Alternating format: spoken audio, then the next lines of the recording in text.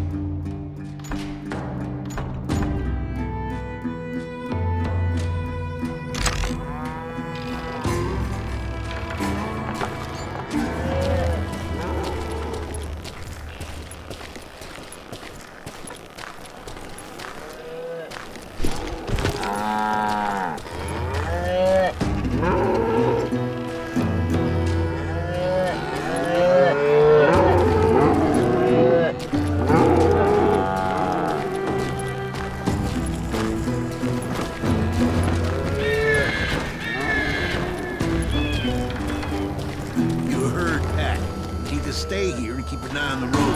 That's not fair. We're missing all the fun. I knew those two morons would never let me through. I had no choice.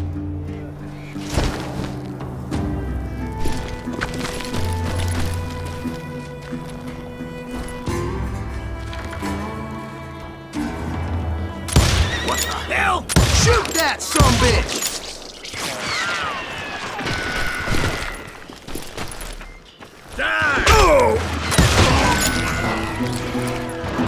Was it Pat Garrett's posse?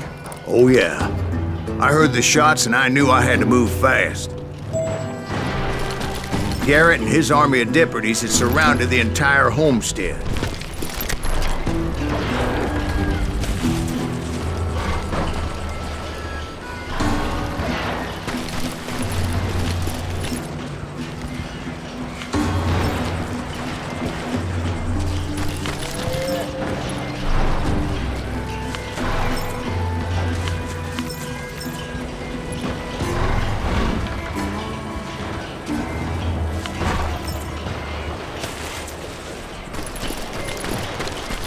Fire at will! Spread out, goddammit! Hey, we have one behind us! Stay on it! Covering fire! I decided to help Billy and the boys out a bit. So that's just what I did.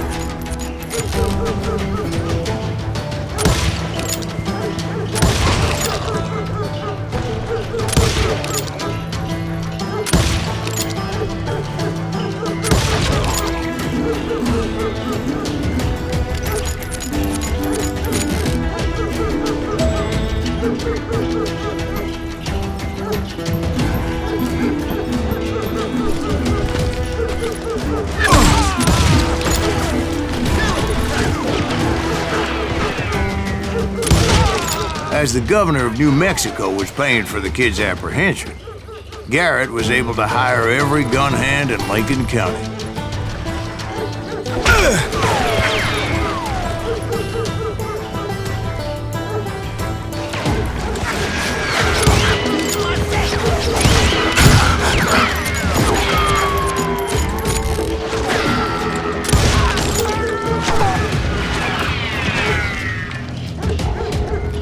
You think you can kill me too?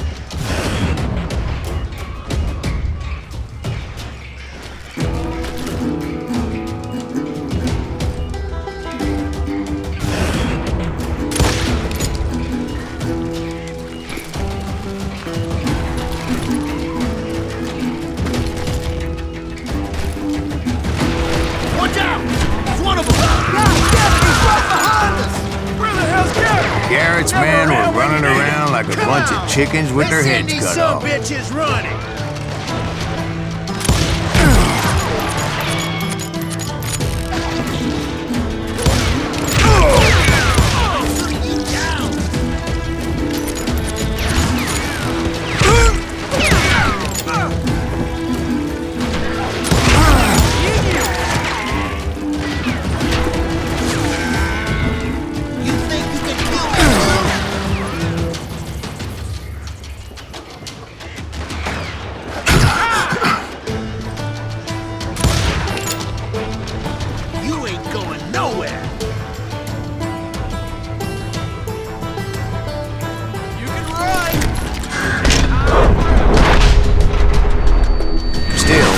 One of them reached the water tower. Not a bad idea. It would be a turkey shoot from up there.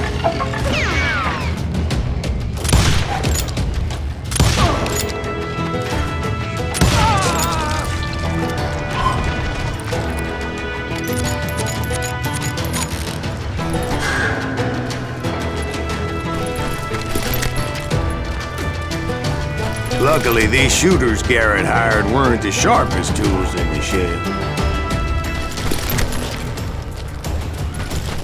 A lot of them were saddle tramps or sod busters or drunken drifters looking to make a few bucks.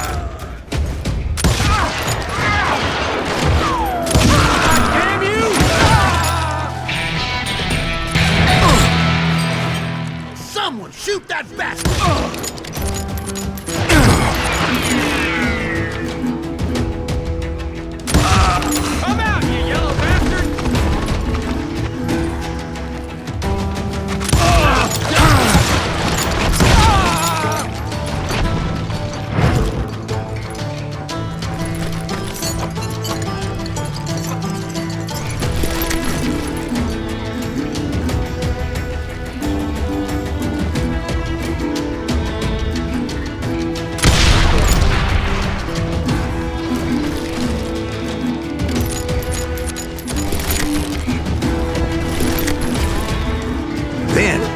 I heard a friendly voice yelling at me from the window.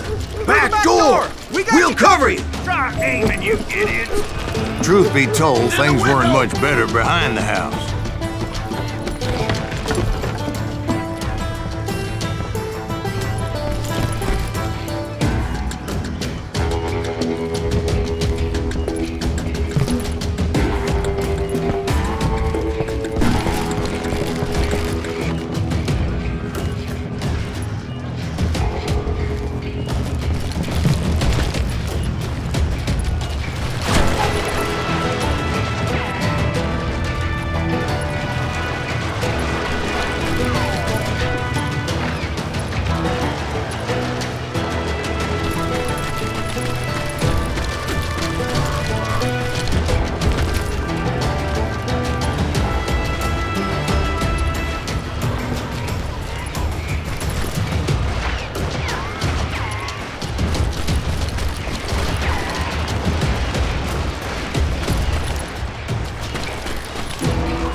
Watch your flank!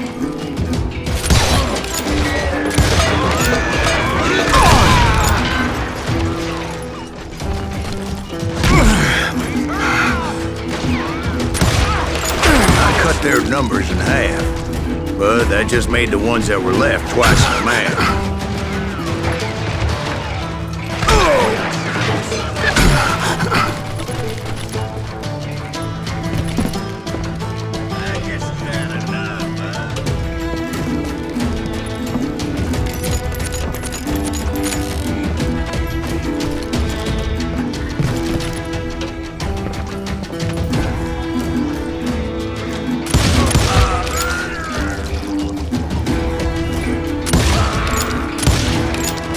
Up for their lack of skill with a seemingly endless supply of ammo.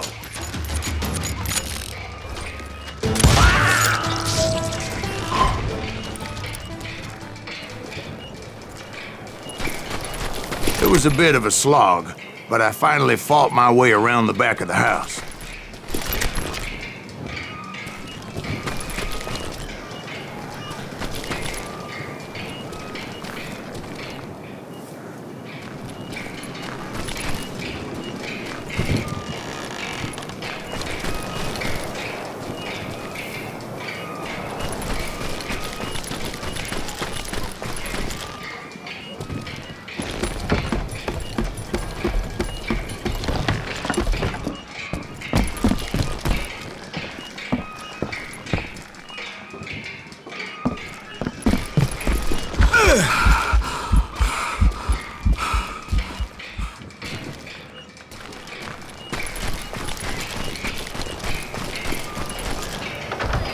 And like that, You I was all be inside. dead, you None the bastards. worse for wear. Deader than a rat in a trap. I passed Dirty Dave. How about that? Huh? You like that? And upstairs, I found Billy and Charlie Bowdre.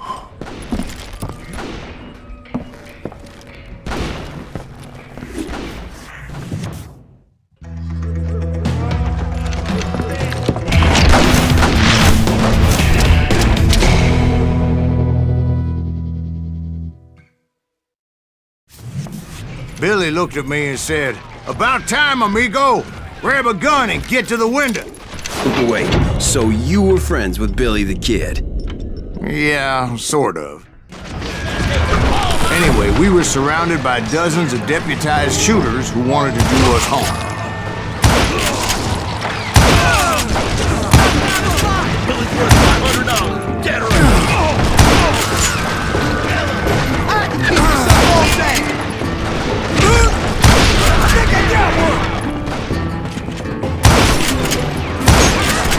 Where the hell's Garrett Richter? He's missing all the action.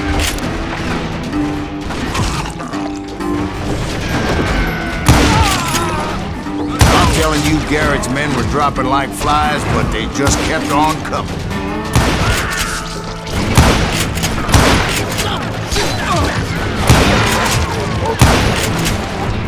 That's when Charlie got hit. "They're catching us in a crossfire," shouted Billy.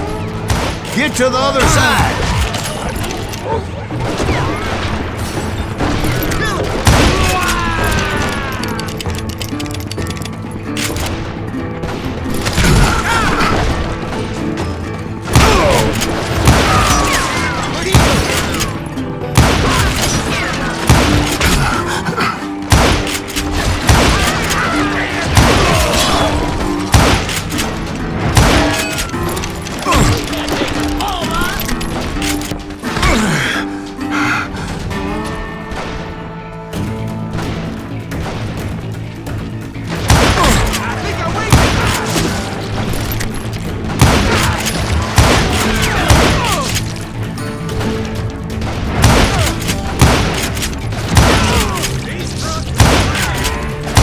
I don't know how many of those cocksuckers I personally put down, but it was pretty clear, even to Billy, that maybe discretion was the better part of valor.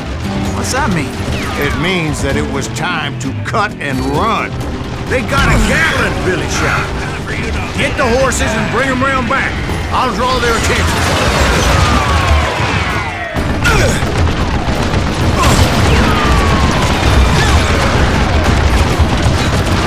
He directed that order at me, and I thought, why the hell do I have to do it? But I went anyway. Dumbass that I was back then.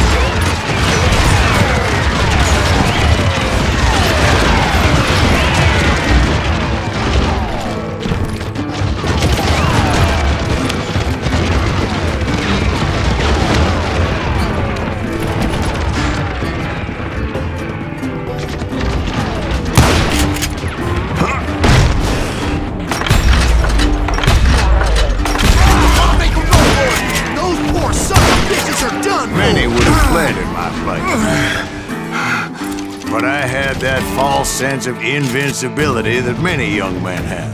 Like Jack here. What are you saying, old man? Jack is just joshing with you now. Yeah, he better be. Mr. Greaves, please continue. Please, call me Silas, ma'am. Now, where was I?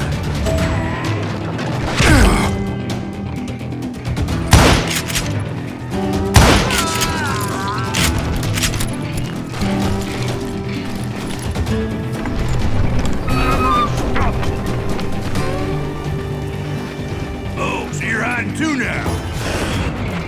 You can't get me. Oh, now what?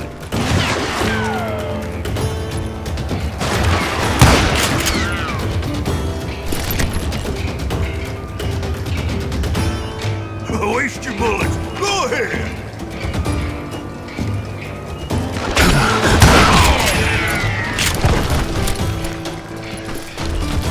You were heading for the barn.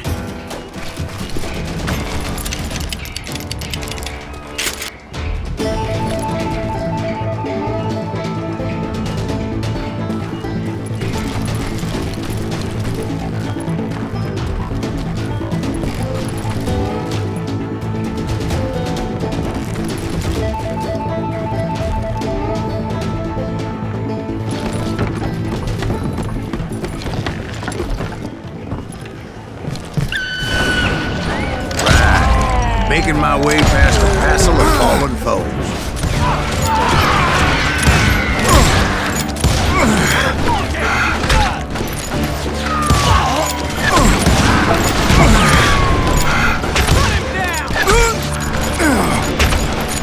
Sounds like Garrett hired a whole regiment of hired guns.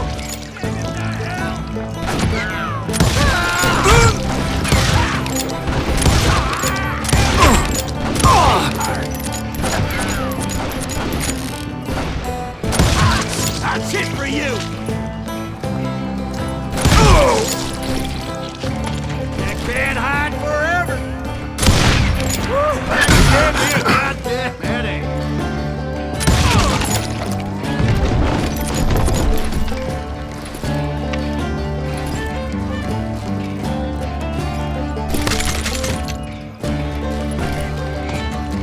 Yeah, and just when I thought I was done with them, more of these hapless bastards would pop up.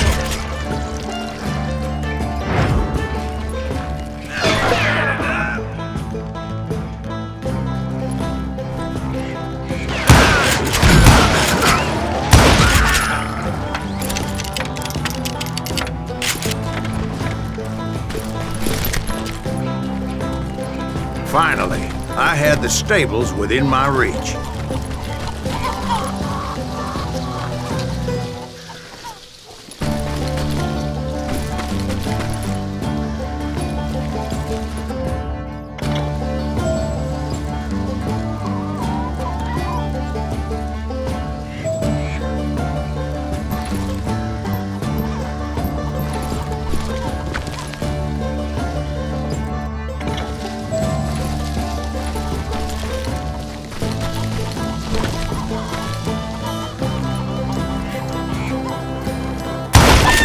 After the fight, maybe we could treat ourselves to some fried chicken.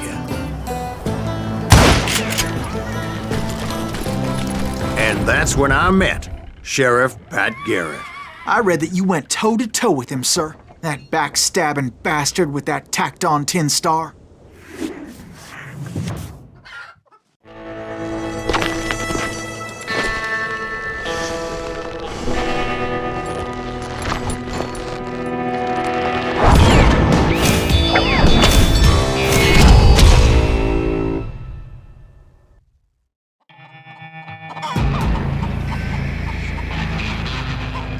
You challenged him to a showdown. You read that in a dime novel? It said he showed no fear as he took your measure with eyes like a rattlesnake.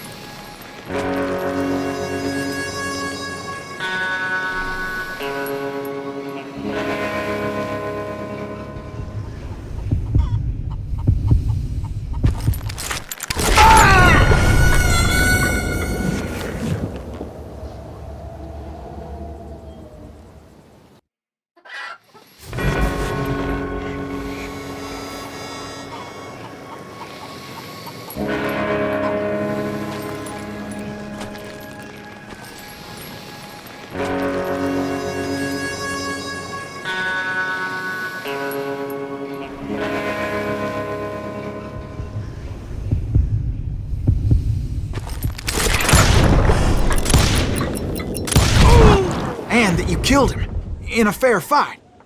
Is that what that penny dreadful said? No, boy. That ain't what I meant when I said I met Pat Garrett. So let me start again. I finally reached those damn stables.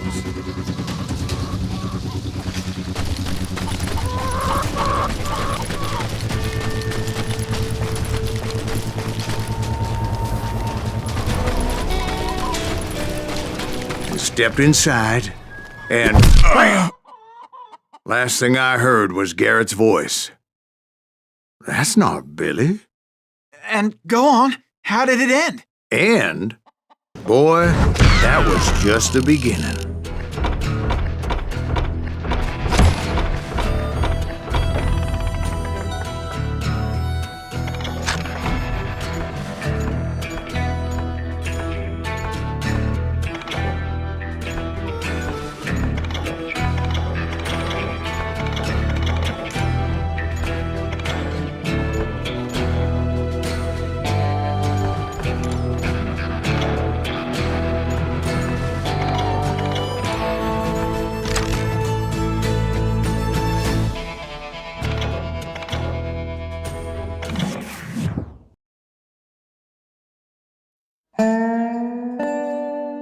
So what happened? Did Garrett arrest you? Yeah, after I came to, the bastard had clocked me with his Colt.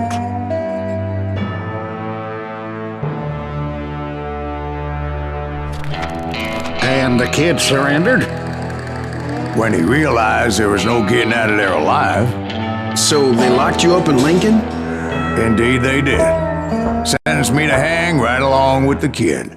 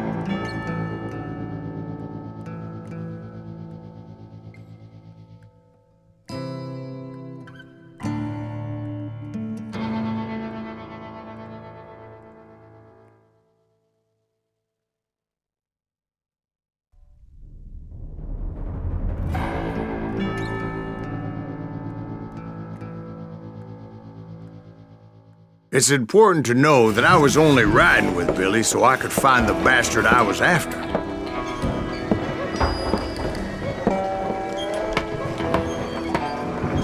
He was with John Kinney's gang, and they were sworn enemies of Billy's regulators. Why were you after him? I owed that son of a bitch a bullet for what he had done to me and mine. Instead, all I got for myself was a goddamn death sentence. Luckily, it was right around then that I heard Billy make his move. He shot Jim Bell and a few other guards as he made his getaway. Later, they wrote that some lady friend planted a pistol for him in the privy. What the papers didn't say is that Billy helped me escape too.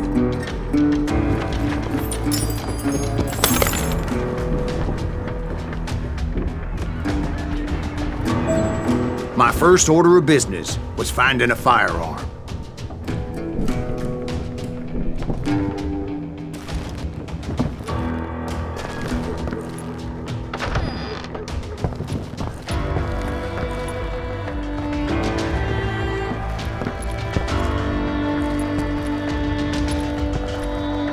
Luckily, I located Deputy Bob Ollinger's mean-ass shotgun.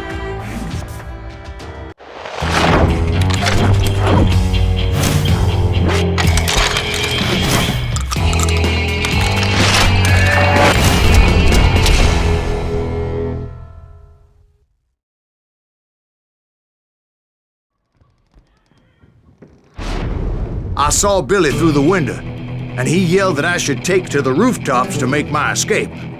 So I did. Anybody see Billy? Get him, you son of a bitch! Shot Jim! Hell yeah. That scatter gun was like a double-barreled howitzer. It could blow a man clear off his feet. You hardly had to aim the damn thing. The kids' escape raised a huge ruckus. You won't get away with this!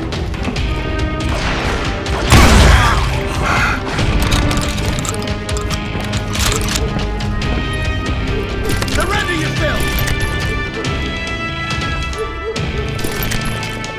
Get out here! I don't get paid enough for this!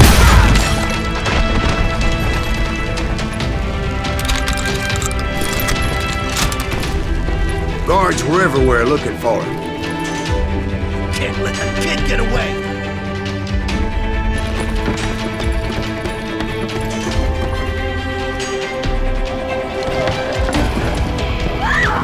Oh my God! Anybody see him?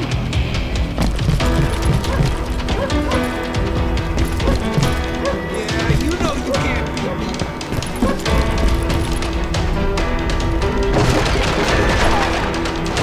We'll have to do everything.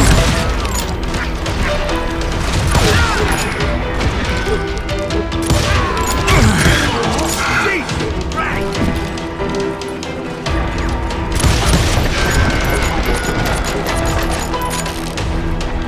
Middle-length that sucker!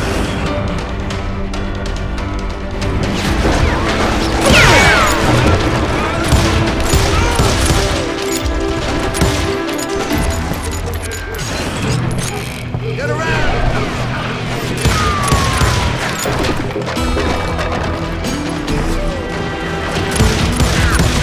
It's crazy with that shit house,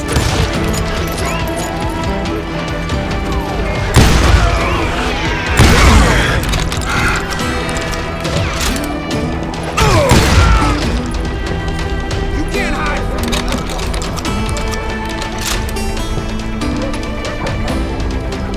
Cut it down!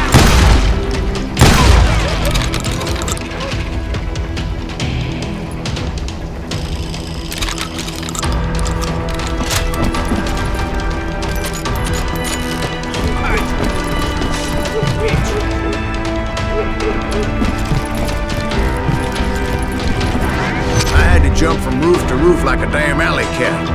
I followed the planks where I could, but some of that wood was slippery as hell. The whole town was up in arms. Suddenly, I was a fugitive. How the hell did that kid escape? Garrett's gonna kick our ass! Can't have got far! Gotta be around here somewhere.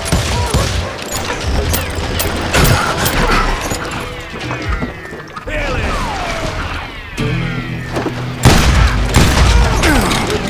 He's hurt now!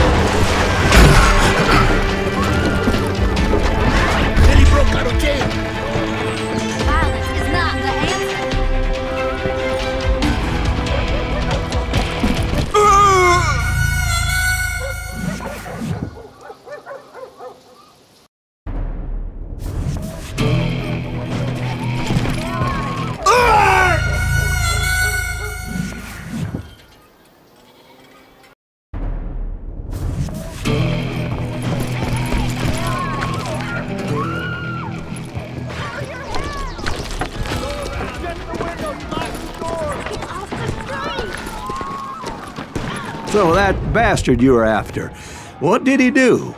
He did me and my family a grievous harm. But I knew if I was ever gonna find him, I would need to get my ever-loving ass out of there. I tried to be stealthy and sneak my way past. This town doesn't have a moment's peace. Where'd he get you?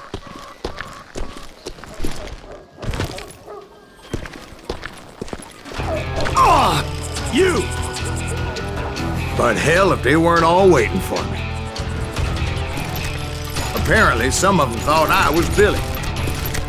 You hooligans can go to hell. We're gonna deep shit when that gets back.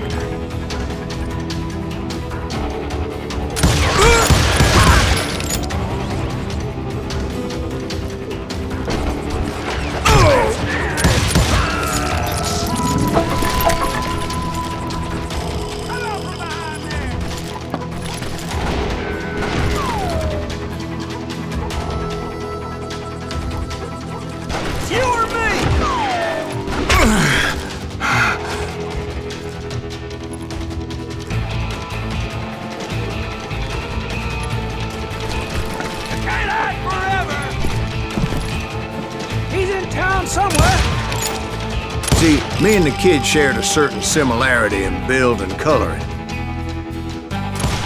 I was just glad I had Deputy Bob's mean-ass shotgun. Stop him!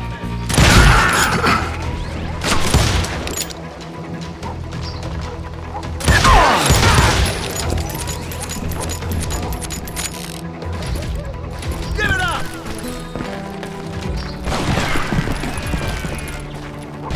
I got a lot more bullets! I don't get paid enough for this! Come out, you yellow bastard! Surrender yourself! They're shooting in the street!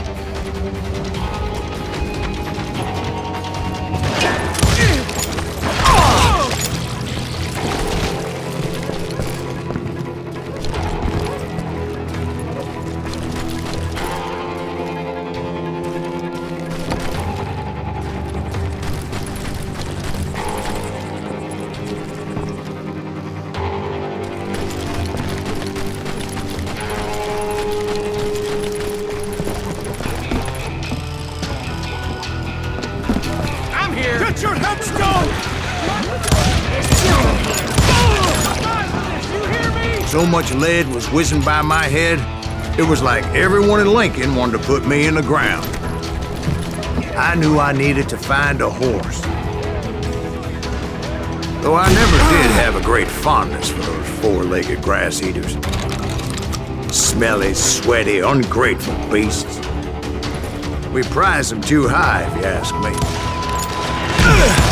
Now you're really pissing me off!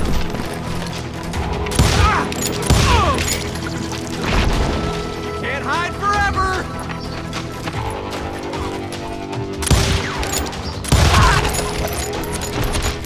Give it up!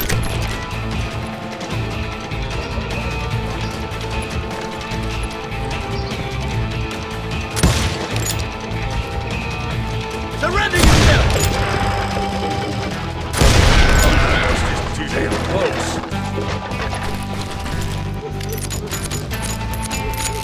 I don't get paid enough for this! That was too damn close!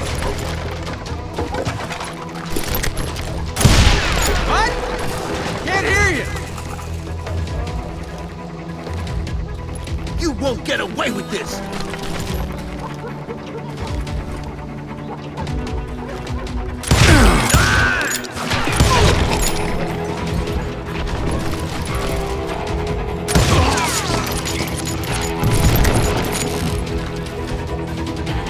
Threatening the lives of innocent people.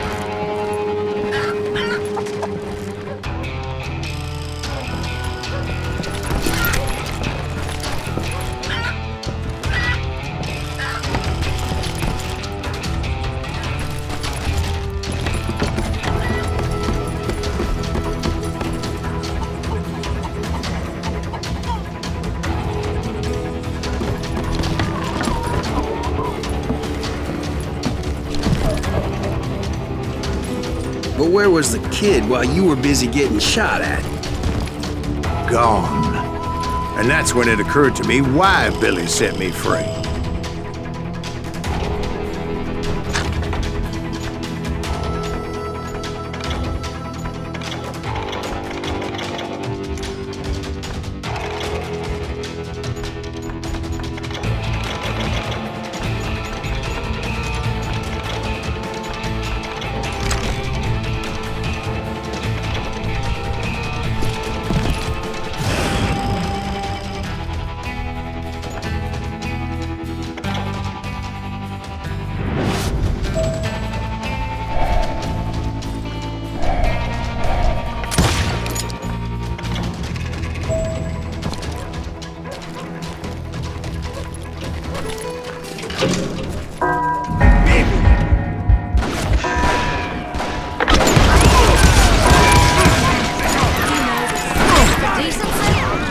So I could be a hapless decoy and draw attention while he snuck out of town.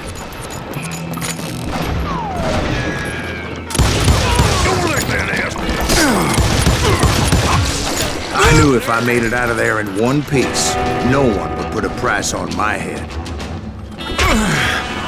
Because everybody in Lincoln would be dead? No, because they all thought I was Billy.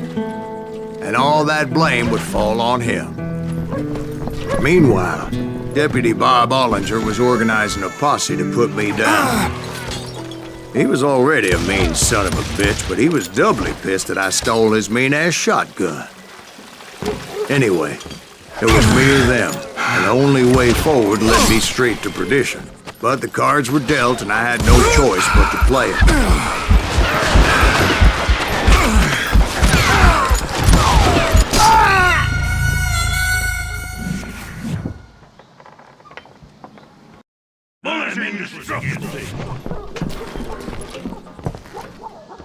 Come on, smoke that sumbitch! Let that asshole get away with this! Blink him!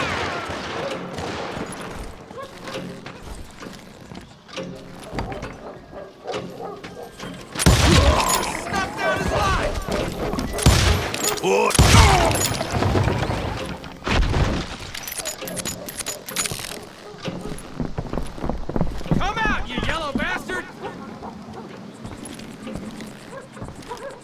We can take him!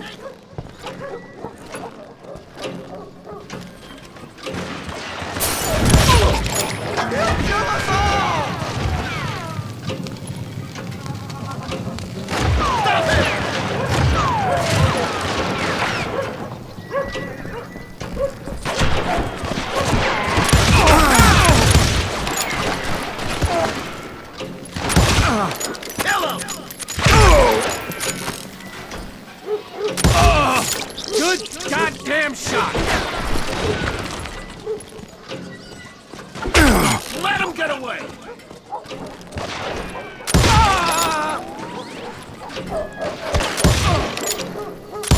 God damn you!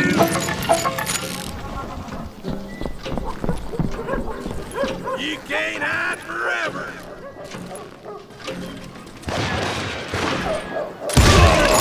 The women off the street! Arm yourselves! How the hell did he get away?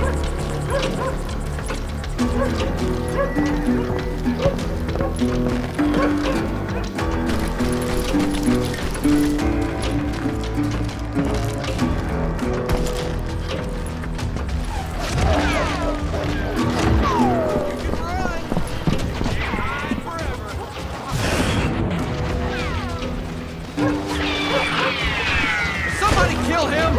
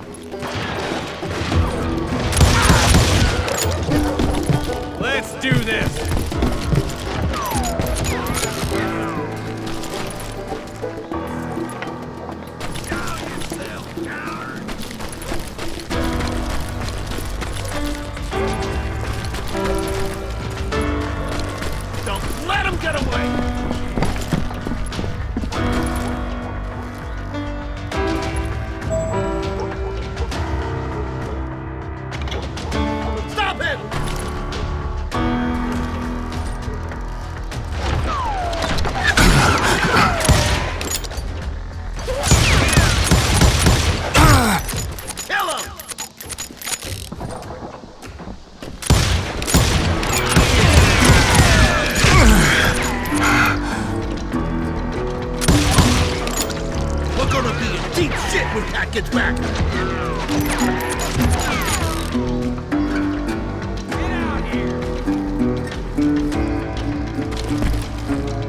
We can take him! Leave him to me!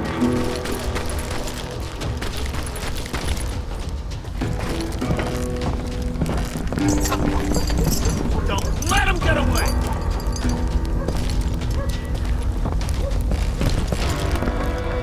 Oh! Stop him!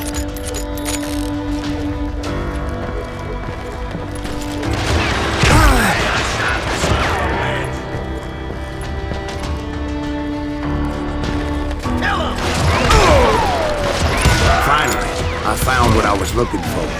The stables on the edge of town.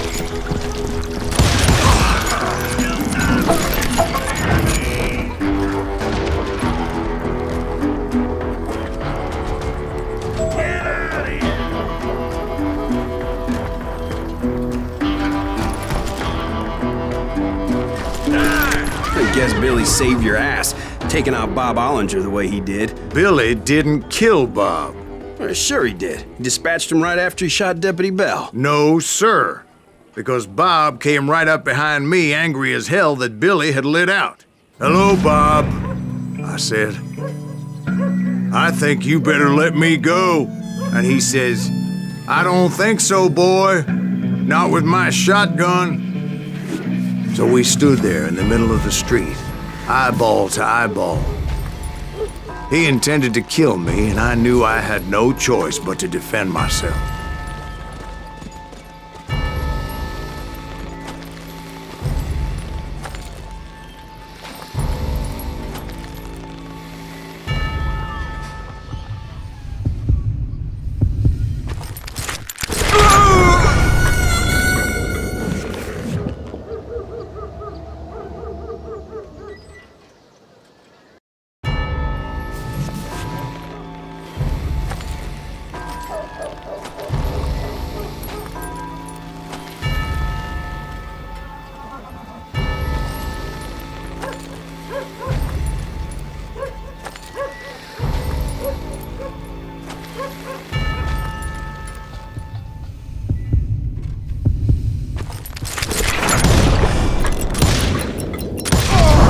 I killed him in a fair fight.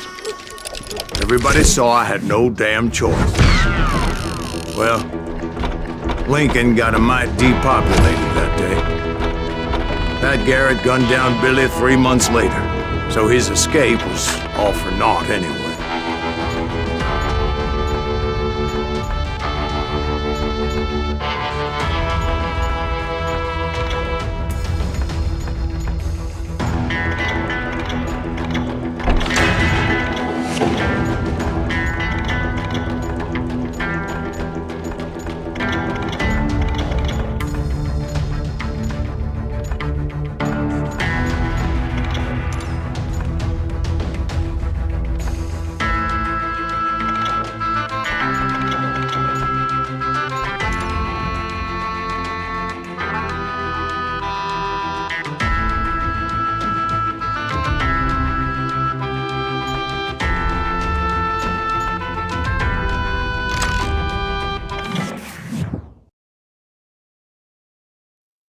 So where'd you go after Lincoln? Mexico. Until I realized nobody was looking for me. I ended up taking a job at the Rurales. The Mexican Rurales? I was hired to help them track down the cowboys. The most vicious outlaw gang in Cochise County? Curly Bill Brocious? Johnny Ringo? Led by old man Clanton himself. They must have paid you a pretty penny to take them hombres on. Not really. But truth be told, I had my own reasons for going after those boys.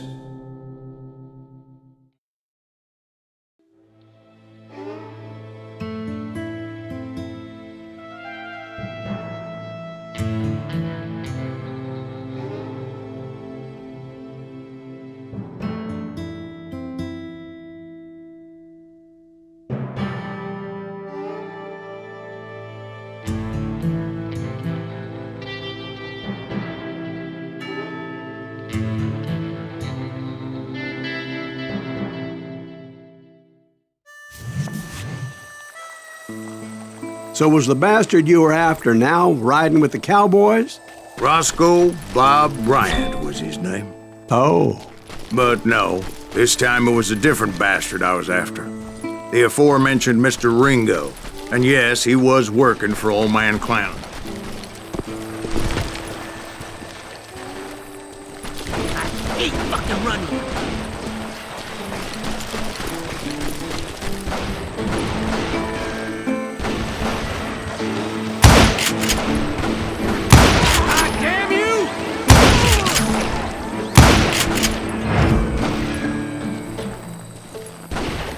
I came upon them robbing a stagecoach, which wasn't surprising, being they were such murderous thieves and bastards. The bandits wore red scarves, so I knew they worked for the old man. Over there! There! I did my best to help those poor passengers.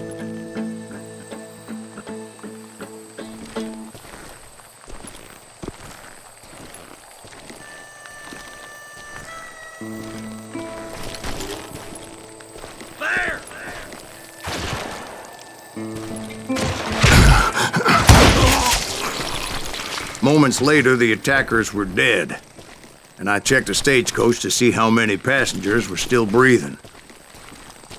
None. It was then I wondered if the rocks weren't hiding more bandits. Was that all of them? Or did I just hit the rear guard?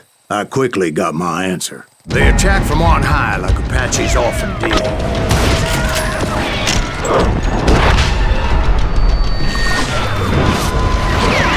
They would appear in great numbers from above and rain down lead on their hapless enemies' heads, making use of the high ground and whatever else they had. Yep, the Apaches always appeared out of nowhere, and there never seemed to be an end to them.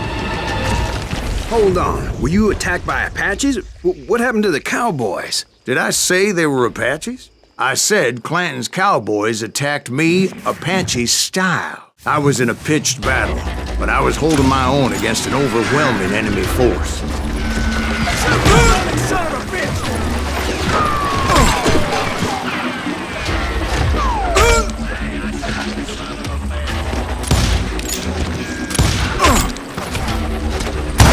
Keep fucking running!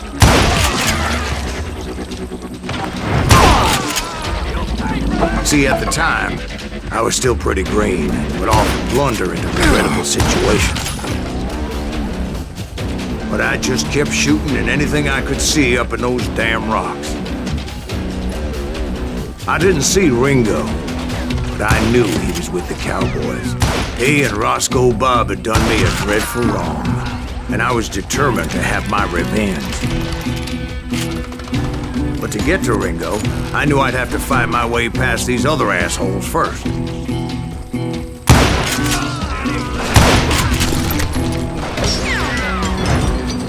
Hard to hit a moving target.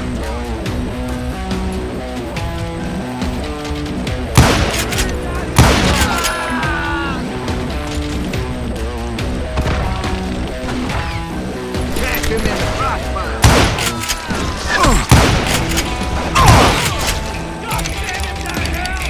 Unfortunately, I was running out of ammo. Another perfect example of my relative inexperience as a hunter of men. I immediately knew that a tactical retreat was called for, as my vengeful fury was much less impressive without the bullets to back it up.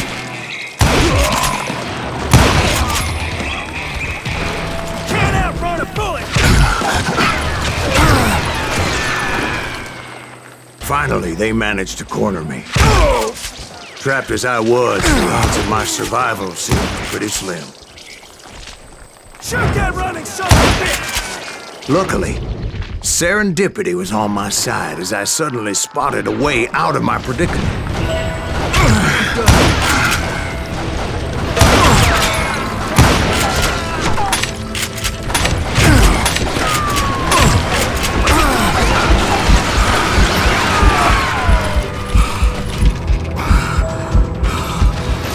I ran ahead as if the devil himself was after me. Bullets were whizzing by my ears, but I wasn't about to roll over and die.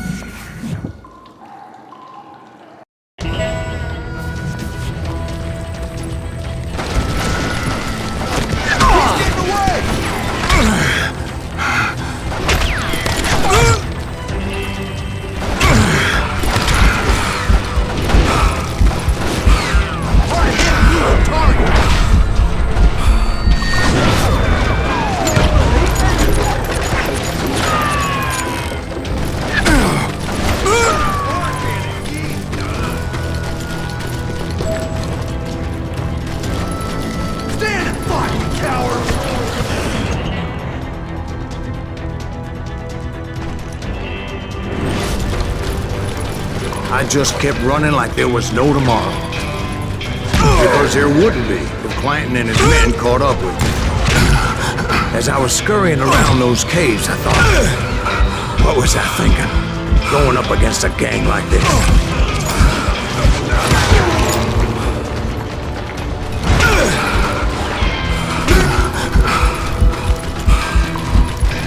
They were hunting me like I was game.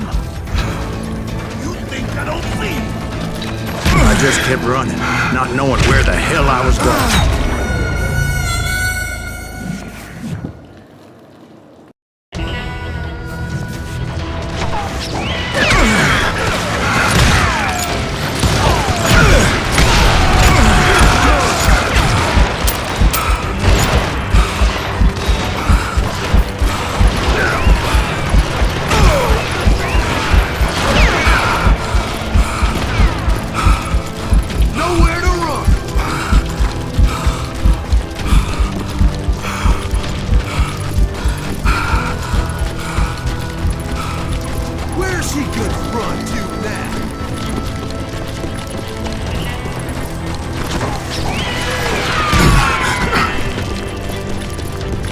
When something miraculous happened. Like manna from heaven, I found the desiccated remains of what looked like an Apache warrior.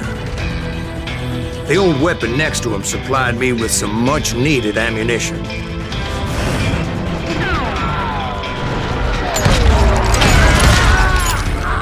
That Masterson once told me it was more important to be lucky than good, and he would know.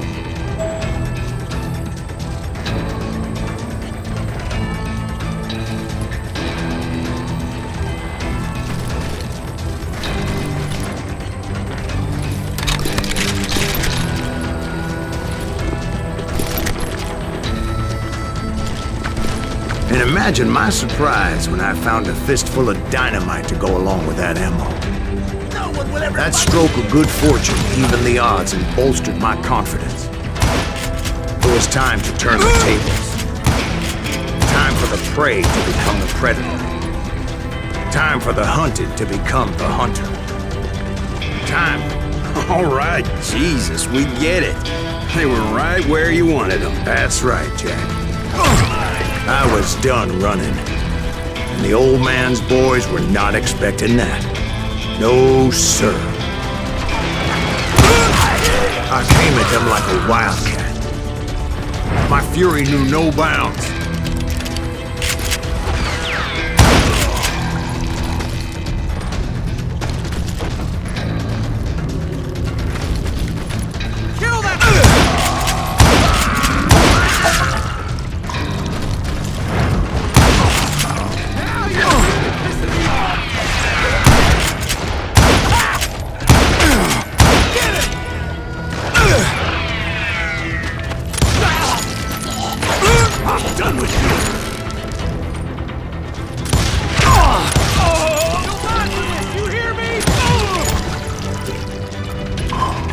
It was finally time for that old man to pay for his sins.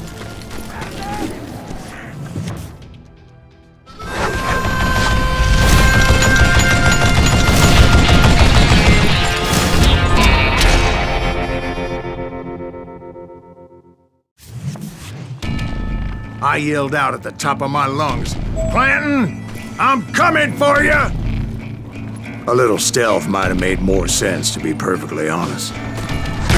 Because that old fool had a Gatling gun and enough bullets to last him till kingdom come. But I knew I could not let that deter me. Not if I was to find and kill Ringo. I needed to get that old man off that gun.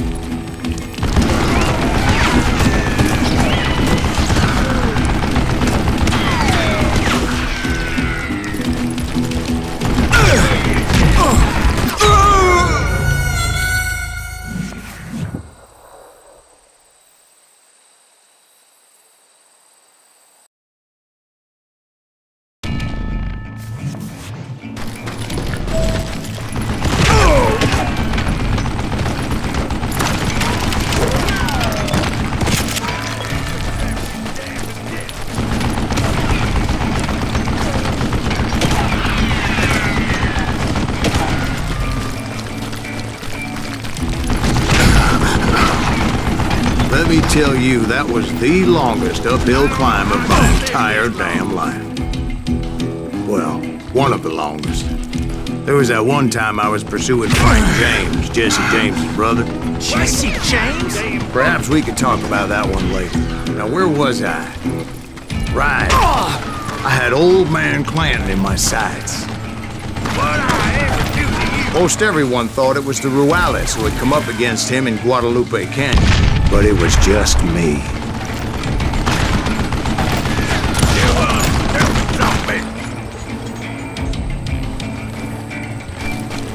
Hey, let's see what you're made of, boy!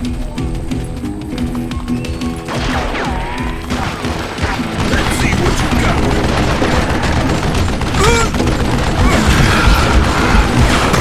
Do I gotta reload again? Bring it on!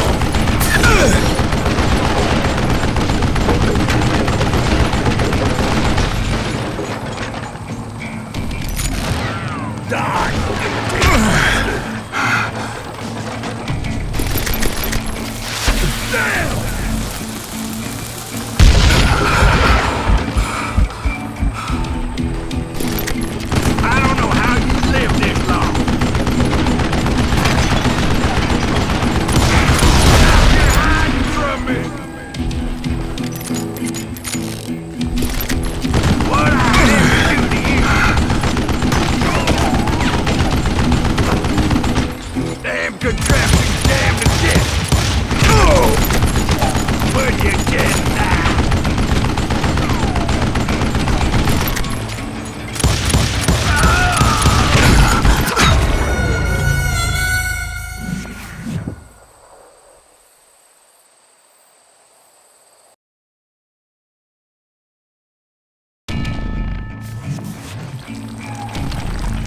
They're gonna bury you in a million pieces.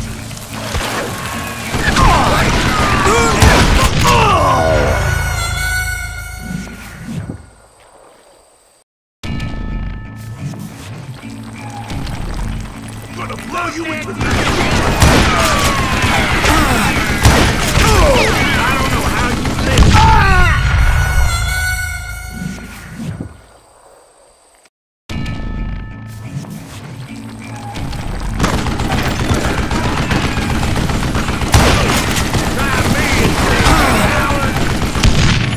What I ever do to you? Look at you, you yellow belly hot! You want stupid zombie!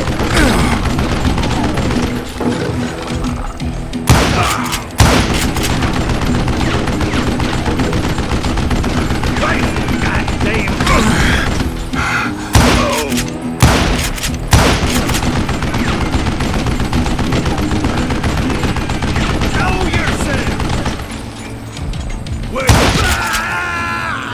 Apparently, one of the cowboys made it out of there alive and told Ike and Billy Clanton that it wasn't a Mexican who took their father's life that day. They just assumed it was one of the Earps, and that little misunderstanding eventually led to that legendary gunfight at the OK Corral.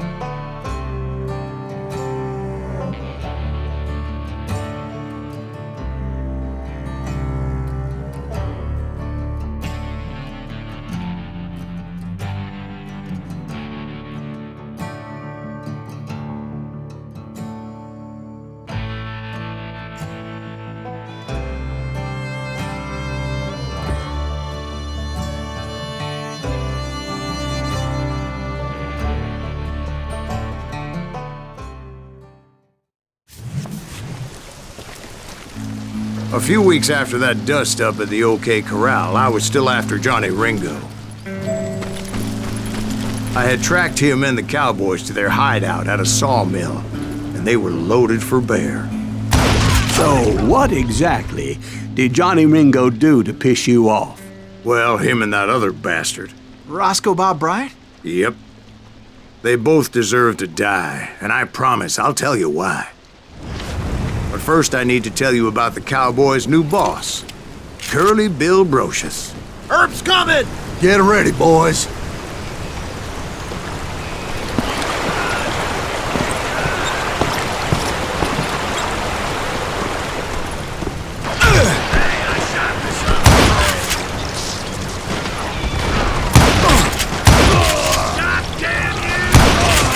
Curly Bill took charge of the cowboys upon the old man's demise, and after that gunfight at the OK Corral, the Clantons wanted revenge.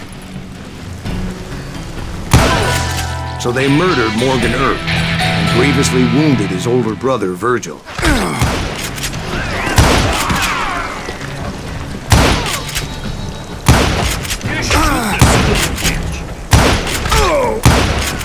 Wyatt and Doc went on what became known as the Vendetta Ride, hunting those outlaws down. So when I showed up, that's who they thought I was.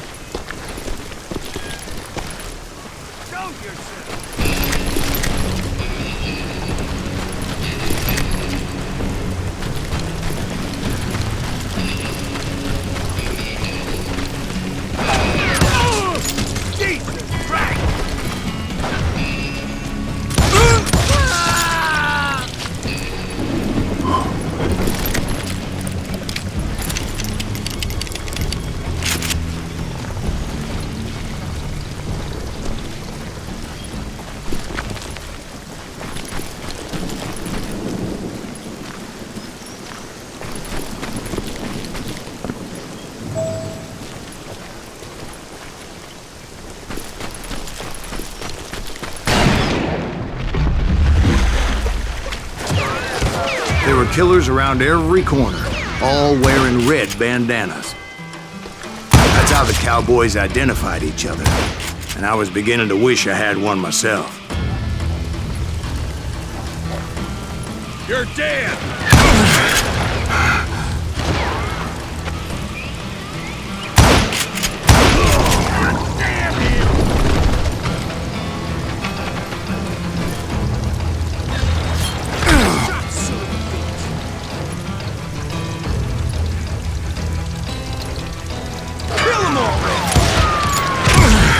But I wasn't about to let Ringo walk away unscathed, and that's what drove me forward.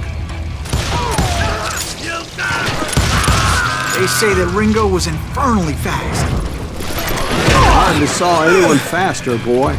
Certainly not Wyatt Earp. That man was all hat and no cap. Somebody kill him!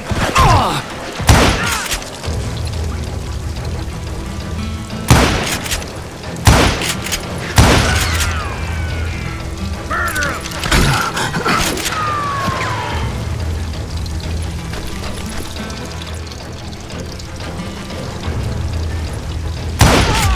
Earp wasn't much of a match for him, but Doc Holliday might have taken him. That lunger should have kept his nose out of it. They never charged anyone for the murder of Morgan Earp. But everybody knew that Curly shot him in the back. That was common knowledge. Yeah, maybe so. But Ringo had nothing to do with it. He was just being loyal to a friend. Is that what you call it? Being loyal? Well, to get to that loyal friend, I had to pass by some buzzsaws as big as a man.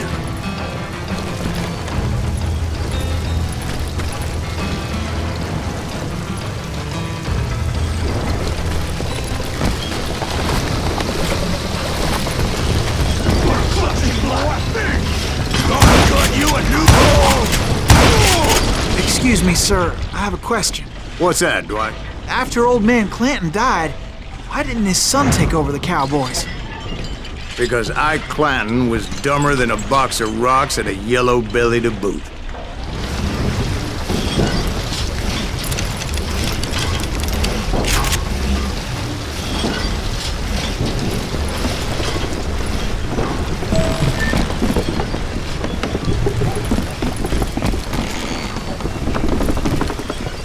Now, where was I? Taking down the entire cowboy gang single-handed. Indeed I was, Jack.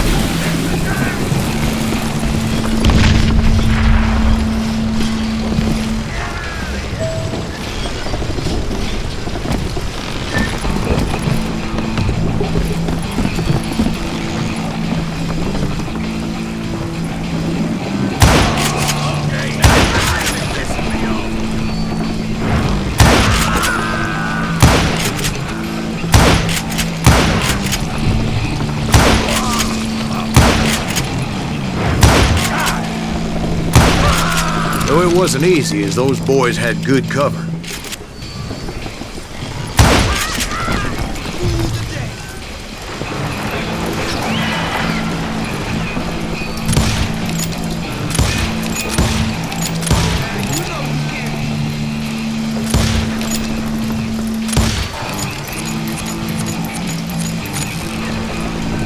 Can't believe you keep missing.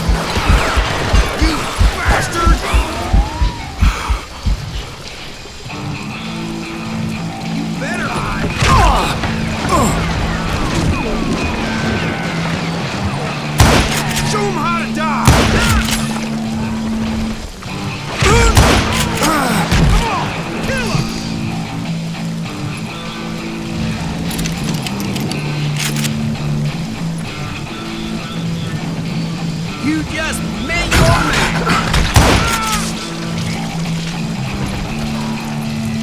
I son of a bitch!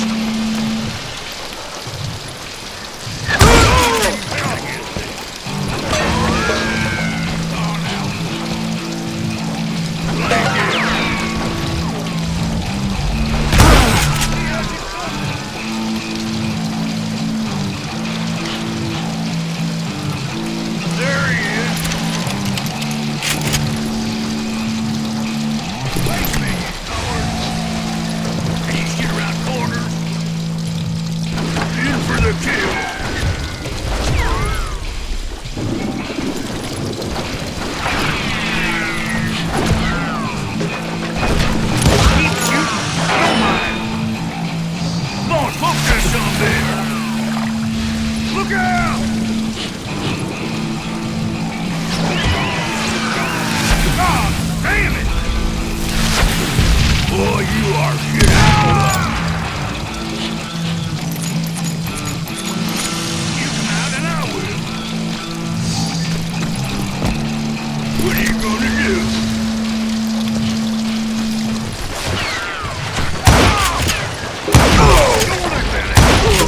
There were carts everywhere, piles of lumber, and God knows what else for people to hide behind. That really was one hell of a sawmill. Quite an impressive operation.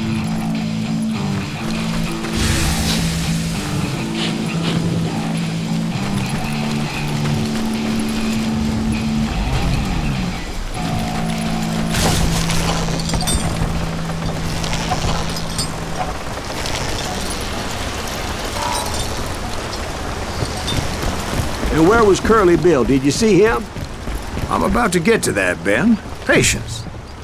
I'm painting a picture here. There was this beautiful waterfall and a crystal clear stream that led to a verdant valley that was truly... Consider your picture painted. What happened next? Well, finally the bastards that were still alive made a last stand.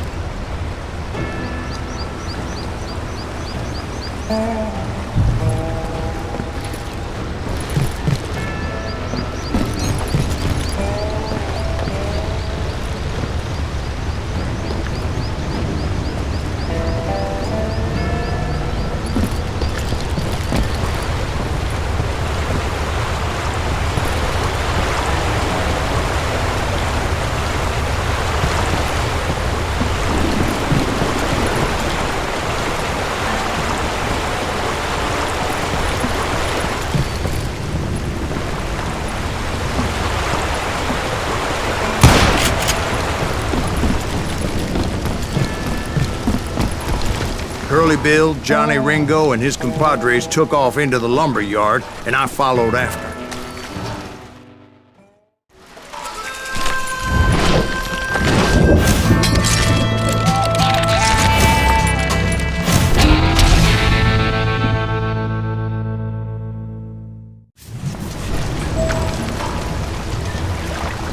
Are you saying they ran? Cowardice was not in Ringo nor Curly Bill's nature. No, sir. I never said they were running scared. They just wanted me out in the open. Time to dance with the devil! You working for me, huh? Did that sumbitch Earth send you to kill me? You want some more?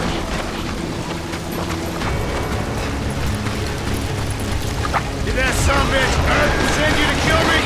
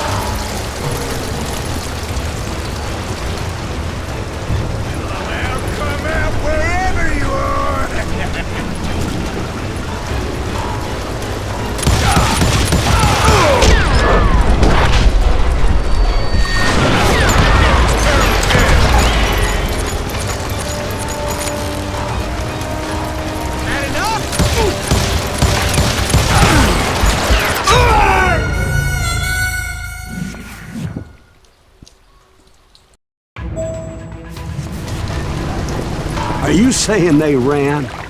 Cowardice was not in Ringo nor Curly Bill's nature.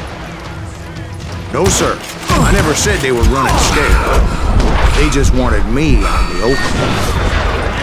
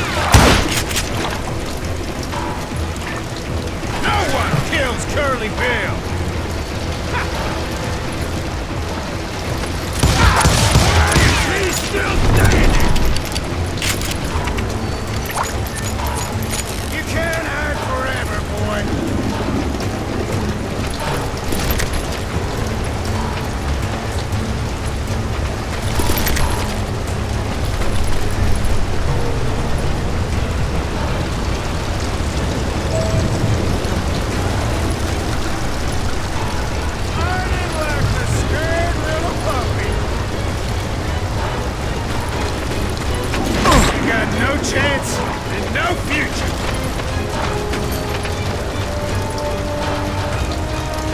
This ain't the day to die.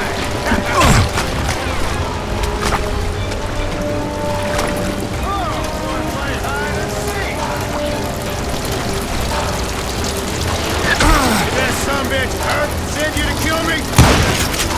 A bottle!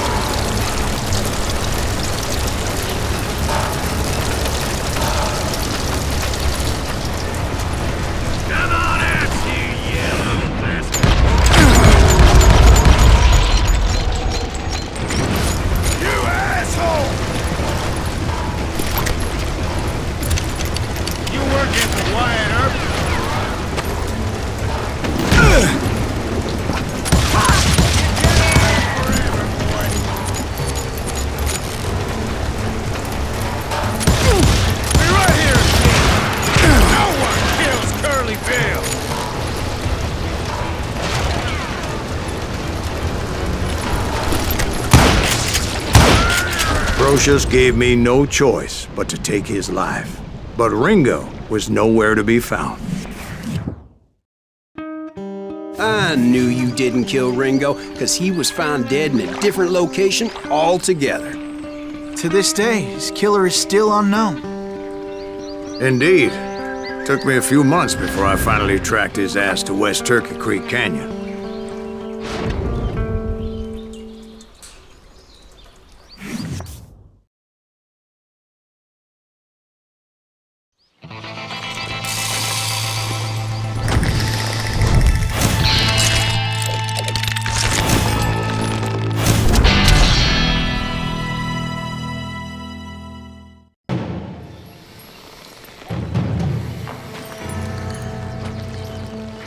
That's incredible, sir. I always thought that Doc Holliday was the one that killed him.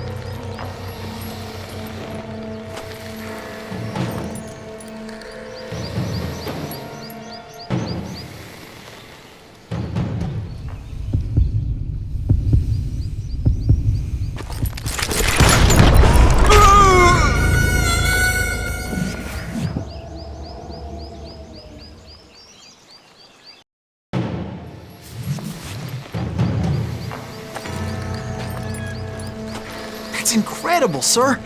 I always thought that Doc Holliday was the one that killed him.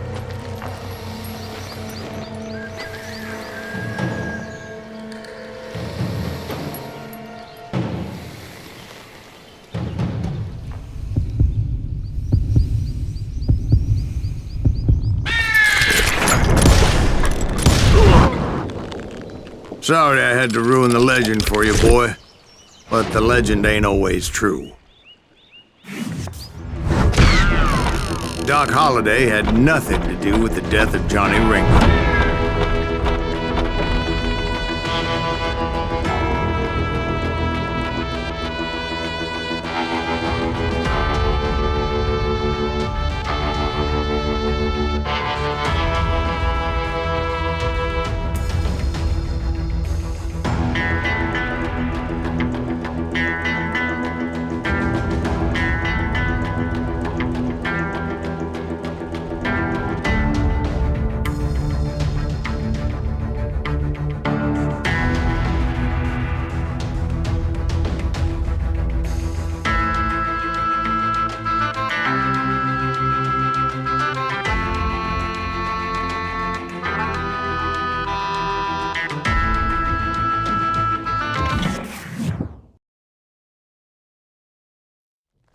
I was paid a healthy bounty for Ringo and Curly Bill, and realized there was real money to be made. That's why I went after Henry Plummer.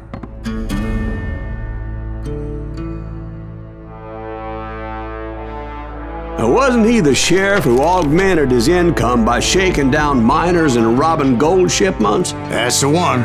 Oh, yeah, I remember him. He ran that gang of thieving outlaws called the Innocents. So it's true that you went toe-to-toe with him? Indeed I did, son. Indeed I did.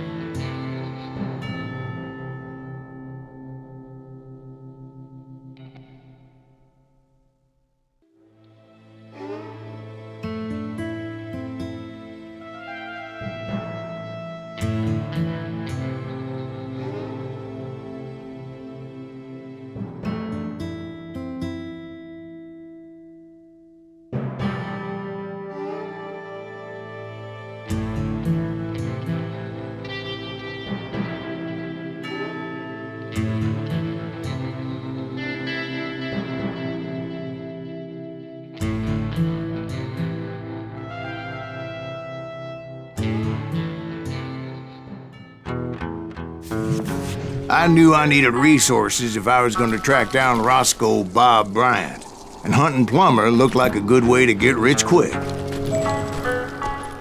As the local vigilantes exposed him as the leader of the bandits, and put a generous price on his head. Plummer rallied his gang to plunder one last gold mine before making their escape, and that's where I thought I'd find him.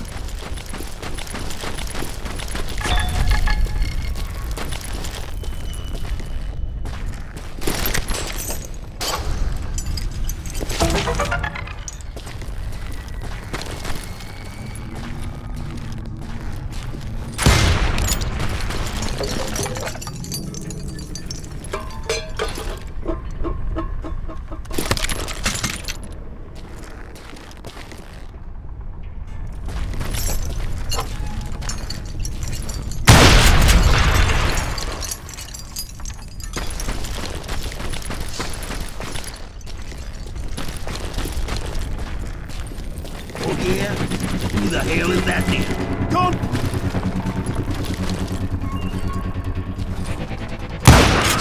As my late father pointed out to me more than once, God made men, but Samuel Colt made them equal.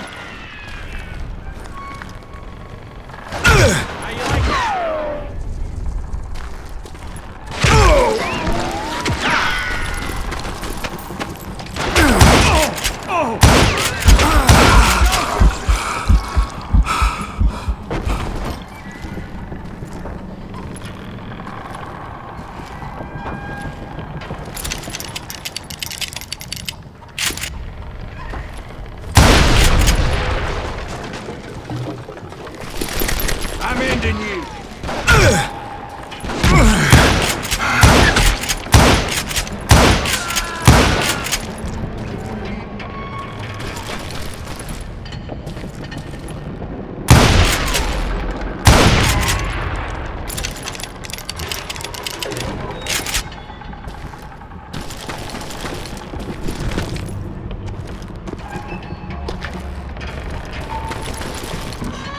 I knew that dynamite wasn't mine, so I decided the polite thing would be to return it. It was the biggest gold rush since Sutter's Mill in '48. Unfortunately, prospectors weren't the only ones drawn to those riches.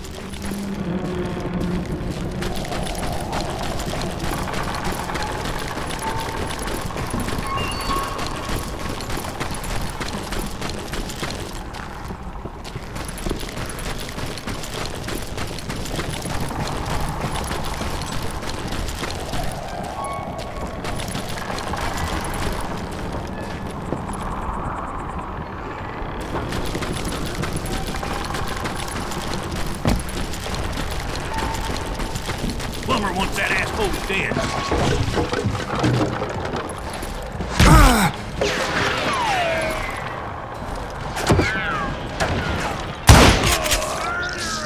There were thieves and killers, robbing travelers and hijacking gold shipments. Like those that ran with Plummer.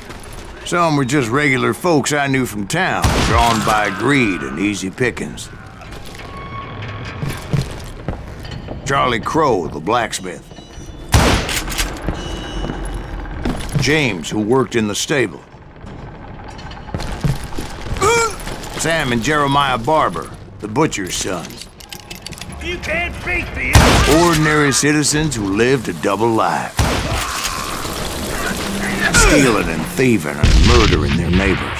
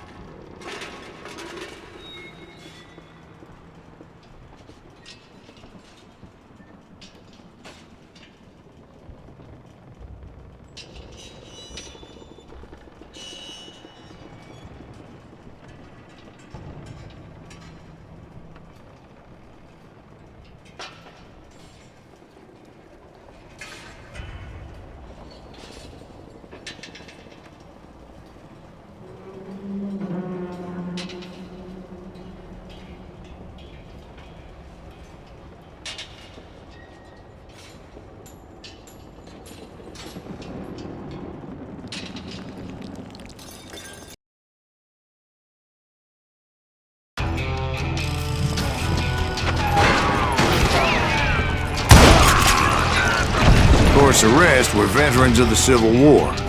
Stone-cold killers trained on the bloody fields of Shiloh and Antietam. Dangerous, desperate individuals.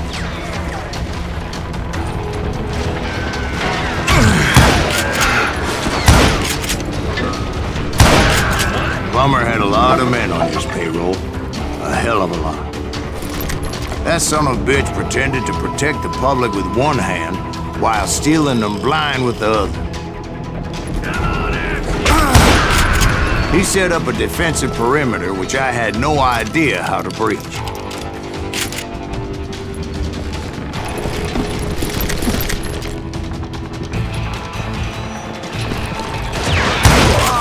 I was outnumbered and in way over my head, but I was too damn stubborn and stupid to realize it. They must have thought I was tough, or had some kind of death wish, seeing as there were barrels of gunpowder everywhere. Watch out for the goddamn gunpowder! One stray bullet, one stray spark, and I'd be blown to hell and gone. Did I have any second thoughts about what I was doing? No. I thought I was some kind of hero.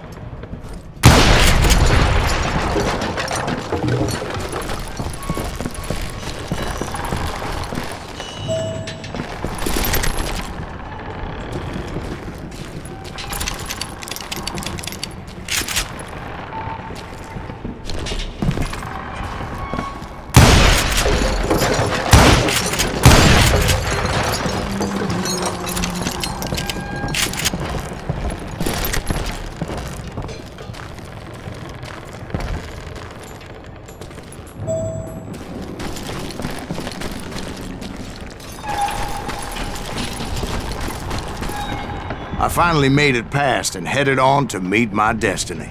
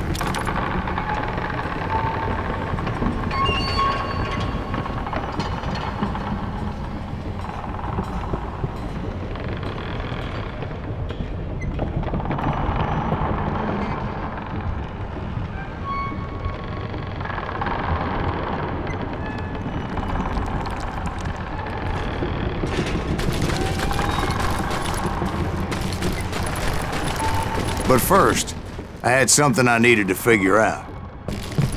I had a few ideas on how to get into that mine, but once I made my decision, I knew there was no turning back.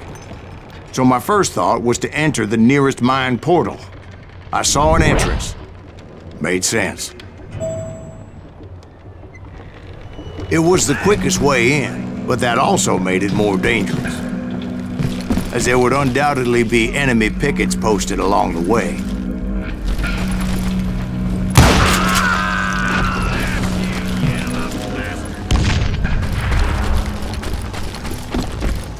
You can't beat innocence!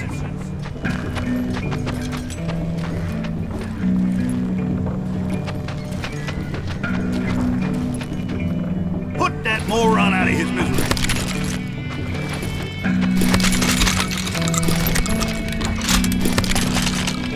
Get out here! I will drop you down a mine shaft. Besides, once you enter a mine like that, it's easy to get all turned around. Time to blow your shit up. You can run, but you can't hide. And that confusing maze of corridors wouldn't even be the worst of it. Some of those shafts could be as deep as hell.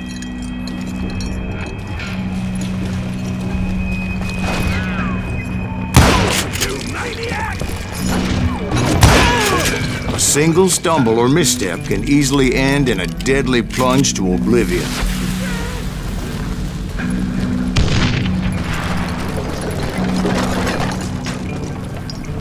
I'm into you!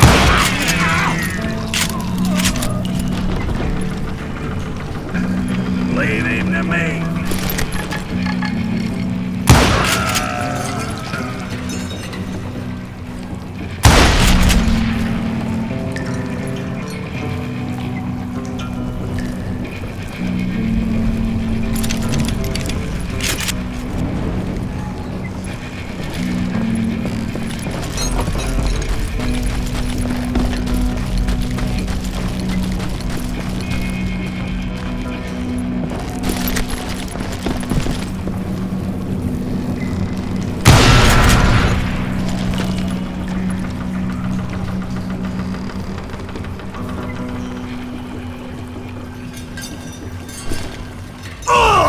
This is why I do not like heights.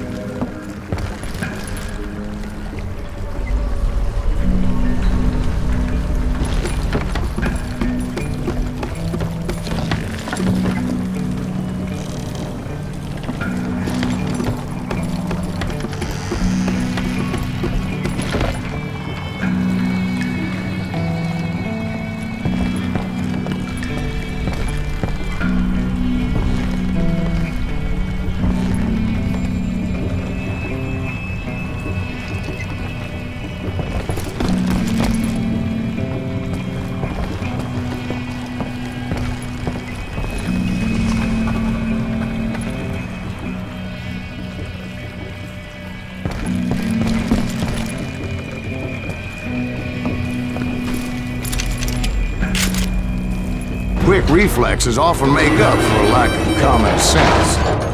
Luckily, I was never one to be easily bushwhacked.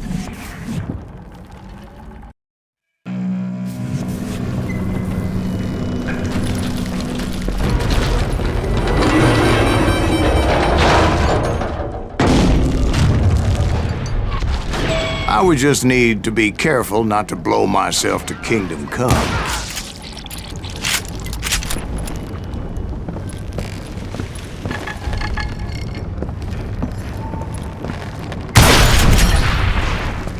Surprise! With all that gunpowder and dynamite everywhere, a body has to know what he's shooting at. You must be about out of bullets. Get out of here!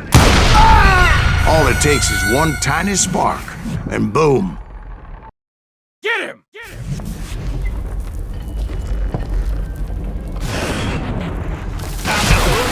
Shit up! As a boy, I always loved the 4th of July. Get him!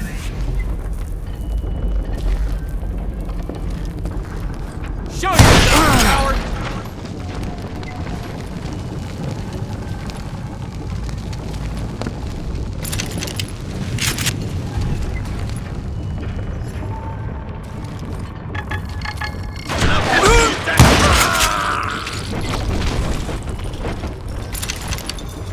Get out here!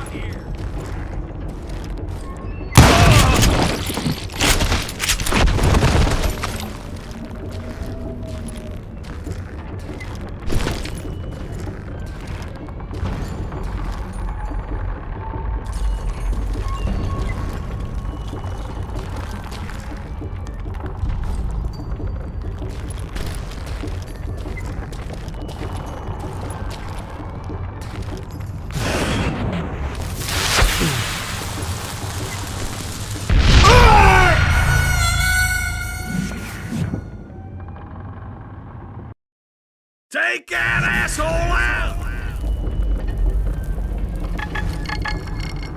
You ain't beefing me.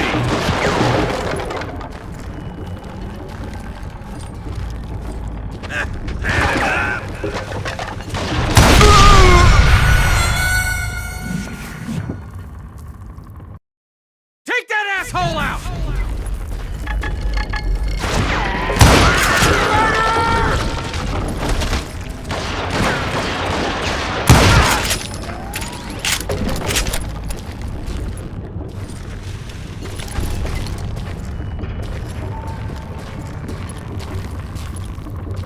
One wrong bullet could have turned that mine into a dad-blasted tube.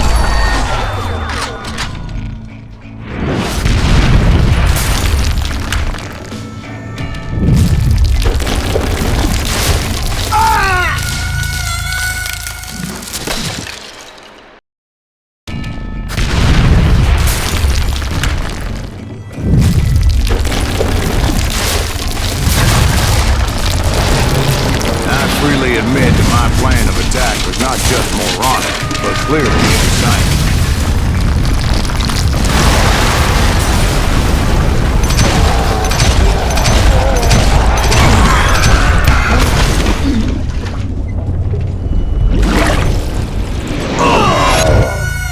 It's a good thing that I abandoned that ridiculous plan before I even tried it. Instead, I spotted a ladder, a way into the mine from the opposite side.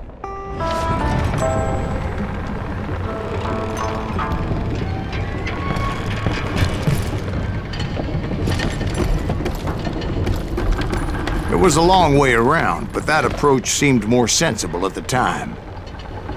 Of course, being I had a problem with heights, that scaffolding scared the bejesus out of me. Climbing down that ladder required some caution, because even though I had a younger man's reflexes,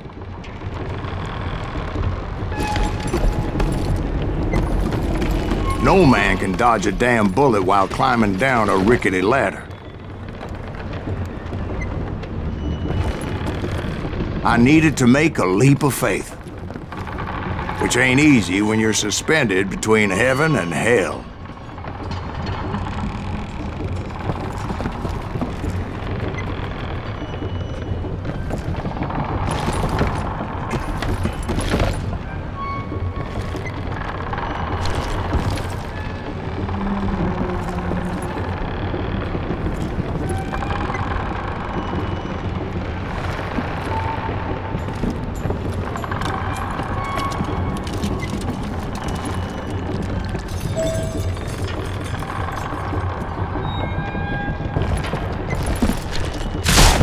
I was determined not to give up, however. As Sheriff Plummer seemed quite the despicable character. When the vigilantes discovered what the sheriff was up to, people were outraged. That 10,000 they put on his head would go a long way to helping me find old Bob. I shot the son of a bitch. God damn you!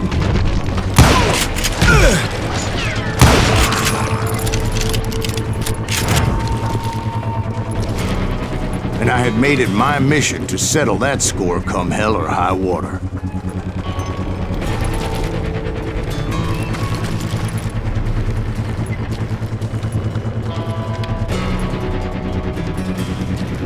But first, I would have to make a choice. Take the elevator or climb the ladder.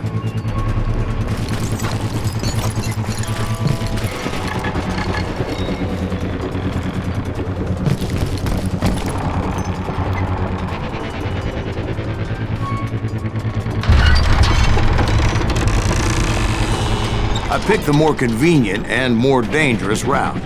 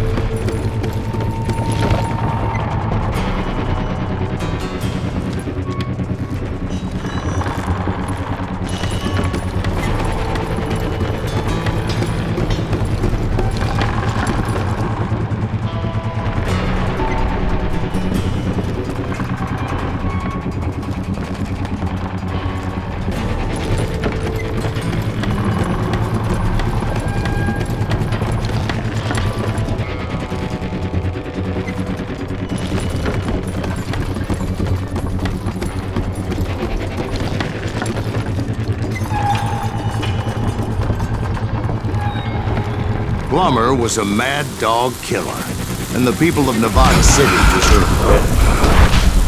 Nevada City? Well, I thought Plummer met his maker in Bannock, Montana.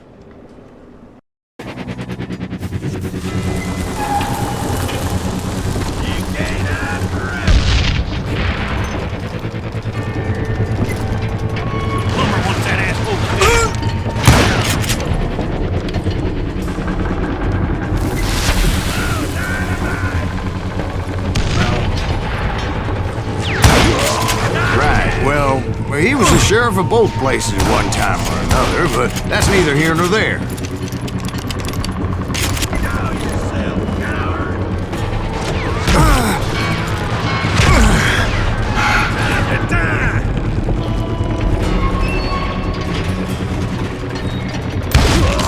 The point was, taking him down would save a lot of lives, including my own.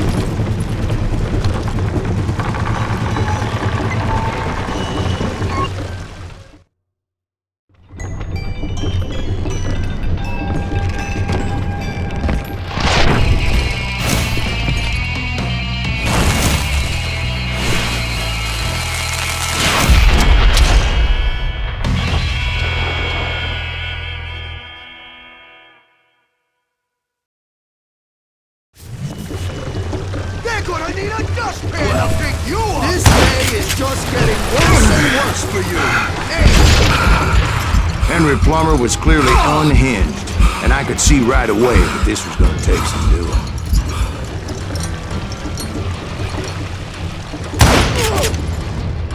You can shoot, but can you aim?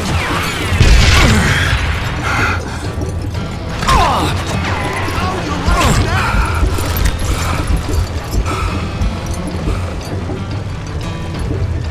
You ain't taking me! They're gonna bury you in a million pieces! Why not just give up and die? I'm going all medieval on your ass! Master! I need some help here! Come on, boys! Take this cocksucker out!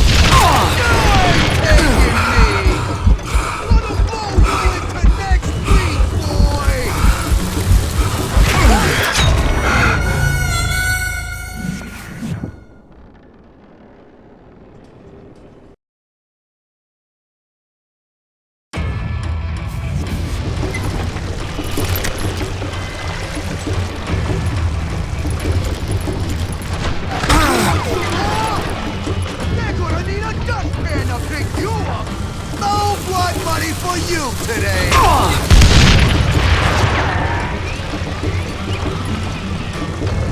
They're gonna bury you in a million pieces!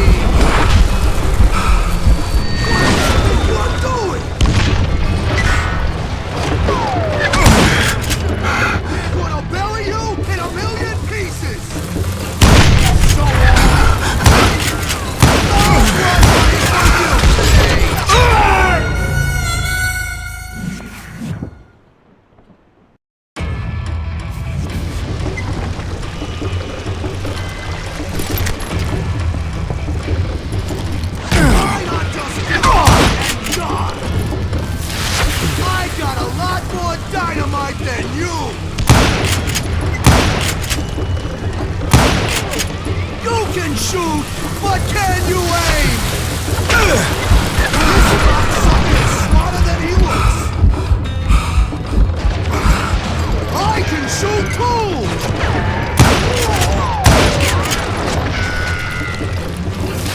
Who said you could throw dynamite? You killed an innocent man! Throw you into next week, boy! Run! I'm going all medieval on your ass! There goes Murray!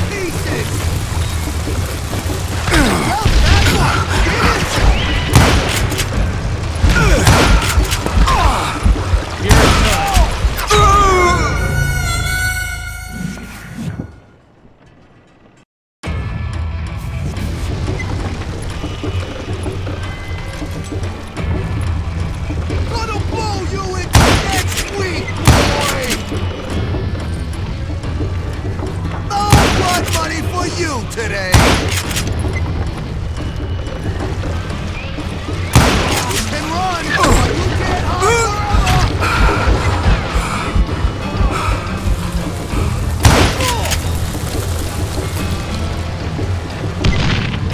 You can shoot, but can you aim?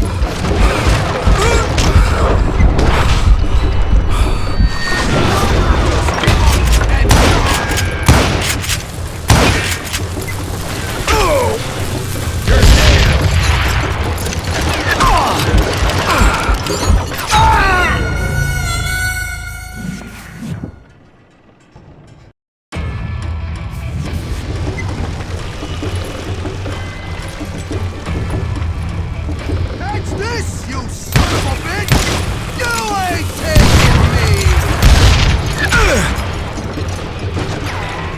How you like that? They're gonna need a dustpan to pick you up! Nice shot! Bet you can't do it again! I can shoot too! This is gonna hurt!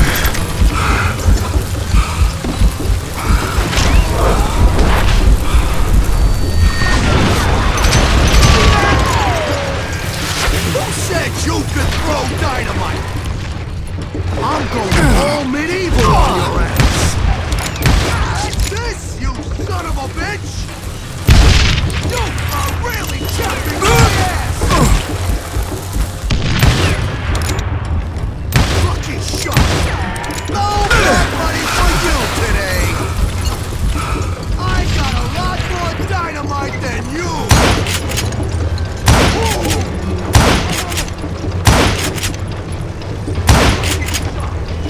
You must be about out of They're bullets. gonna bury you in a million pieces!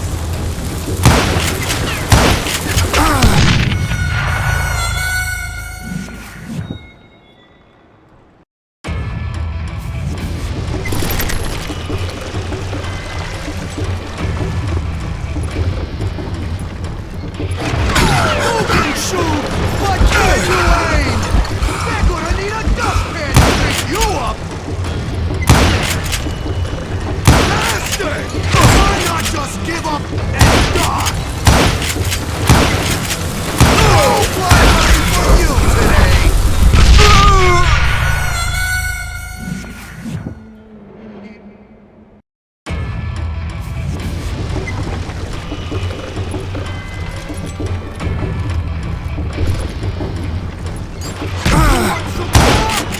This is gonna hurt!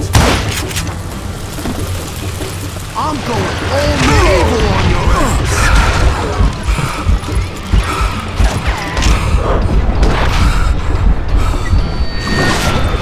What in tarnation? No blood money for you today! This cocksucker is smarter than he looks!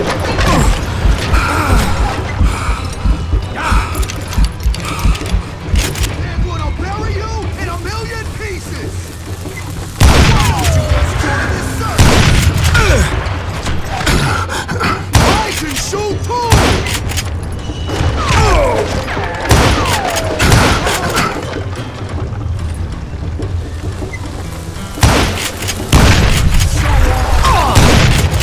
You can shoot, but can you aim? They're gonna bury you in a million pieces! Pissing me off! See what it gets!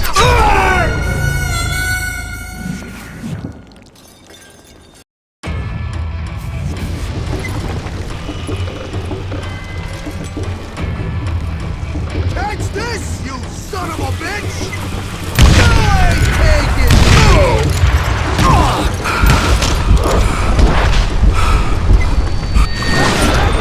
Get it, you!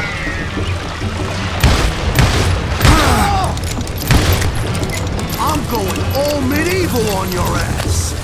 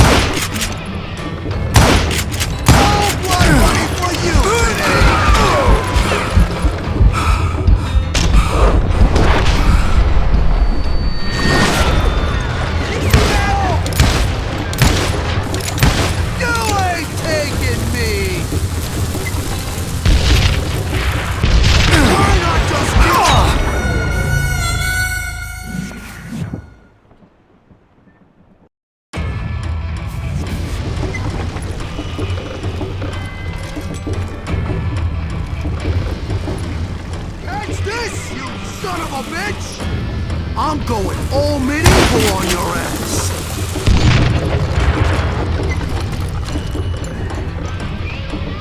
Gonna blow you into next week, boys.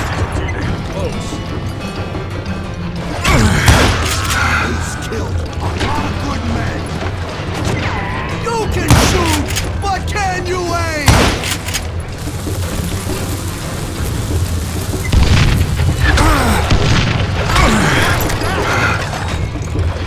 Shoot too!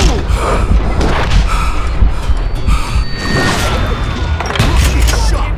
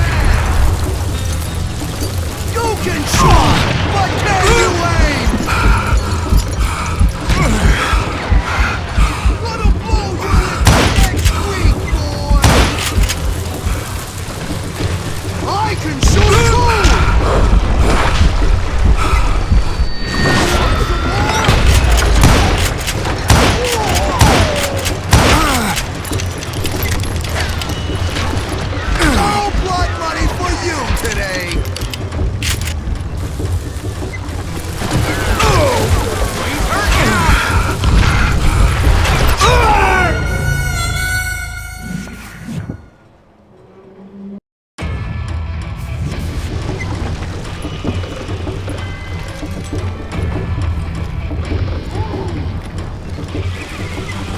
going all medieval on your ass. Why not just give up and die? You can shoot, but can you aim?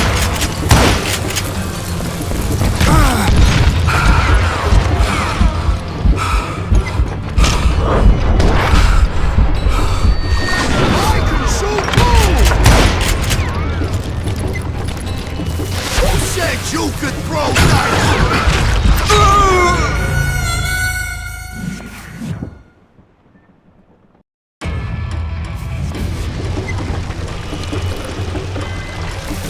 What do you think you're doing? You ain't taking me!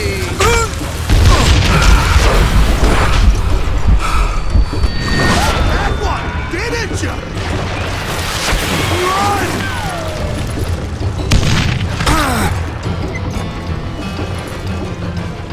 No blood money for you today!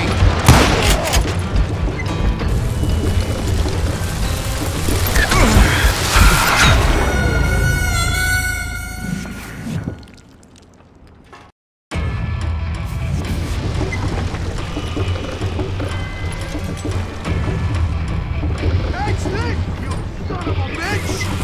Lucky shot! You're taking me! I'm gonna bury you in a million pieces! I will drop you in the mine shaft. He's killed a lot of good men!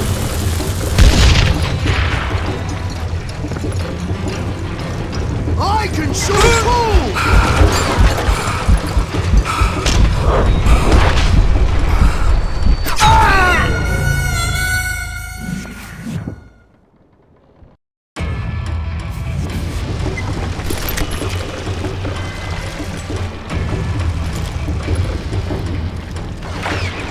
No blood money for you today! This cocksucker is smarter than he looks! You can shoot, but can you aim? I got a lot more dynamite than you!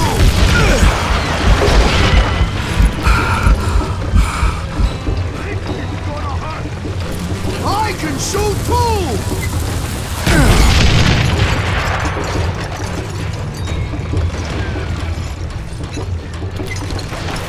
Run! I'm putting you down.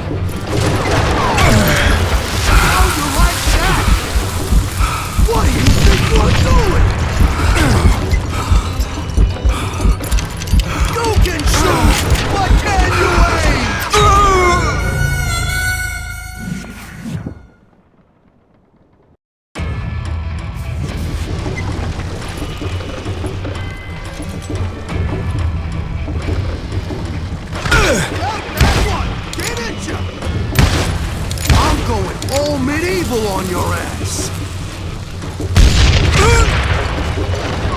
Gonna blow you into next week, boy. A lot of good men. You ain't taking me. Want some more? I can shoot too!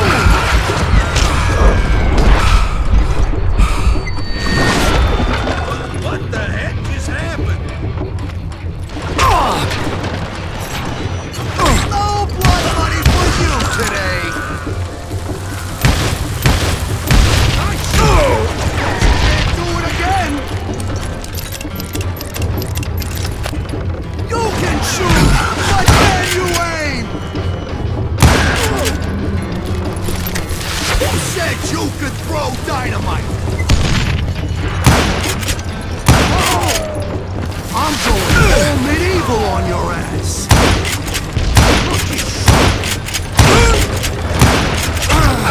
Just give up and die.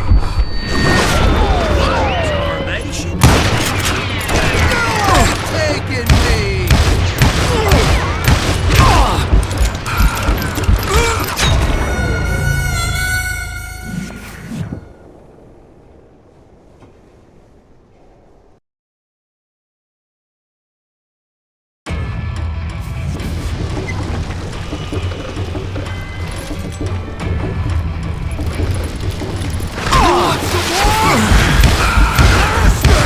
This cocksucker is smarter than he looks! You can shoot, but can you aim? Don't toy with him! Just kill him! I can shoot too!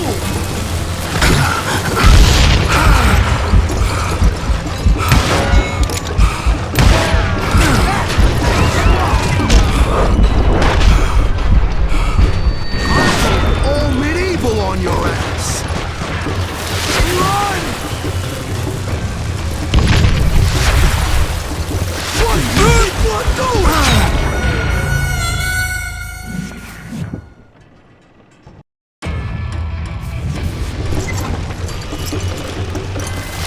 Who said you could throw dynamite? Whoa! I got a lot more dynamite than you!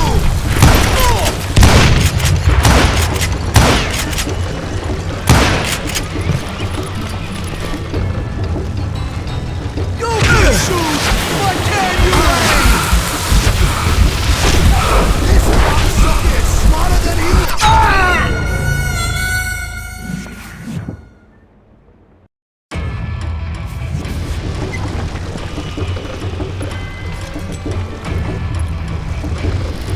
Well, that one hit you!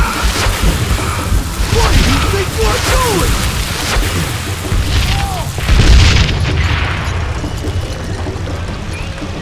I'm gonna bury you in a million pieces! No good money for you today! I got a lot more dynamite than you! How do you like that? Can't take the innocents!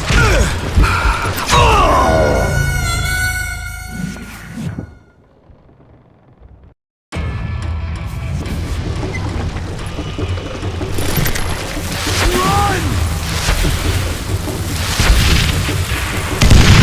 Who said you could throw dynamite?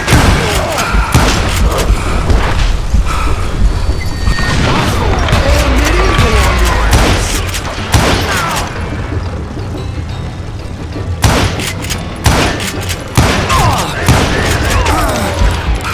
You can shoot!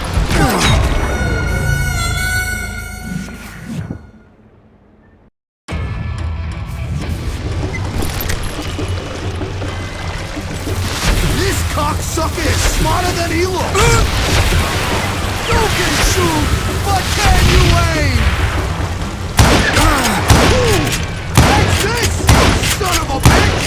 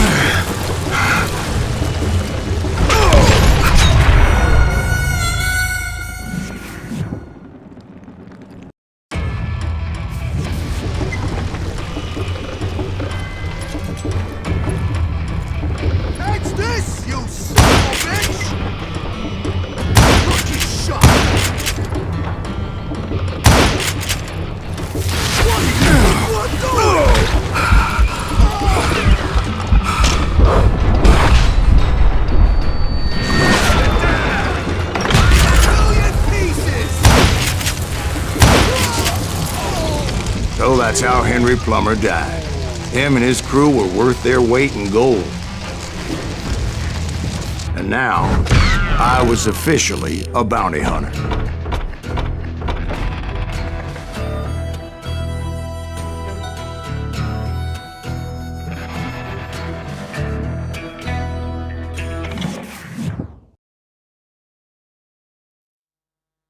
So, did you finally go after that Bob feller? Well, I heard word he was in Kansas with John Wesley Hardin, so that's where I went. Where in Kansas? Abilene. Why do you ask, Ben? No reason. Was Hardin as fast as Ringo? Ringo was fast, but John Wesley was as fast as the devil himself.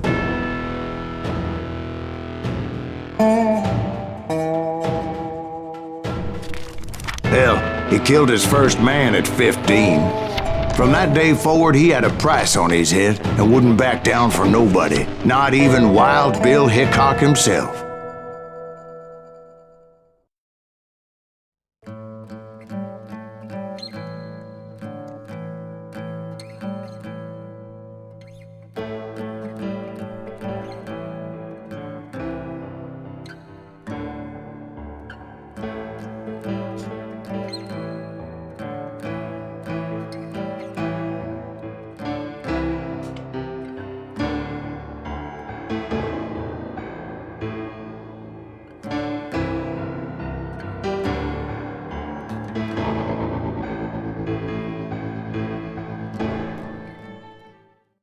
I dodged death many a time, and that night in Abilene was no different.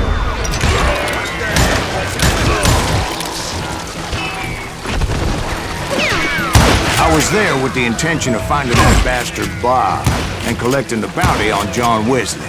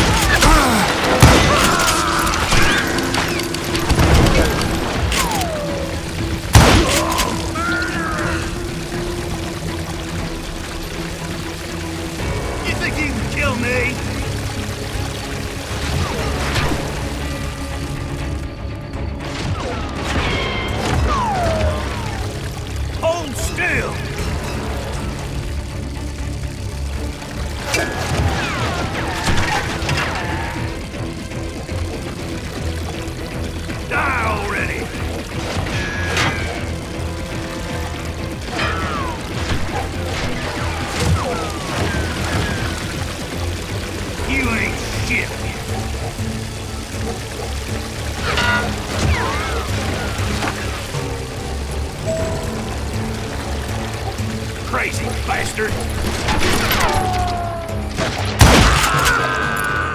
I thought the Texas Rangers got Hardin. Yeah, that's what they want you to believe. It was holding a witch's tit and a brass bra that night as I fought my way past his loyal compadres.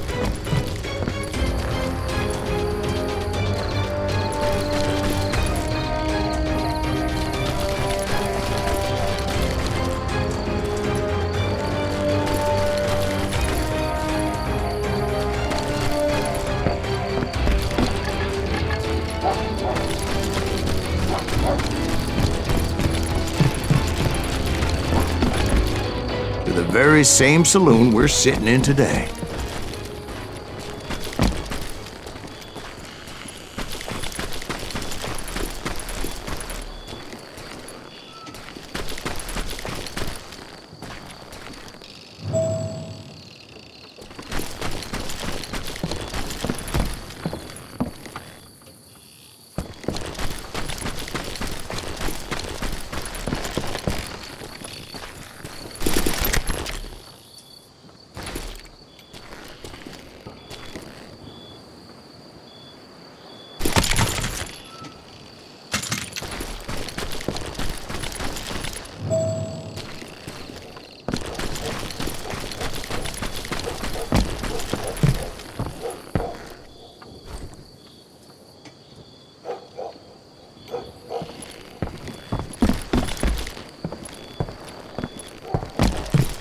Look around and imagine this place painted in blood. Hardin was waiting for me, and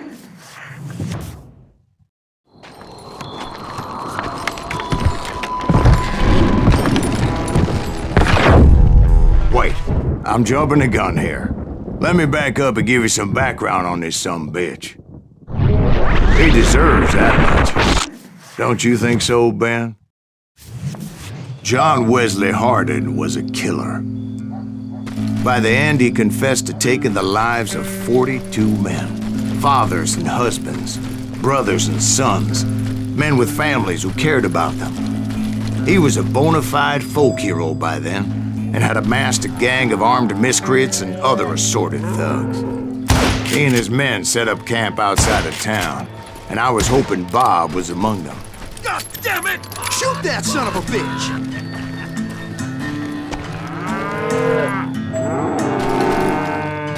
God damn him!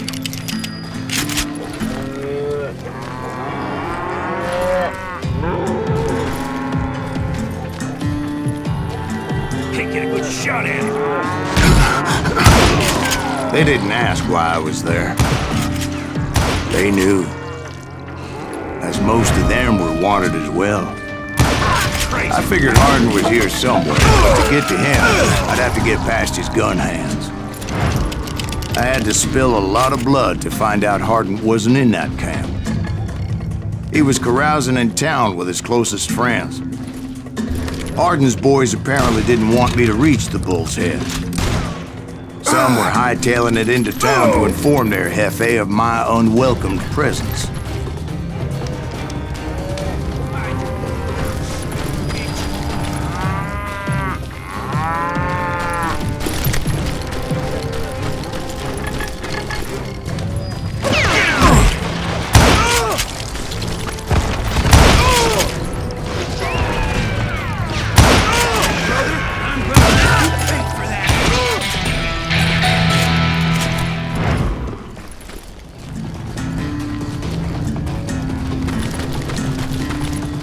Tell Hardin someone's coming for him!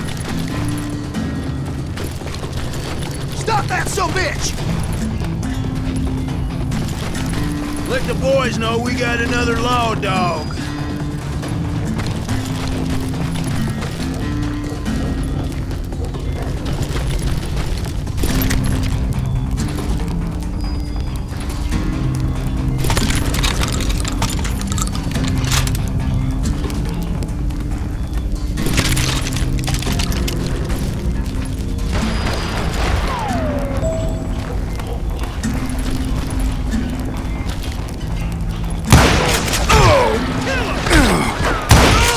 I wondered if Bob was among them.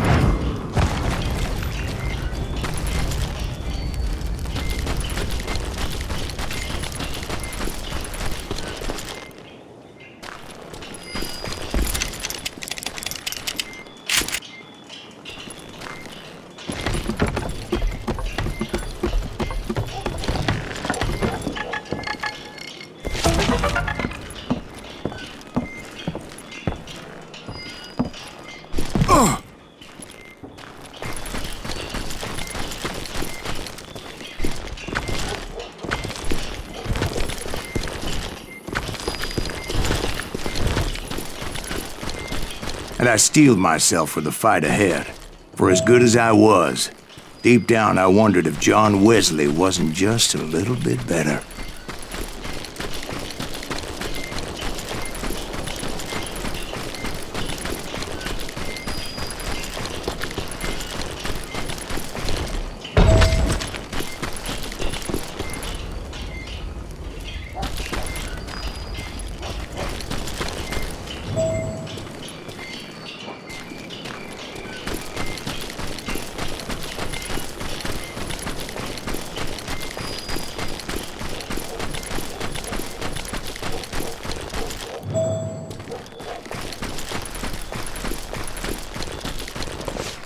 Before I could test my mettle against Hardin, however, I would first need to dispatch his cadre of hired killers.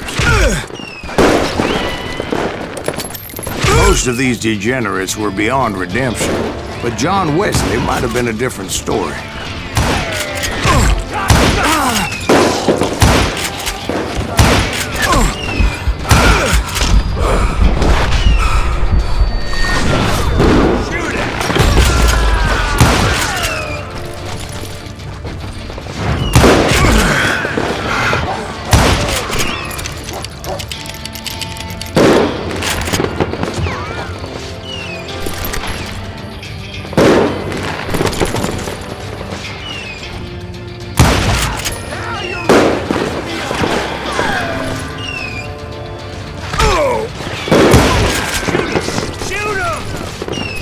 I didn't learn until later that that night was in fact his birthday celebration.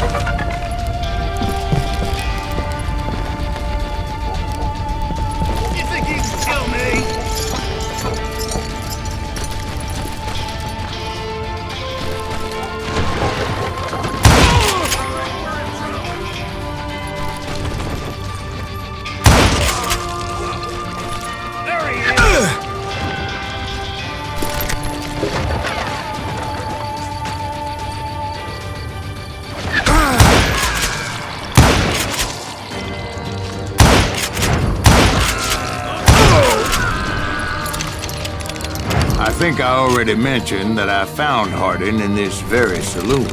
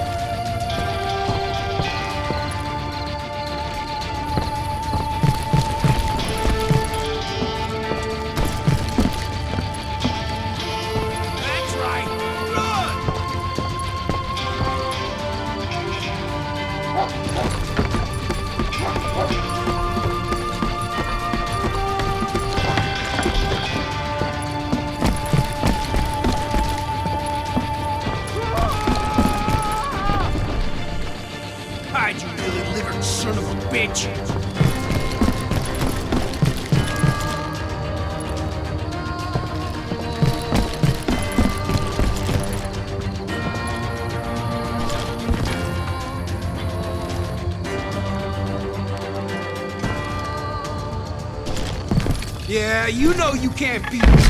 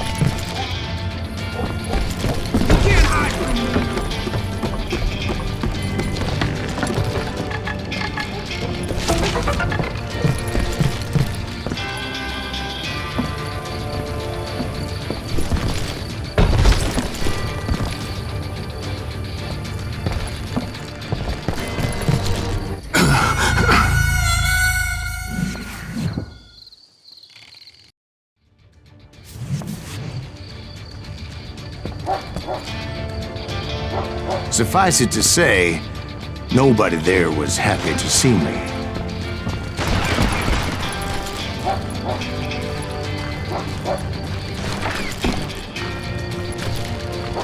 Shoot him!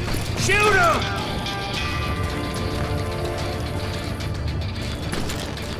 Come on out, you yellow bastard! Can't get a good shot at it.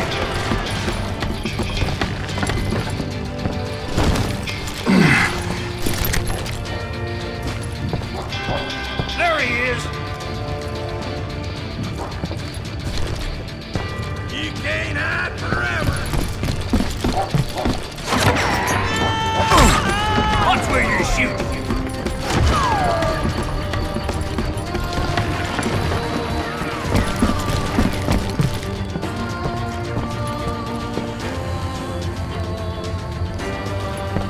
That's right! Run!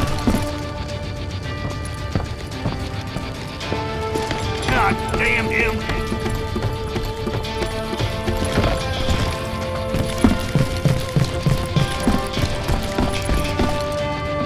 Shoot him! Shoot him! You can't hide from me!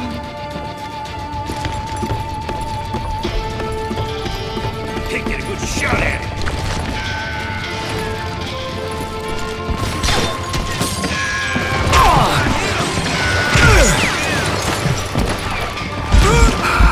There he is! Okay, now you're really pissing me.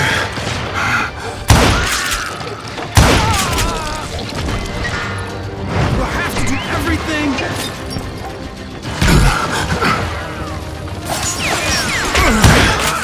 In fact, I felt a certain hostility.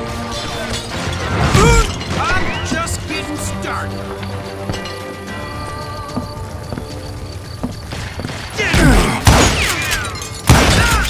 I was disappointed that neither Bob nor John Wesley were among the dead. But that was short-lived, as a moment later I was facing down the fastest gun in the West.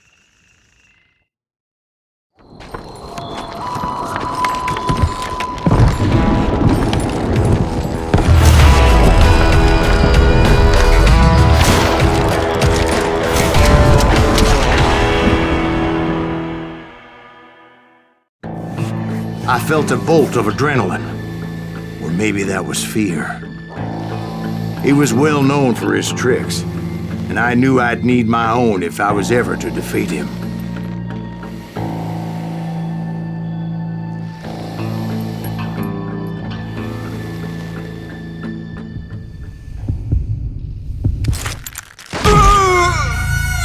No, wait!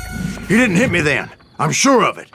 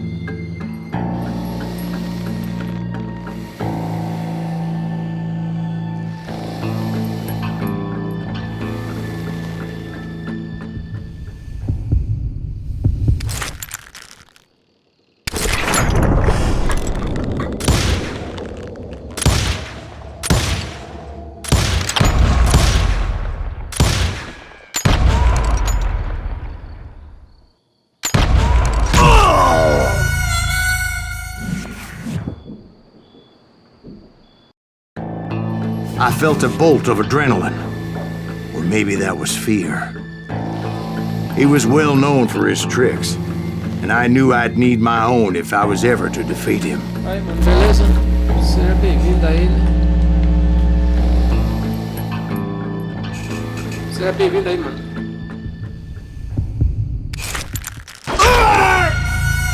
No, wait! He didn't hit me then. I'm sure of it.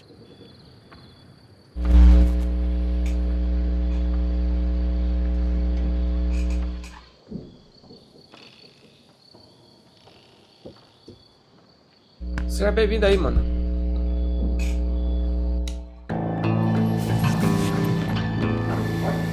Tá no russo, hein? Tá indo de passar aqui. Porque é duelo aqui, é foda. Tem que sentir o coração do cara bater, tá ligado? O pulso do. Aí eu tenho que atirar.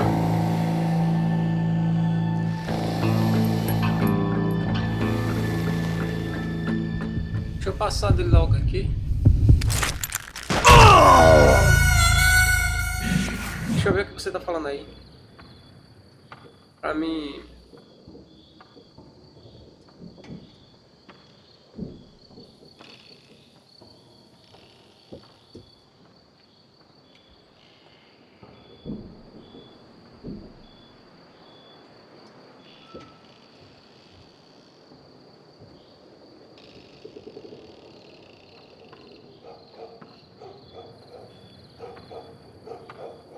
Beleza.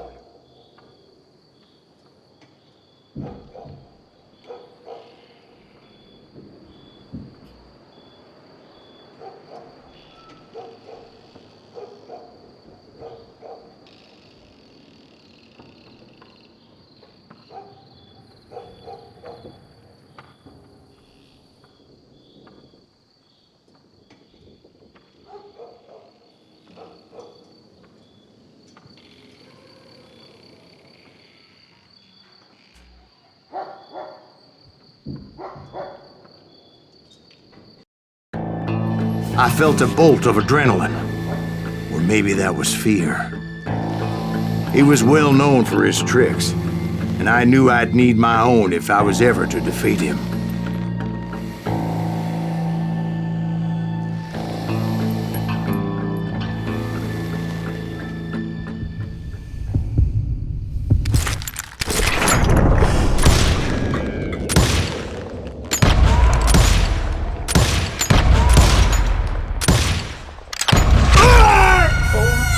No, wait! He didn't hit me then. I'm sure of it. O moleque muito perto, velho.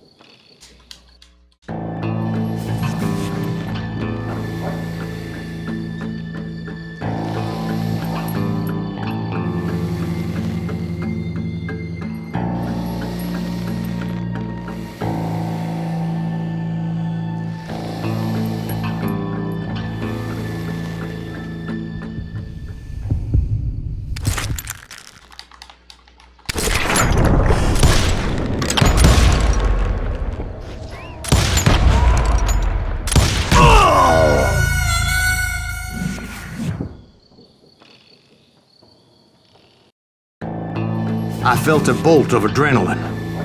Or maybe that was fear. He was well known for his tricks, and I knew I'd need my own if I was ever to defeat him.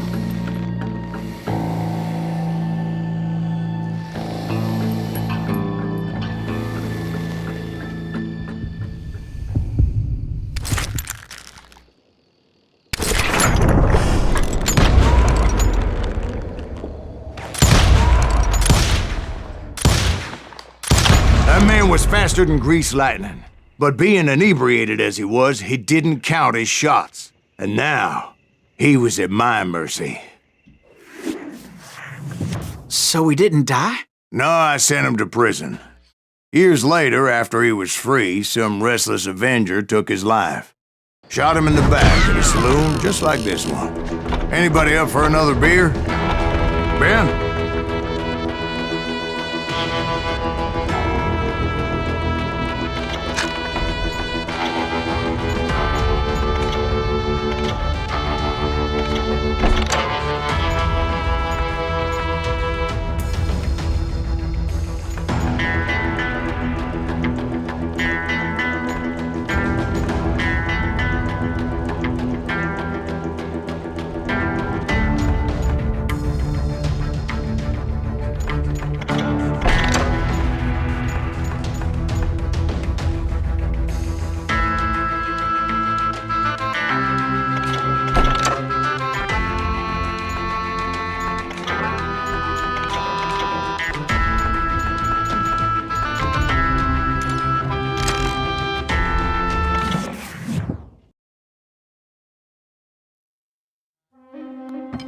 Thank you, darling. Yeah, some say revenge is a dish best served cold. So whatever happened to that Bob guy you were after? Personally, I'd like to hear some of your other adventures. Like, I don't know, did you ever go toe-to-toe with a red man?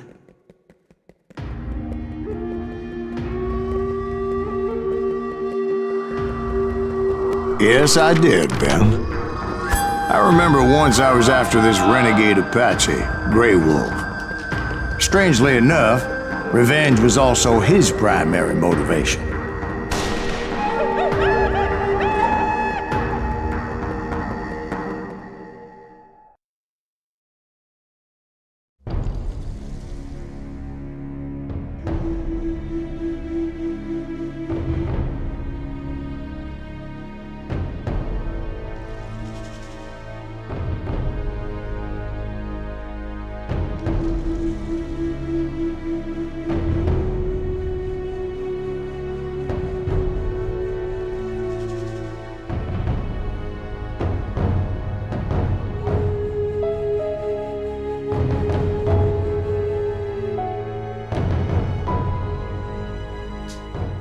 A bounty was put on Grey Wolf's head, and that's how I came to hunt him in the mountains.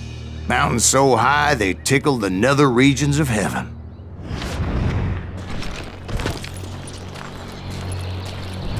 Grey Wolf was a Chiricahua Apache medicine man who had led a war party in revenge for a massacre against his people.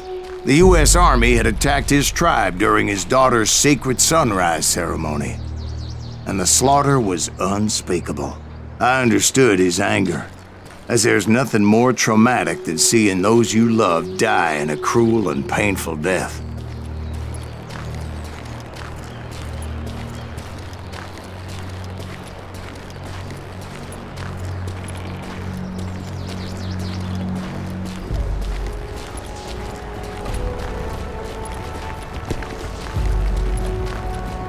Right from the beginning, I couldn't shake the feeling that Grey Wolf was watching my every move. He led a band of young Apache warriors who wanted retribution and were more than willing to die for him.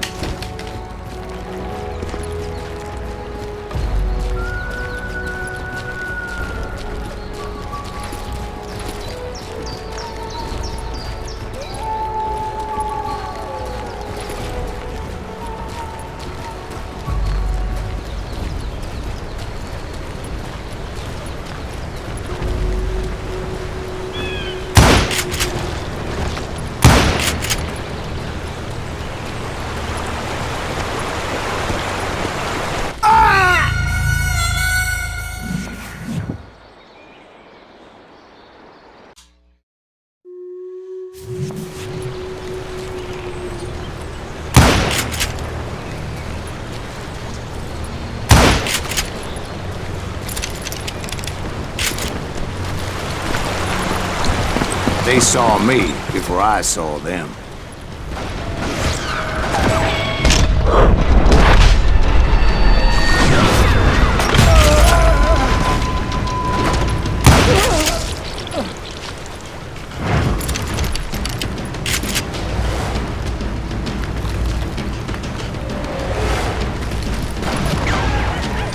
It crossed my mind that maybe this wasn't such a good idea.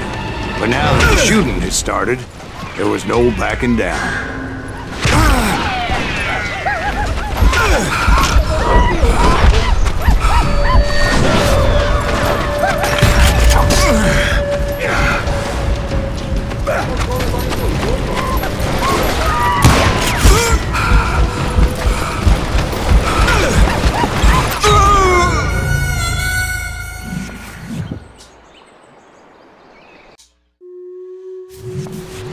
Essa parte não para, velho.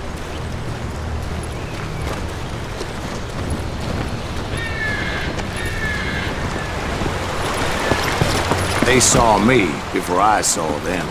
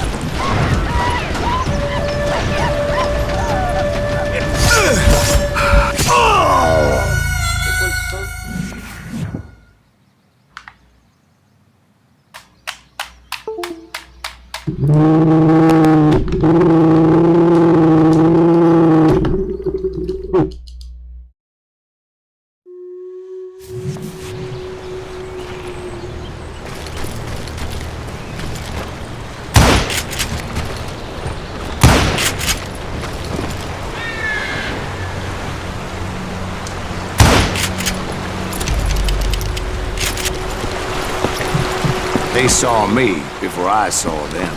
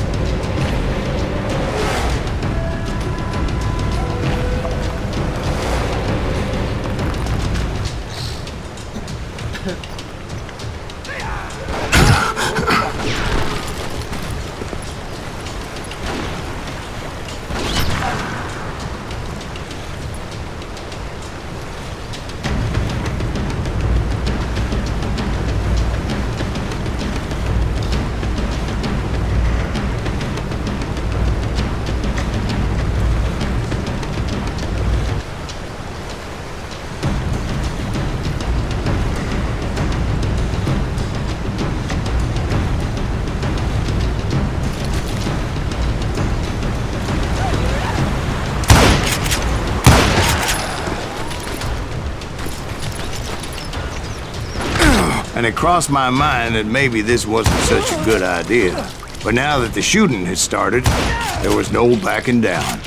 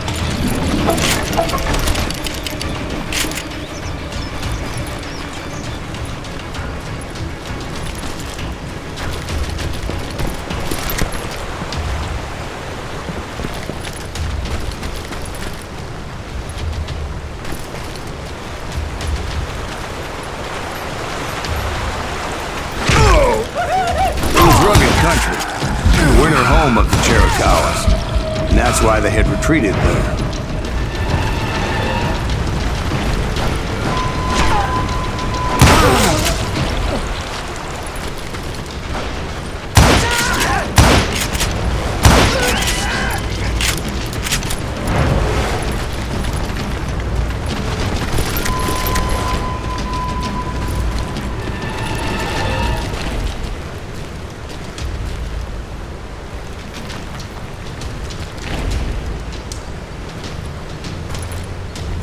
I admit to having some regrets about going after them the way I did.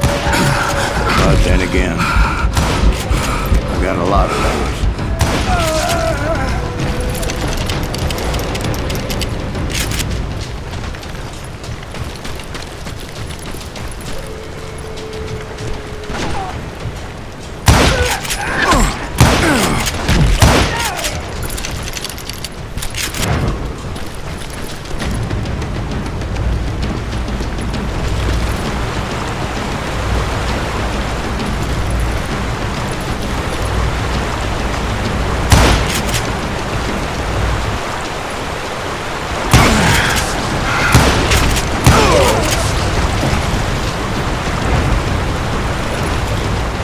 Find Grey Wolf? Not at that moment, but I did find the entrance to their hideout.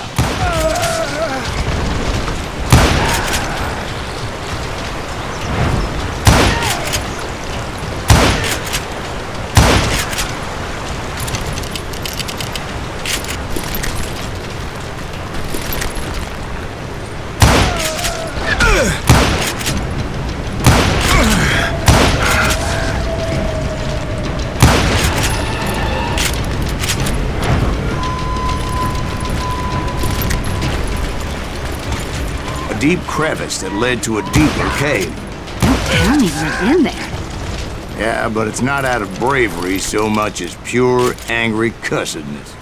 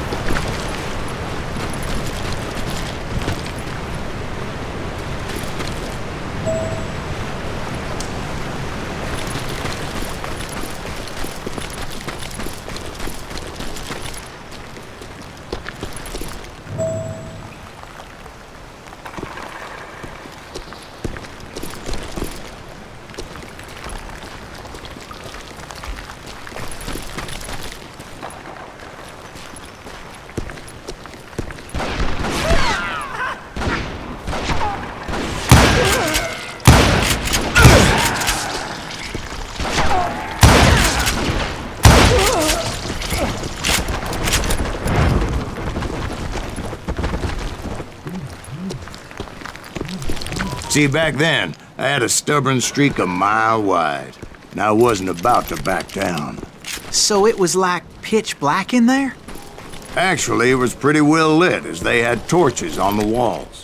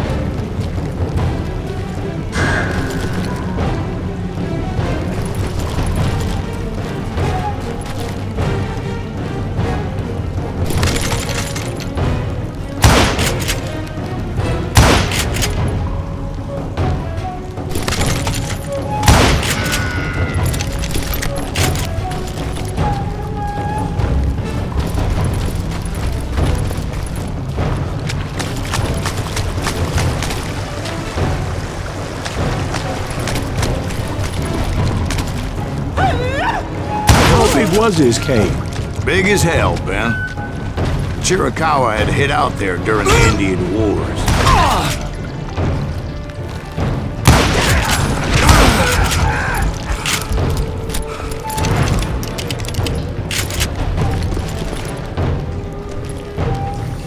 They thought it was haunted with the ghosts of those murdered by the horse soldiers. The cave was haunted with dead Indian ghosts?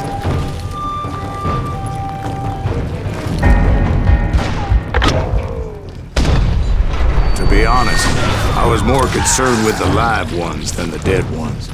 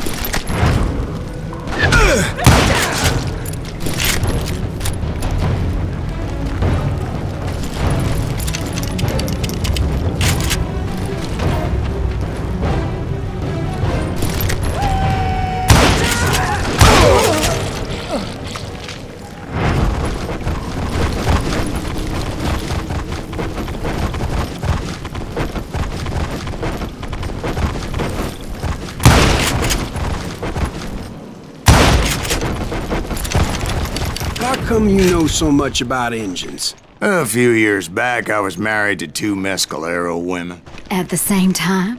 Yeah, they were sisters.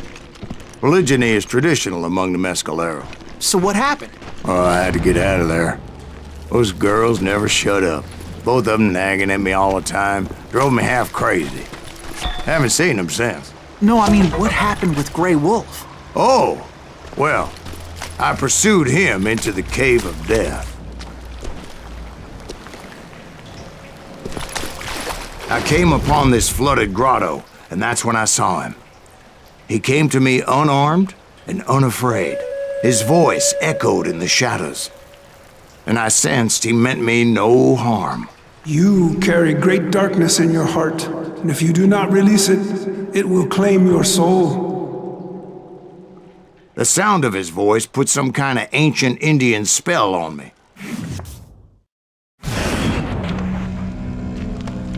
As his story unfolded in my mind, You will come to this place again and kill many more men, and the darkness will grow until it consumes everything that you are. The soul would have no rainbow if I had no tears. he said I was a great warrior, a coyote man, unequaled by any other pale-faced warrior, or something like that. The snakes will bite shadows of your past until a venom poisons your heart, and an echo of the song of the dead summons the spirits deep from within the mountains. I didn't quite get what he was saying, but there was definitely snakes. And indeed, his warriors surrounded me and attacked me like hungry wolverines. They couldn't stop me, though, and Grey Wolf wasn't in the mood for idle talk.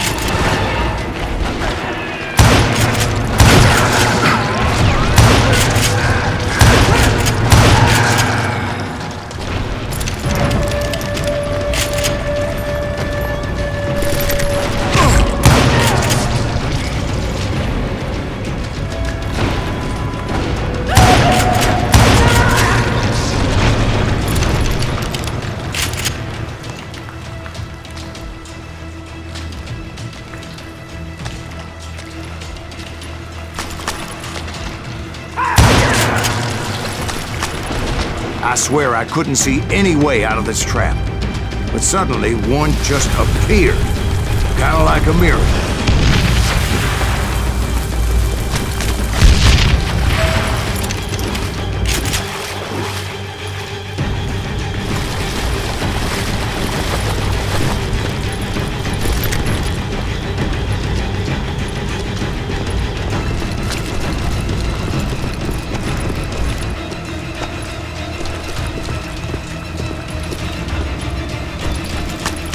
I felt like I would be lost in that damn cave forever.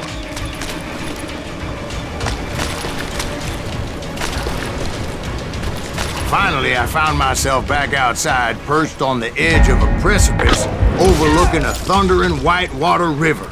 To get where I was going required several leaps of faith, but no way in hell I was turning back.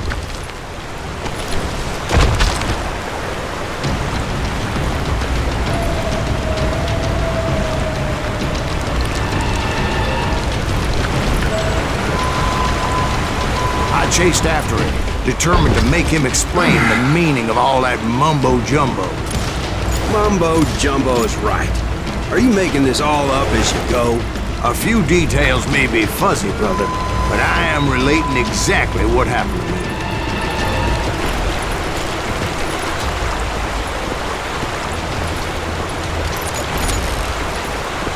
There were dozens of Apache warriors aiming at me from on high. Dozens? Well, maybe not dozens, but there was a lot of them. At least 3 or 4. Well, more than that, little lady.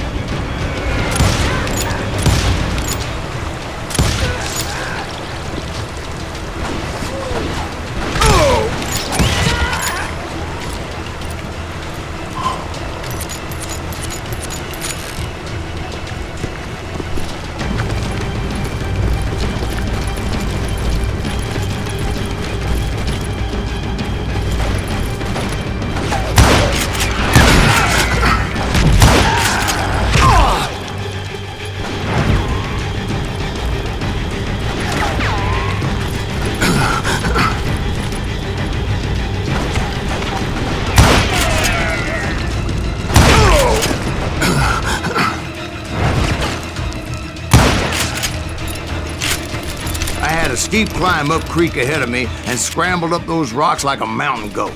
I was determined to locate Grey Wolf and find out exactly what the hell he was trying to tell me.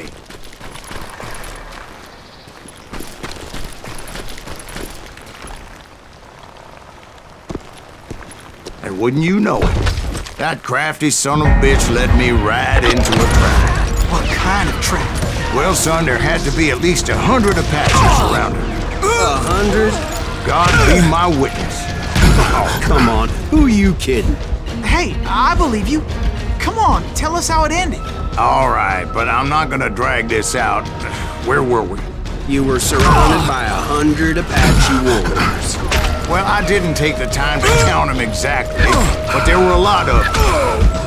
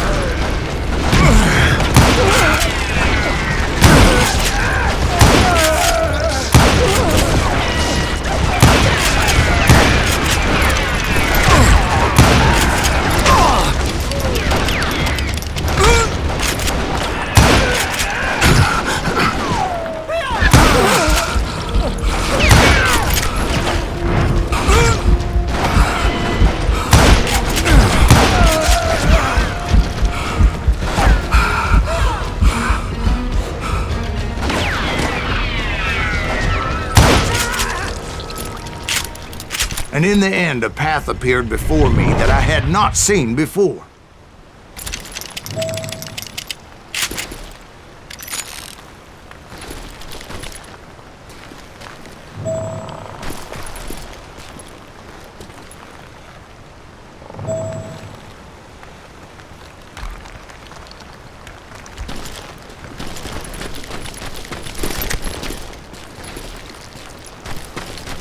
I followed it as I desperately needed to find out what Grey Wolf was trying to tell me.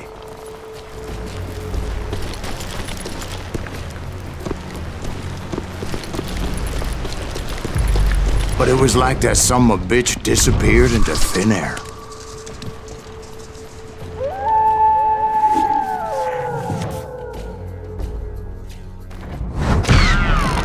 Never did find him. And never did collect my goddamn bounty.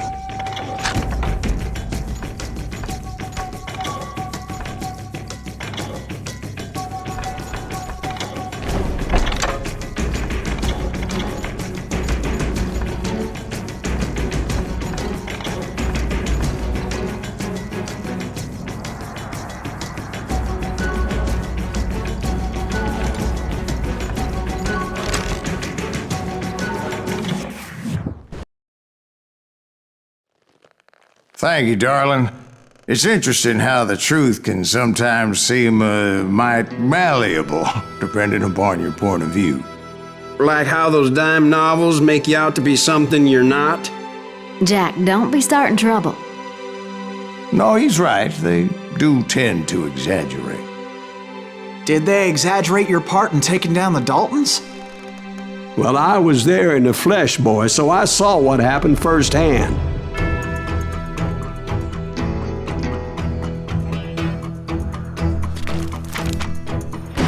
Those Daltons were lawmen once, before they all went bad, robbing banks and trains clear across the territory. Until Coffeeville, of course. I was one of the citizens who took up arms that day. Fighting on the side of right? I did my best, sir. We all did.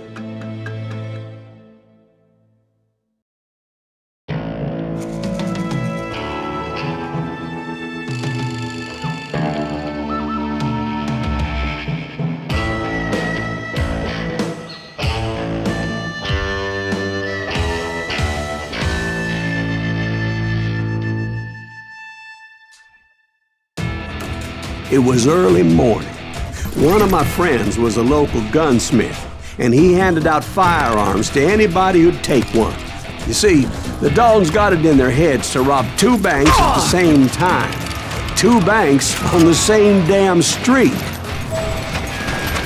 The story was Bob Dalton's girl was always writing about how he had no ambition. Well, you're nobody next to Jesse James, she'd say. Finally, the bastard took his brothers to Coffeeville just to shut her up. Right. It's always the woman's fault. Well, the locals recognized the Daltons right off. Before they could get away, half the town took up arms to defend their property. Their first mistake was pulling a job in their own damn hometown. The boys grew up in Coffeeville, so everybody knew them. Look some holes in them!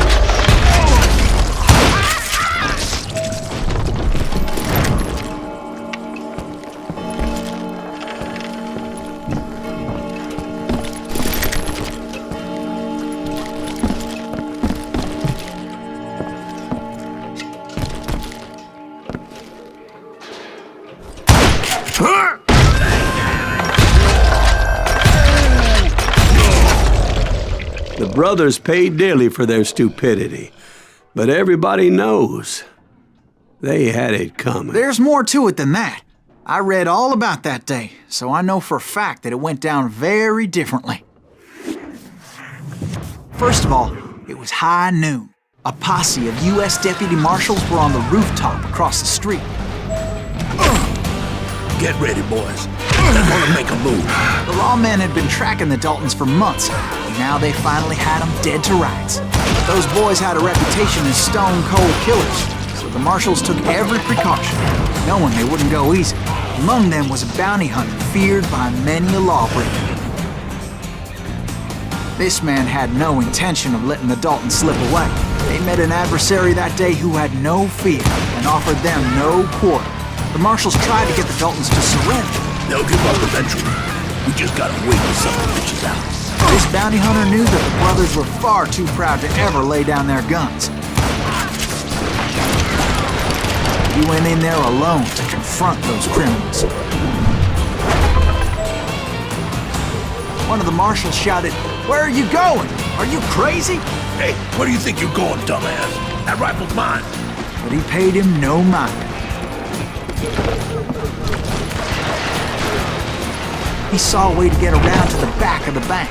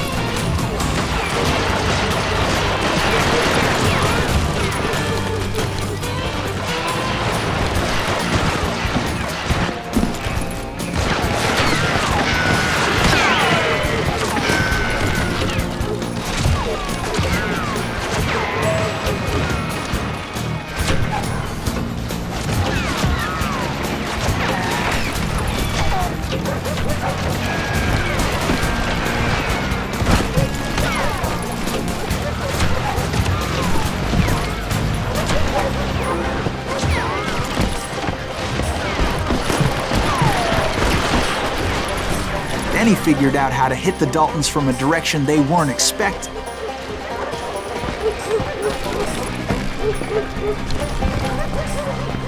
From above. Fortunately, a water tower was right there.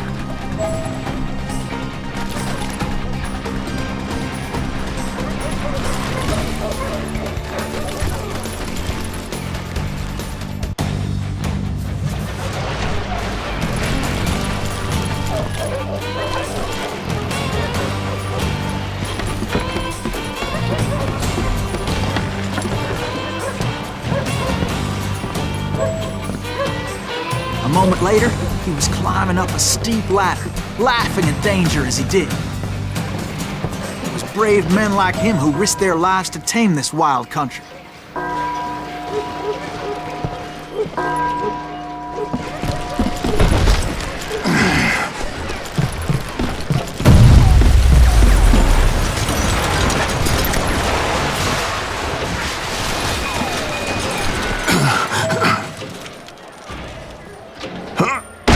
Company.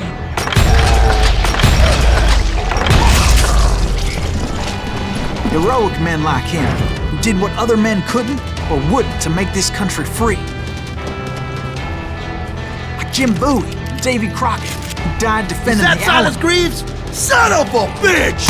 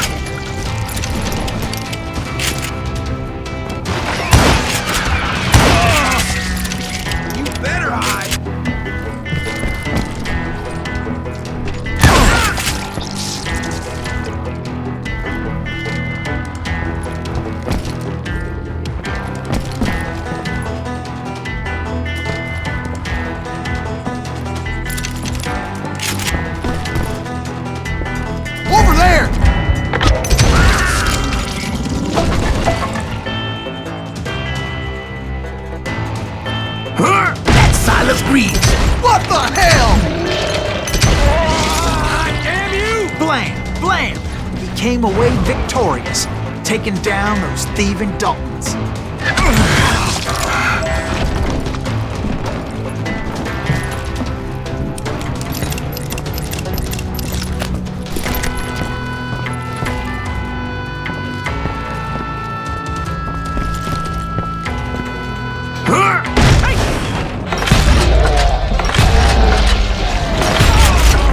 His name was Silas Greaves, and when the dust finally settled, he was the last man standing. Sorry, kid, but that just wasn't the way it happened.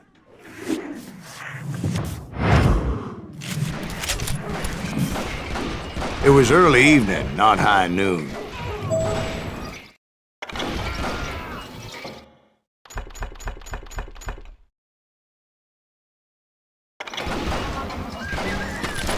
I was late to the party and Coffeyville was already up in arms.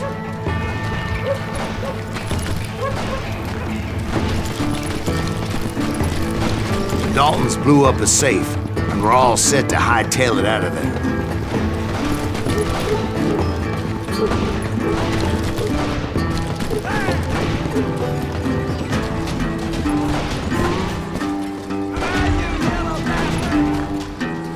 Those pathetic deputies surrounding the bank were dropping like flies.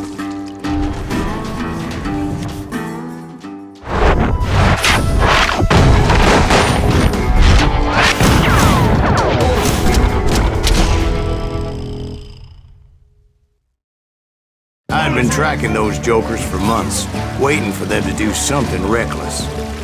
Come on, smoke that some then. And finally, they did. Those stupid bastards decided to rob 2 banks at the same time in the same town where everybody knew them. But they still had friends in Coffeyville. What are you gonna do?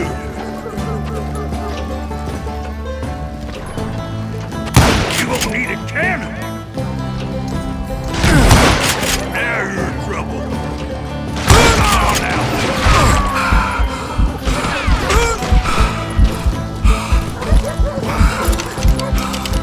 Shoot, I dare you. You ain't bothered?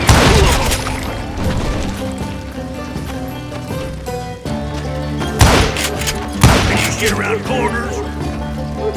Waste your bullets. Go ahead.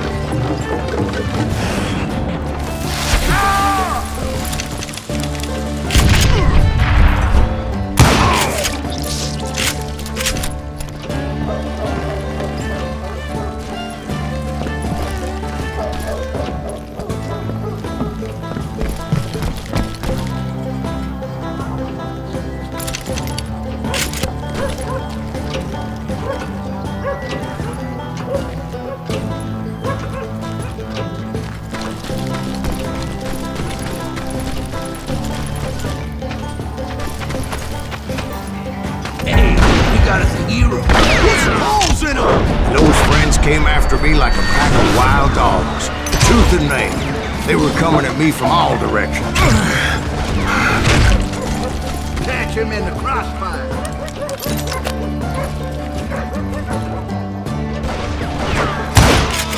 Out of the goddamn line. I'm ending you.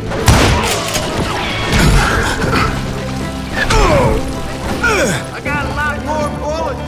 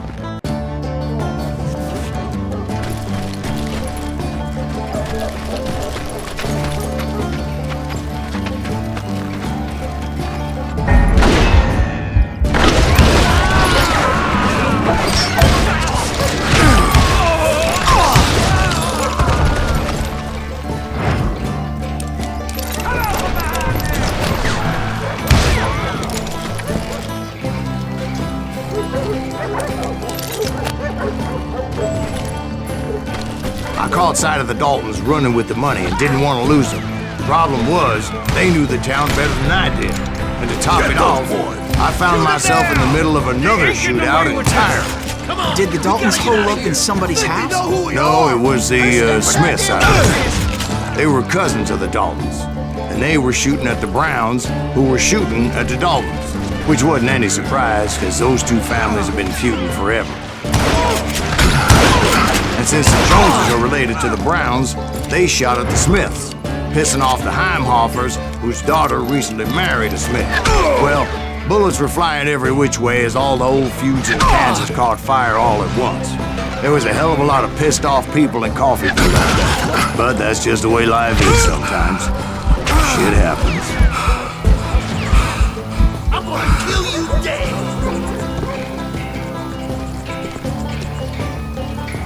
You can run! You can't hide forever!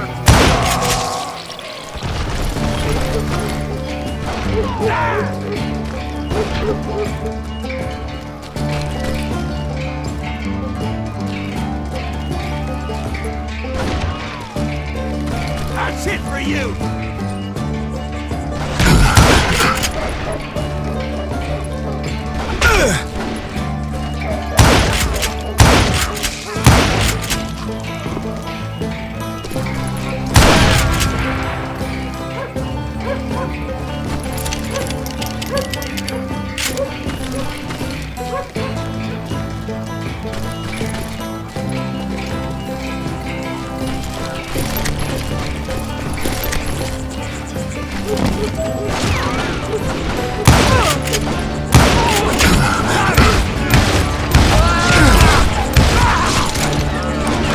That's it for you!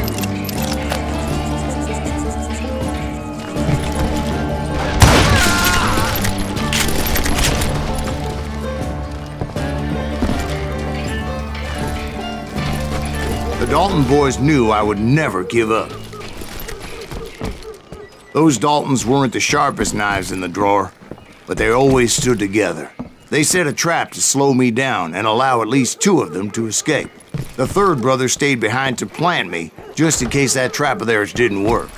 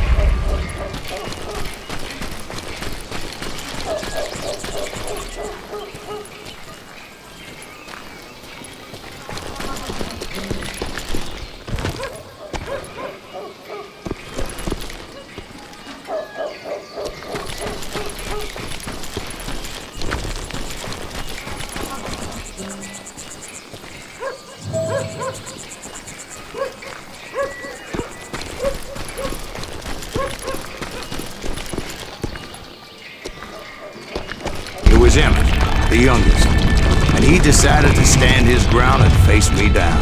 I ain't afraid of you, Silas Greaves. This is where it ends for you. He was determined to protect his brothers. And I understood how he felt. Taking me on all by his lonesome wasn't exactly a recipe for a long life. Getting by me, Greaves.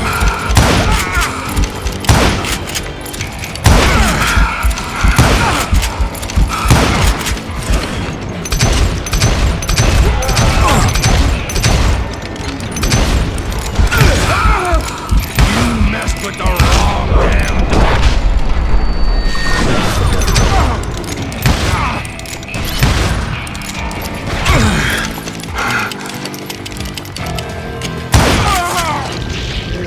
But Emmett Dalton survived the robbery in Coffeyville.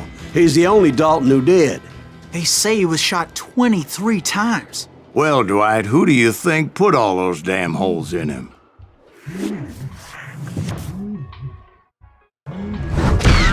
But I have to admit, that boy had grit.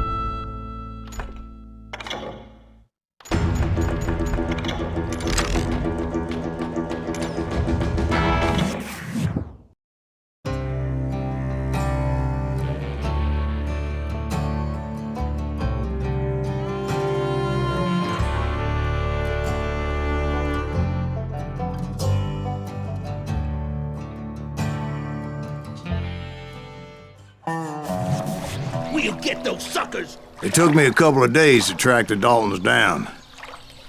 They can't get away with this! And in that time, a whole posse of local vigilantes offered to lend a hand. We'll track them to the ends of the earth. They seemed as determined as me to find those outlaws. But as we headed into those swamps, it was like I had my own private army. There was no way those boys were getting away this time.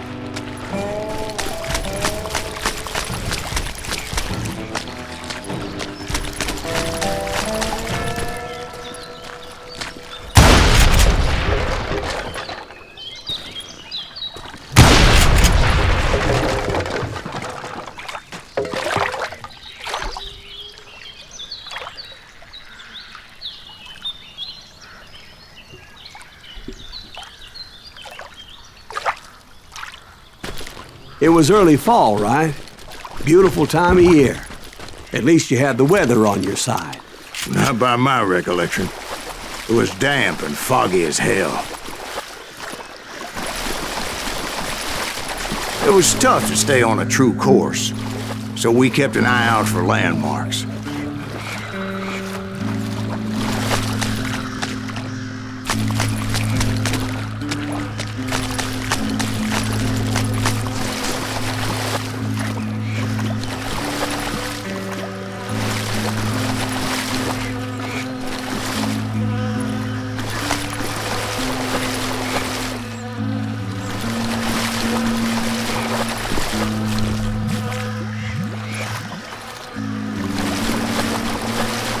It was autumn.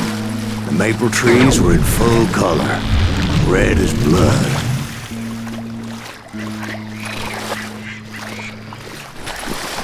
The rains that year were torrential, so the whole area was flooded. The vigilantes had spread out wide, and pretty soon I couldn't see anybody.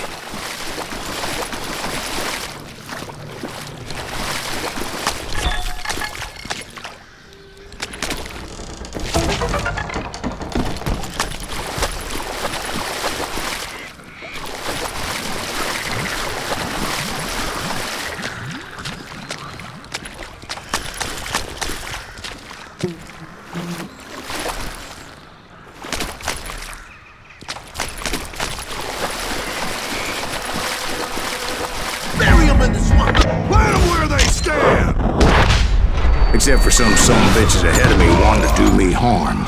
So I had to face them alone. I wondered why my compatriots didn't come running when they heard the shots. Come out from behind there!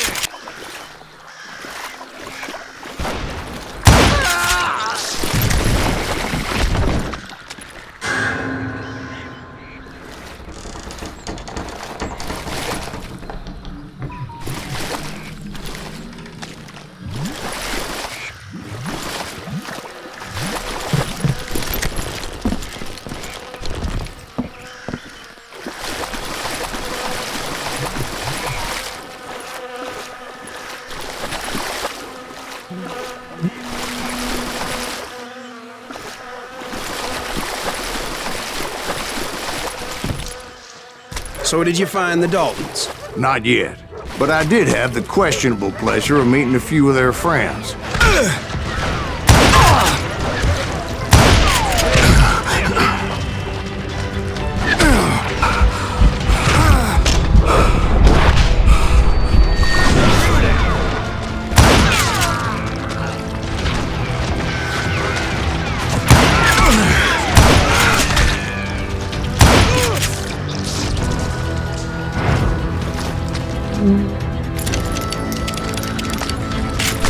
The boys had established quite a reputation by that time, so they attracted all manner of riffraff to their cause.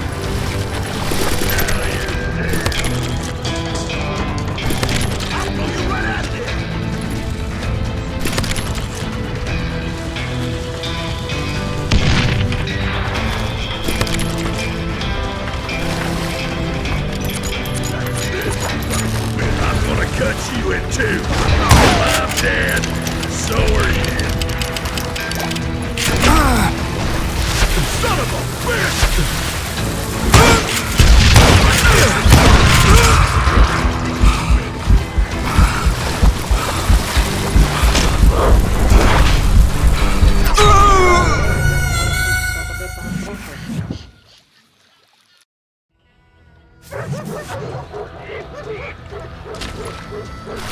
You can't hide from me!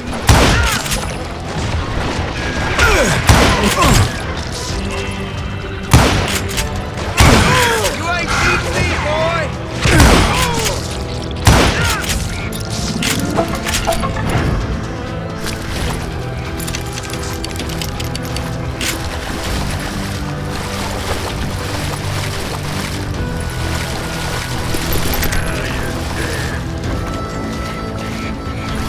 Put a bullet in. How many of us is he gonna kill?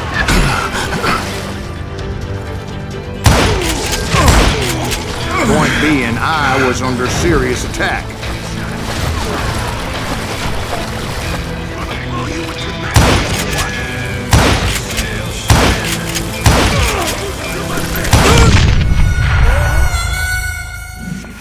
Oi.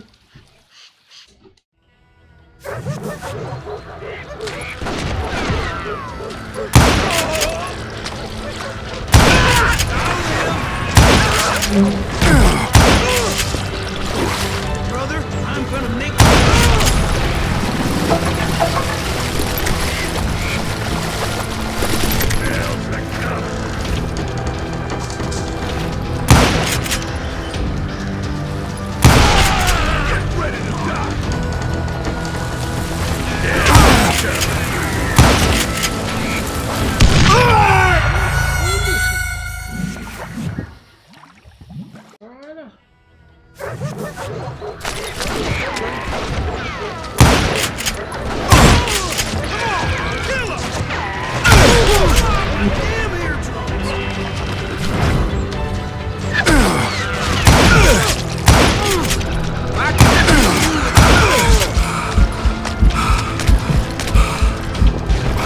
The boys had established quite a reputation by that time, so they attracted all manner of riffraff to their cause.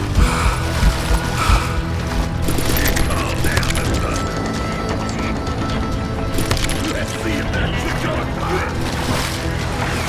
Oh, you damn animal!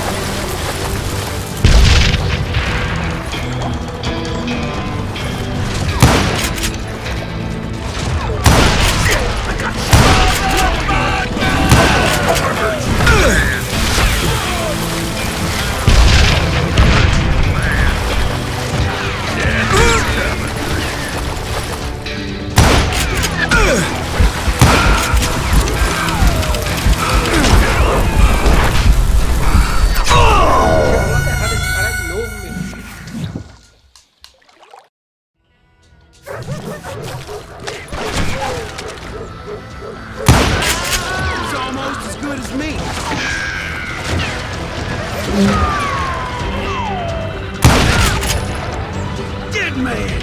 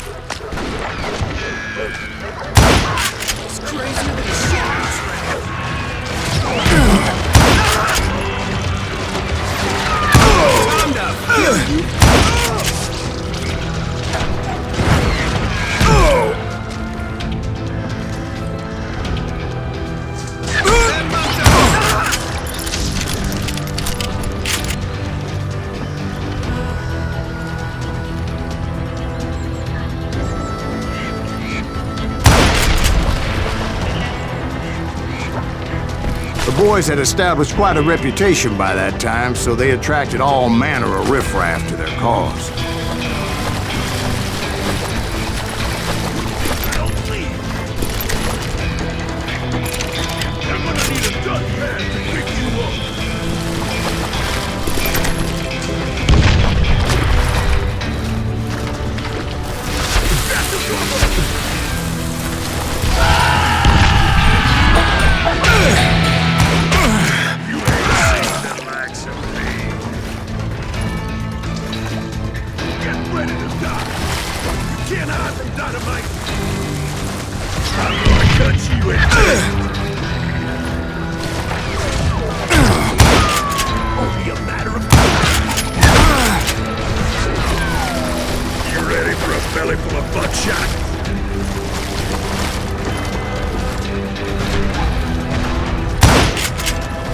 Point being, I was under serious attack.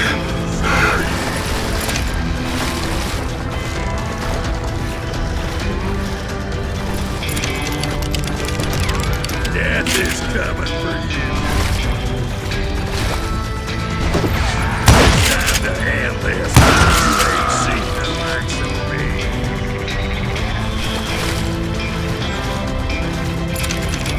I'm gonna blow your damn head off.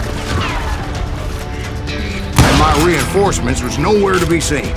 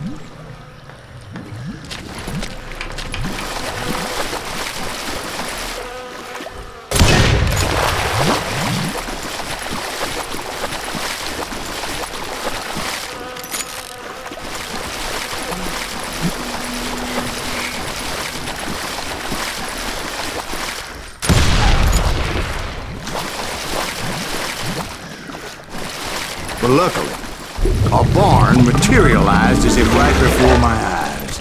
I scrambled up top to get a better view.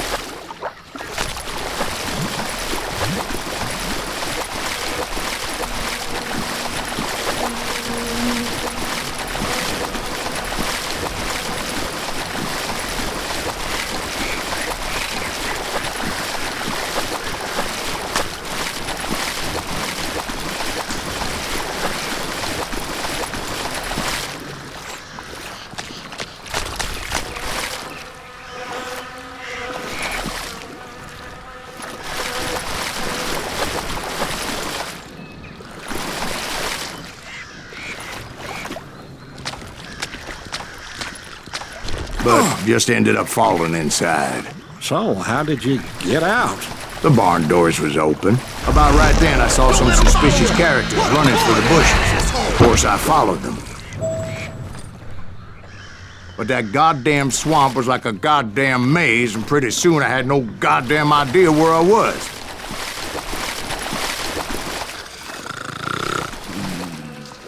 Steve? So I just started walking, and pretty soon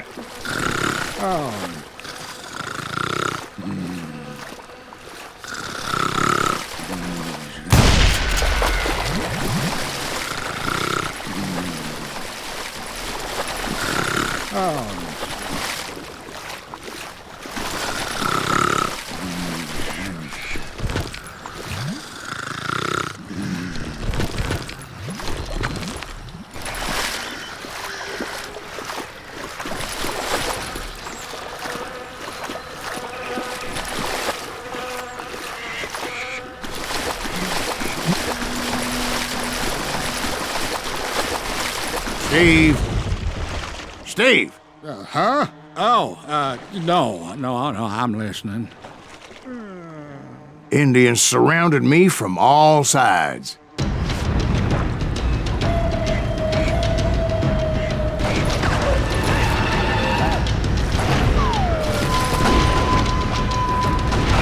Indians? They were Indians? No. I just wanted to make sure Steve was paying attention. Now, where was I? You were following the Daltons through a swamp? That's right. See, Steve? Dwight's paying attention. No, I'm listening. I was just resting my eyes. So, where was I? The Daltons. Right. See, there's a reason so many outlaw gangs are made up of brothers. Being a brother is a very sacred thing. It's a bond like no other.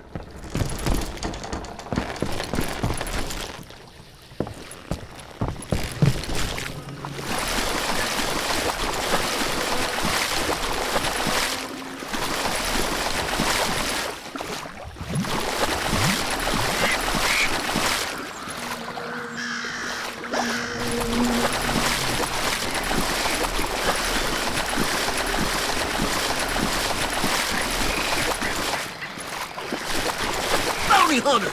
Stop that, son bitch! So did you ever find the damn Daltons? Not yet, but I did find a few of their cousins. Cara, vem só pra trás ideia mesmo. Bounty hunters! Stop that, son bitch! Pode, sobe, So did you ever find the damn Daltons? Not yet, but I did find a few of their cousins. Kansans breed like rabbits.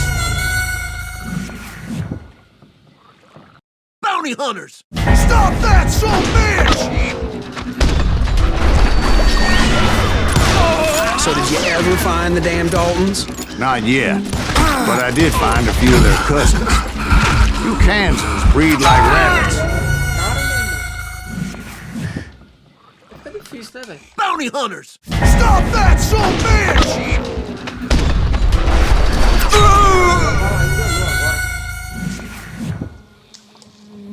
Bounty hunters! Stop that, son bitch! So did you ever find the damn Daltons? Not yet, but I did find a few of their cousins. You Kansans breed like rabbits. More Smiths or Heimhoffers or who knows what. But hell, what's more important than family? I'll bet Ben knows what I'm talking about. Bury him in the swamp!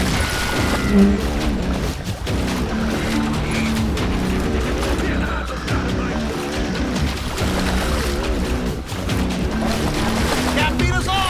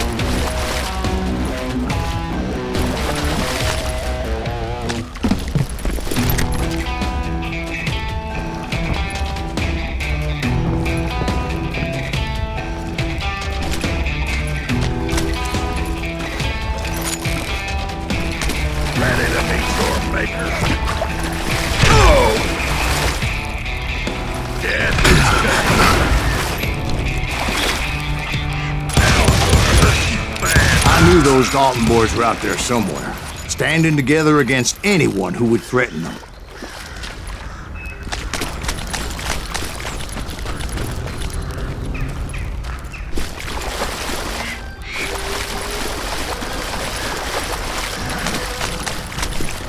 And that's when I saw it. A goddamn steamboat. A steamboat in a swamp? Yeah, Steve, but this wasn't much more than a wreck, really. But how'd a damn steamboat end up in the swamps?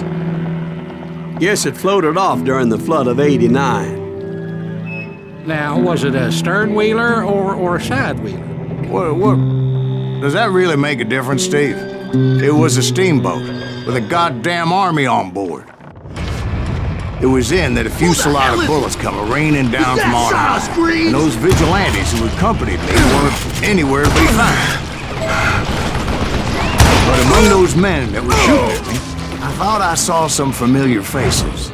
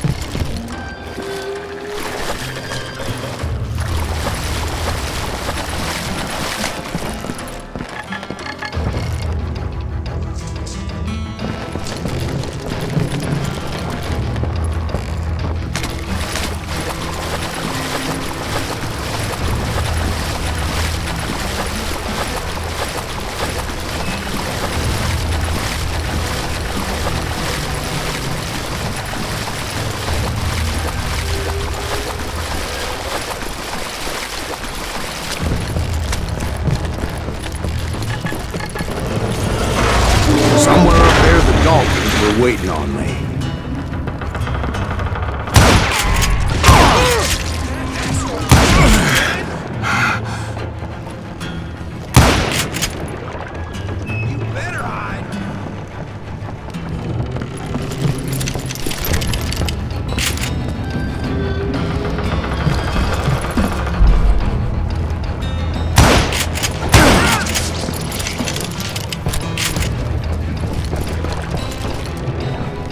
Sounds like you don't give up too easy. That's the kind of man I am, Ben. I set out to do something. I do it. Surrender just ain't in my nature. Plus, I'm stubborn as hell.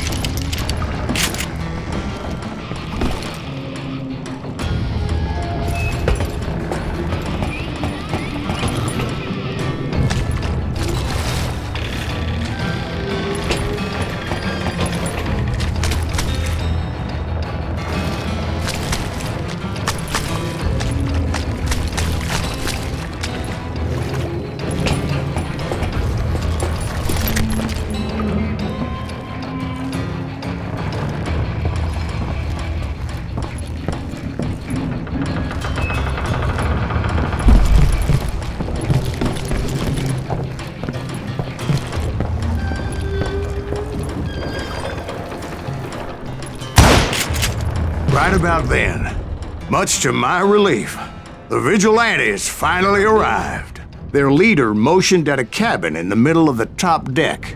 pointing me directly at the Daltons. I finally had them, after months of dogged pursuit. But it turned out that they had me. Take him out! I'm sending you to hell!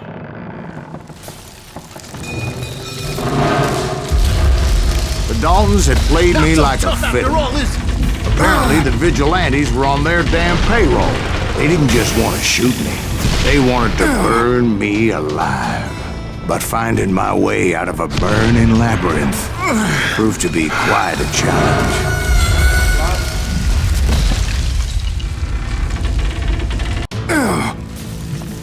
But finding my way out of a burning labyrinth proved to be quite a challenge. It was a riverboat, right? I mean, it's not like it was a goddamn ocean liner. Well, yeah, but I was in a Did you fight. hear about that ship that's gonna launch next year? Largest one in the world. You're talking about the Titanic. If you ask me, it's too blessed big. I don't think it'll even float. So anyway, Don't be stupid, Steve. They know what they're doing. They say that the Titanic is unsinkable. oh God. But getting back to that steamboat, how'd you get off it, Mr. Greaves? I took in a lot of smoke that day, so I admit my recollection might be a bit hazy. But somehow I managed to finally disembark. I was coughing up smoke and pretty damn pissed. I was done playing games with those boys.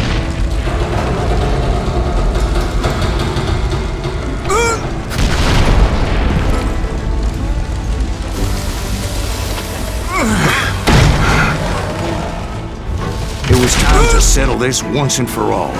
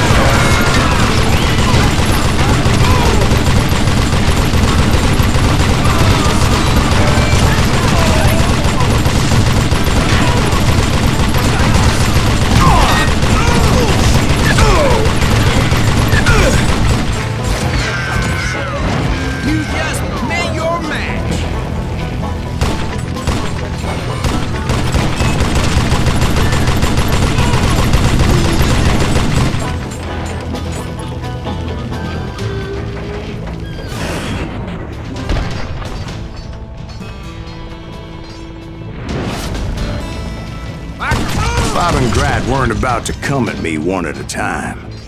They were in this together. Two brothers side by side, determined to take me down. Confident that this time the odds were on their side.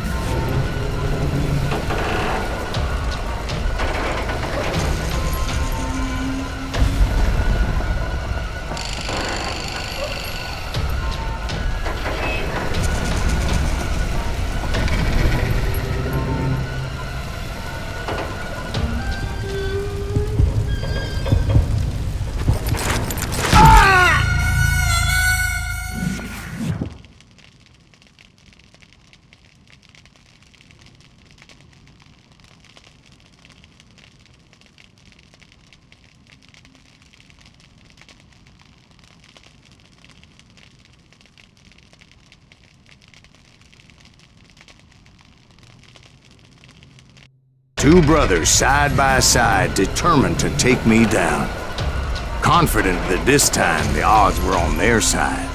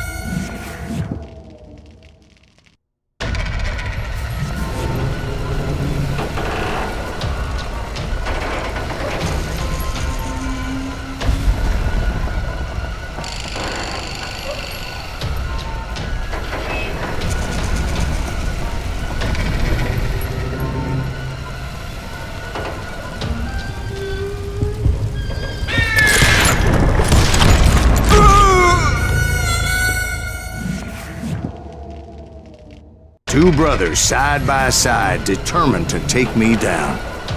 Confident that this time the odds were on their side.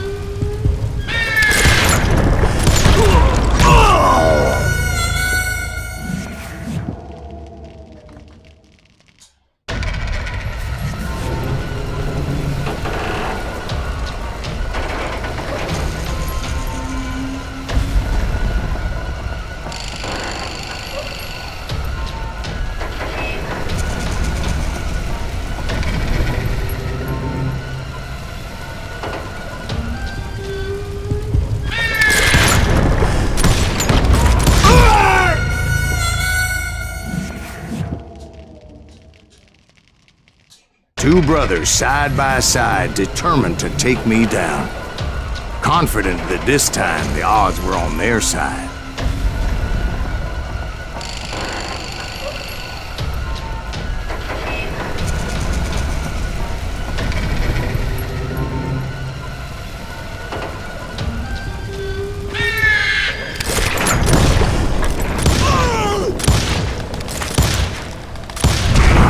They got it wrong.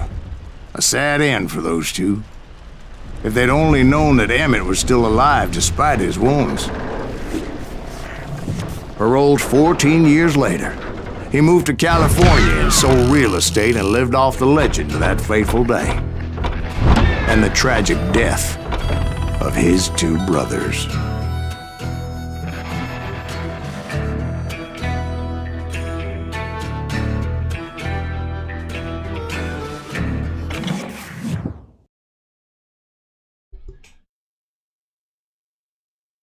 My own brothers died tragically as well, truth be told.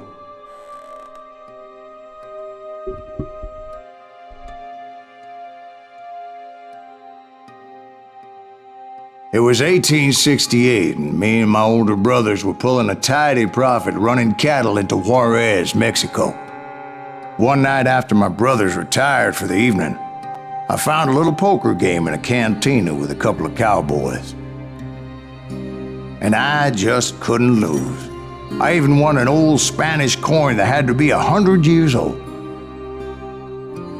Well, I was mighty pleased with myself the next morning as my brothers and I rode for Texas. But before we crossed the border, those cowboys caught up with us. It was Johnny Ringo, Roscoe Bob Bryant, and another asshole named Jim.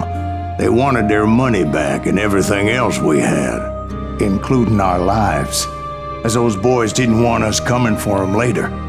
Bob put that old Spanish coin in my mouth and said, "I won't have it said that I left you with nothing, boy." Well, those horses bolted, and there we hung as those bastards rode away. The branch finally snapped under the weight of the three of us, but being my older brothers were bigger and heavier, they were already dead. And right then I swore to myself that I would avenge them. Ringo you know about. But Bob eluded me, until I heard he was riding with the Wild Bunch.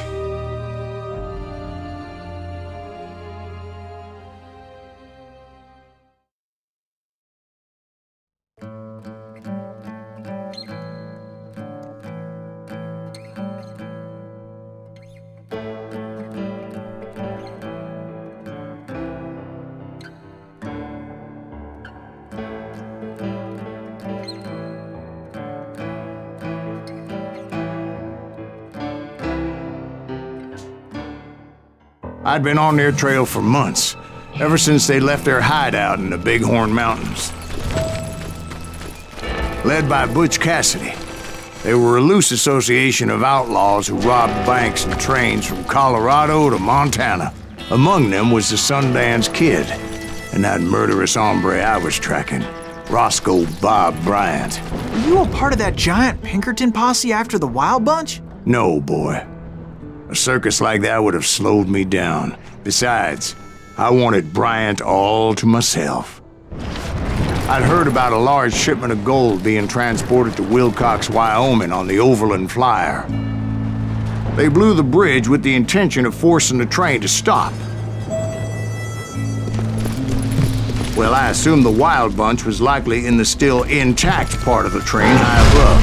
I was determined to make that sumbitch Bob pay for what he did to my brothers.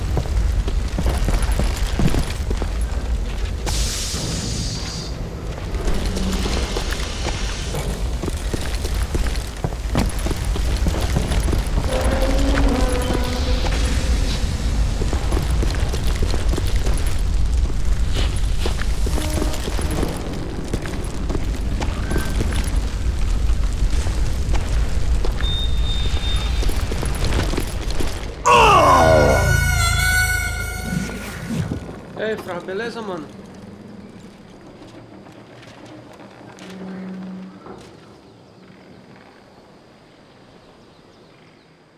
E então, mano, o jogo é massa, pô.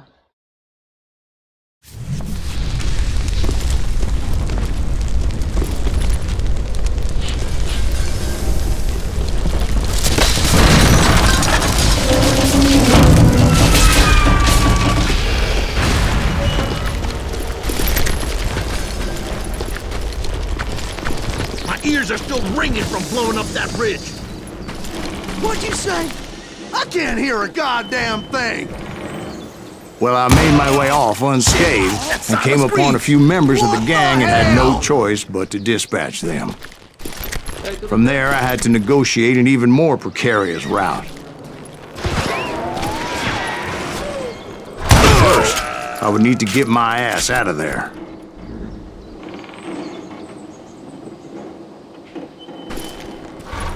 Vou jogar até zerar ele.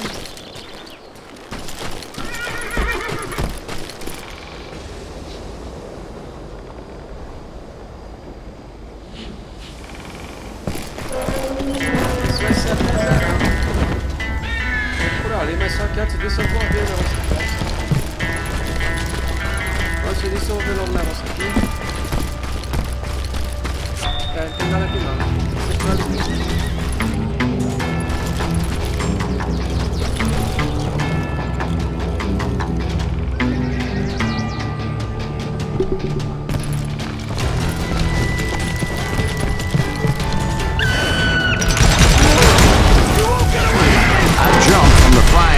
Into the fire as the train was clearly fixing to fall. I had found the gang, but in order to find old Bob, I needed to fight my way forward past a whole passel of desperados.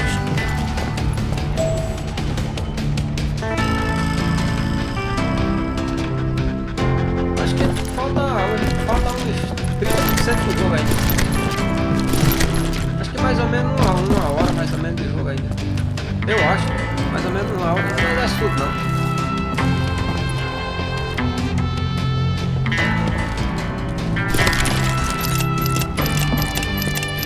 Outside, inside, any way I could, I made my way toward the prey. Ah, tem um cara escondido ali, mano.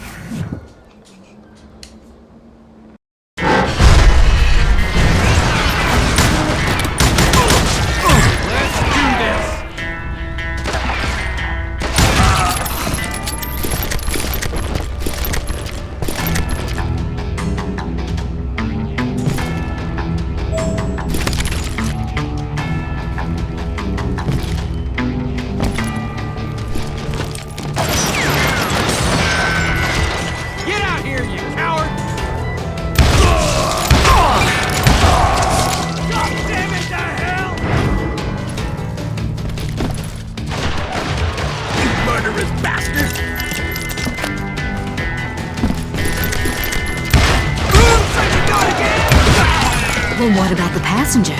It was mostly a freight train, as I recall. There were no passengers aboard that day. Acho que mais ou menos 30% do jogo, acho que vai dar mais ou menos uma hora ainda, viu? Tem jogo aí.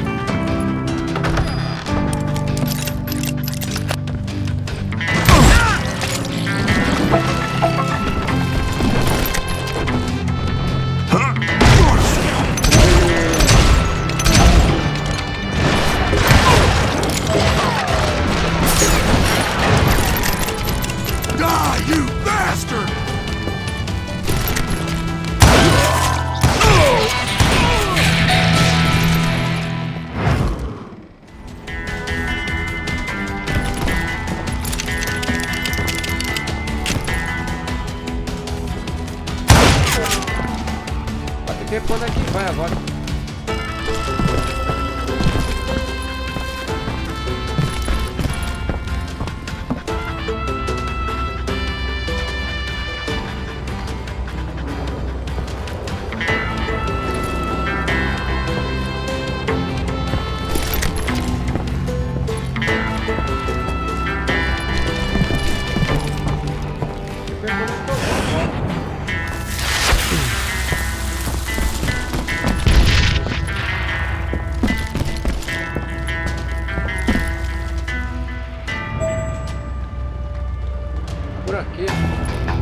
I mentioned before, I am not fond of heights.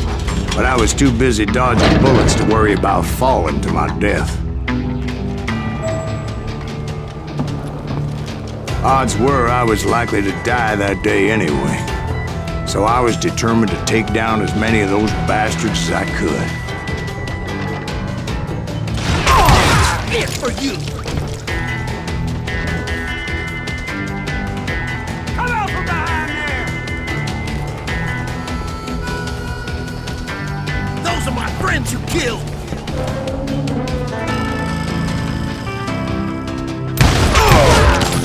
Rule the day!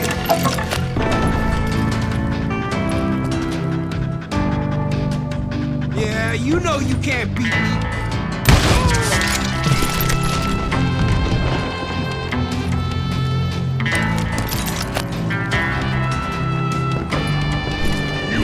Times it was like shooting ducks in a shooting gallery. The only difference is these damn ducks shot back. Can't believe you keep missing. Sempre tem uns caras escondidos, tá ligado? Você só sabe que tá tomando, agora você sabe que tá na bala, velho. Hide, you lily-livered son of a bitch!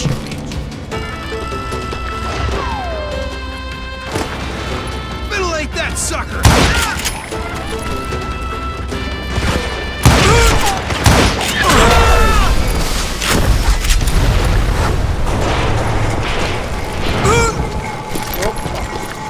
Quase que eu me lasco aí, pô.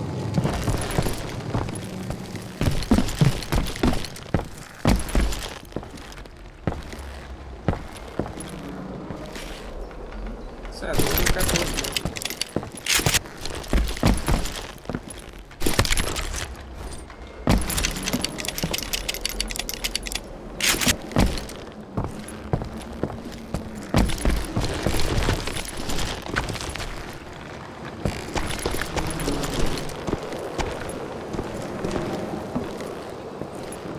Onde é que passa a porta?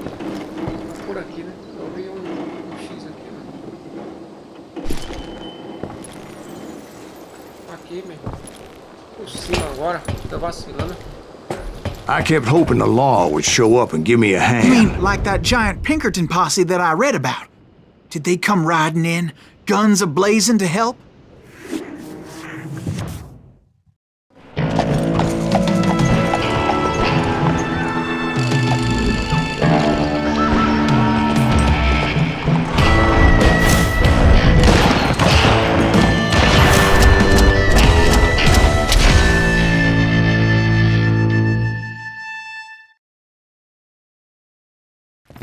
Help?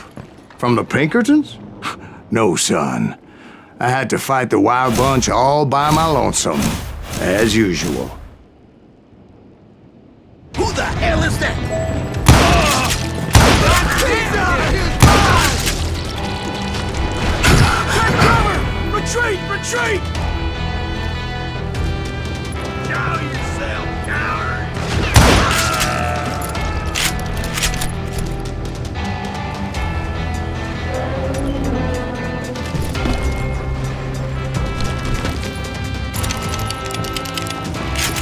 He's killing everybody! You calm down, the fuck.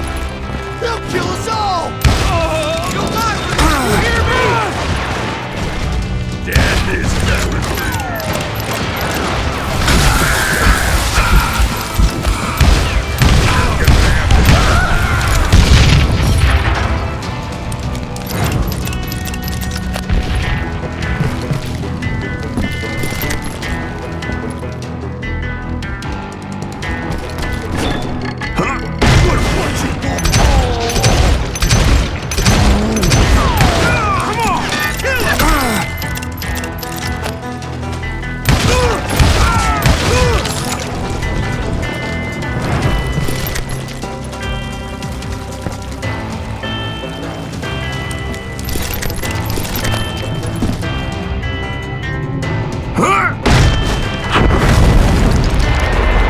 Guess is those dime novels didn't portray this as it happened, did they?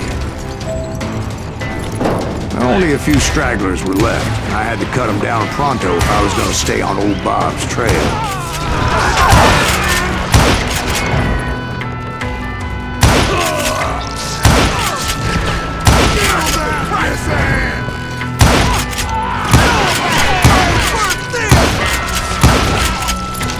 Run! If you want to live!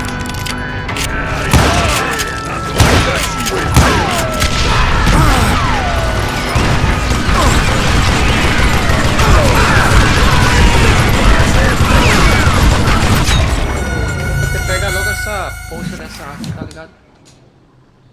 Mas boa sorte. Vou pegar ela.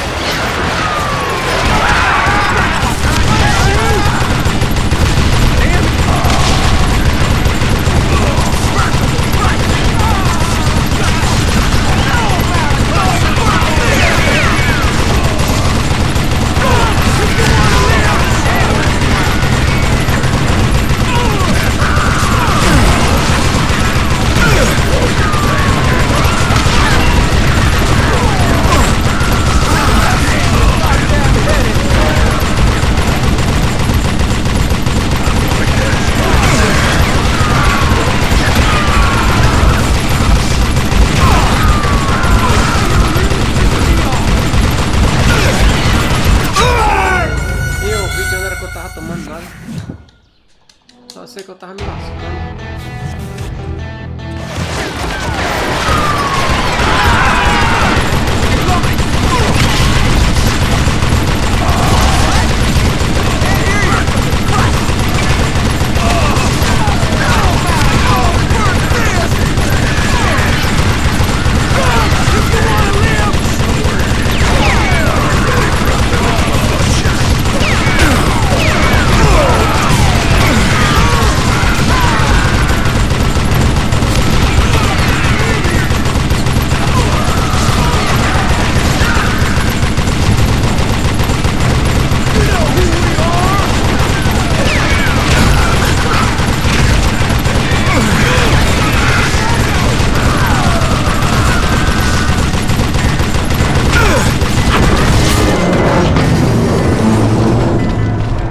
Once I silenced all those guns, I went searching for my nemesis, determined to finally have my justice. But the only survivor who welcomed me was George Flat-Nosed Curry. Who was he? The fastest gun in the gang. Right after Sundance, I mean. And Kid Curry, and maybe Elsie Lay. Though some folks might dispute that.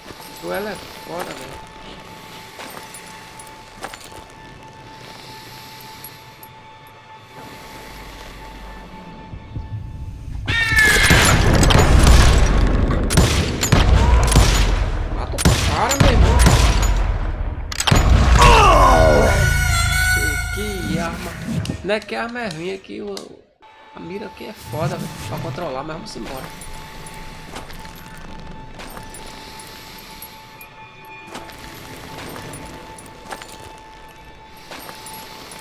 Duelo é foda, meu irmão.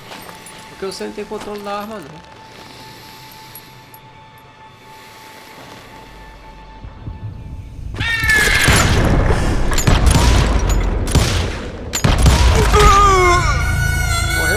Cara, que merda.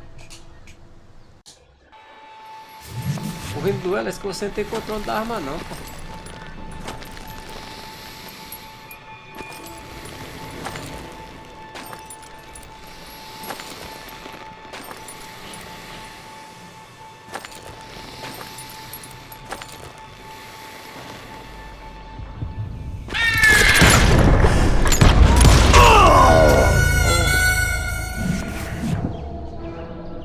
Chato, velho. Duelo é foda mesmo.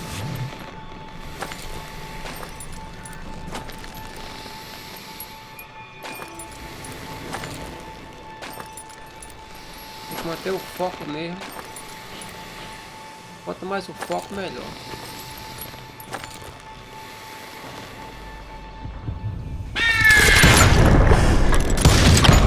Porra, bicho, como assim, meu irmão? Eu errei o tiro desse cara, velho.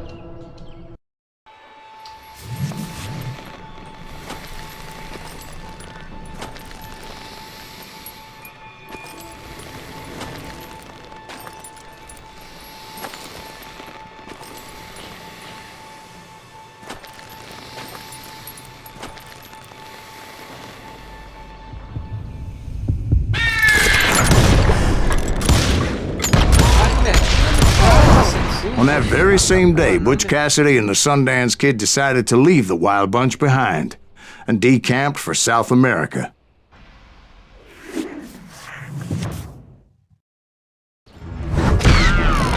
They ended up living down there for many years, but I'm sure you already know all about that.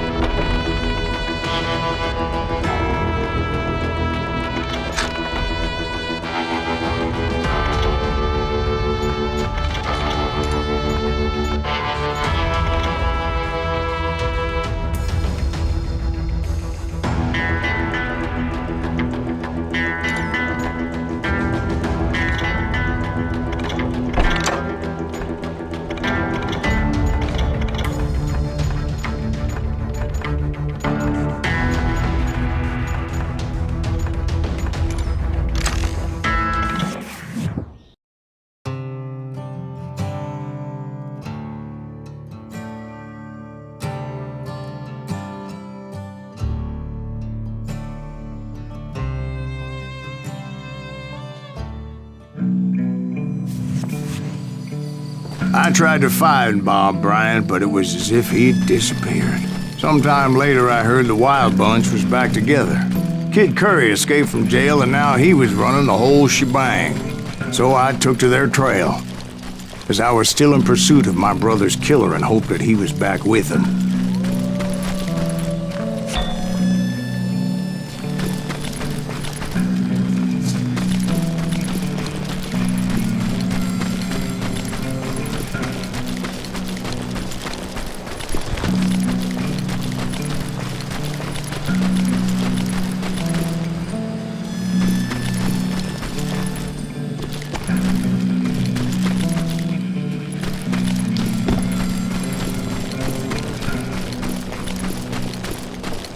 That Kid Curry's kinda crazy, ain't he? Don't let him hear you saying that.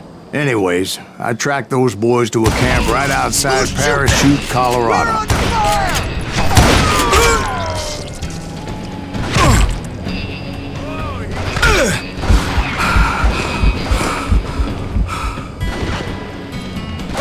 Some bitch is pissing me off. Being outnumbered, I didn't bother with a warning shot. I just started taking those bastards down. Would somebody kill him?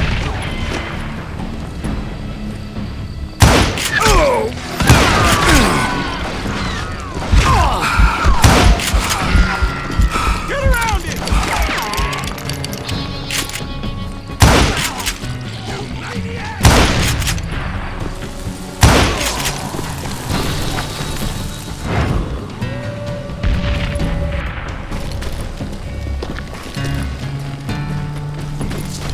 Get out here!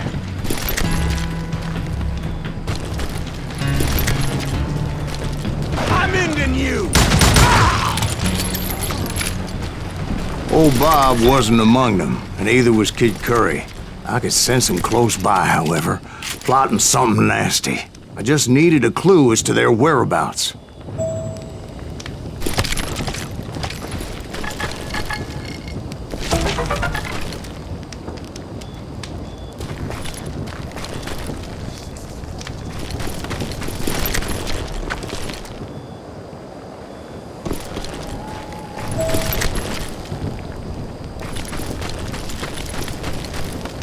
I found one. A map with their bold plan clearly marked. This time they were fixing to blow up a train trestle. Property of the Union Pacific.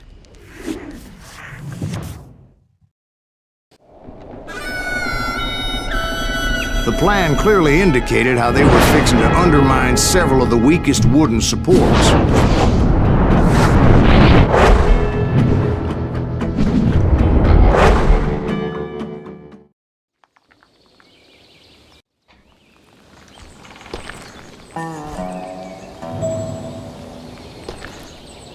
Kid Curry was considered the wildest of the Wild Bunch. It was said that he fathered 85 bastard children, though some say it was only 5.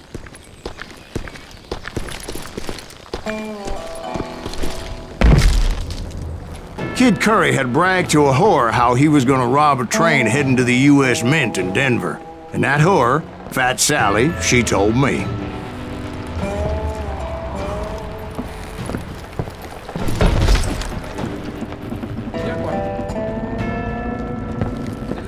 escada.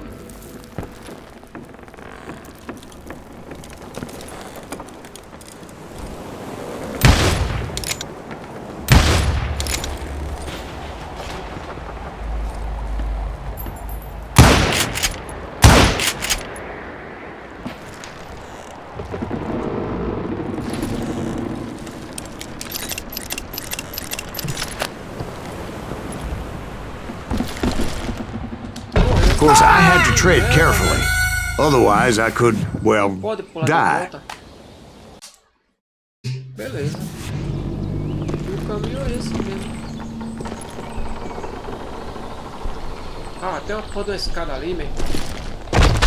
Merda, por que essa porra desse X não apareceu? Vê só. Vê só, meu. Como é esse jogo. Eu vim até aqui e o X não aparece, tá ligado? É, muita putaria.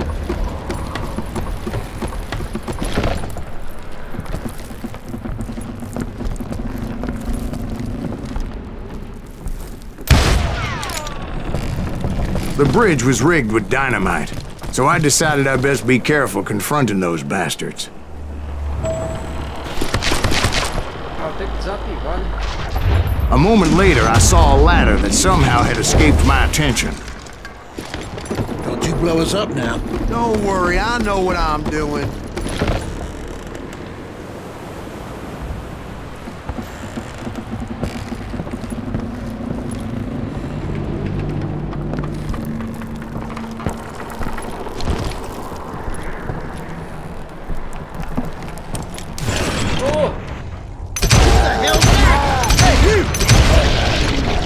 But the Wild Bunch did not take kindly to my presence and attempted to blow my head off. It appeared the kid had found a number of new recruits to bolster their ranks. Guess there's always desperate men willing to trade their lives for stolen treasure.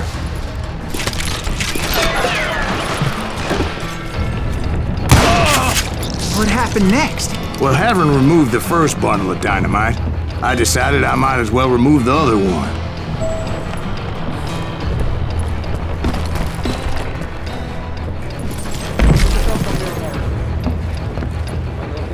Once that was done, I figured I'd find my way from there.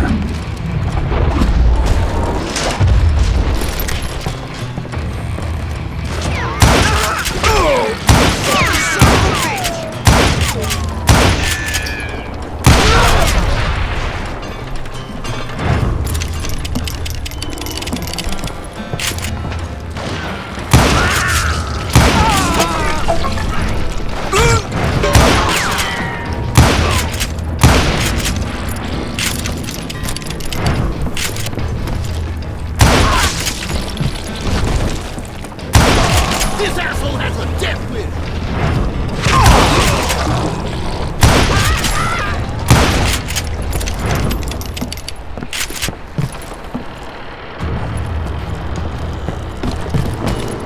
You ain't seen the likes of me.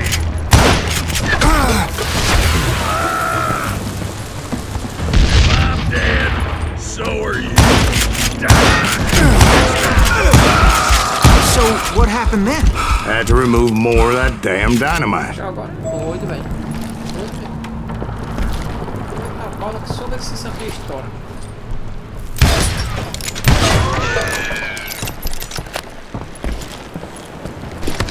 A bala que só esta, velho.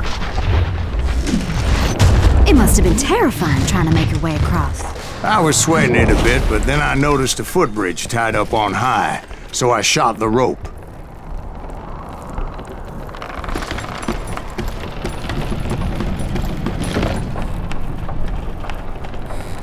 A acessibilidade tá muito pesada, velho.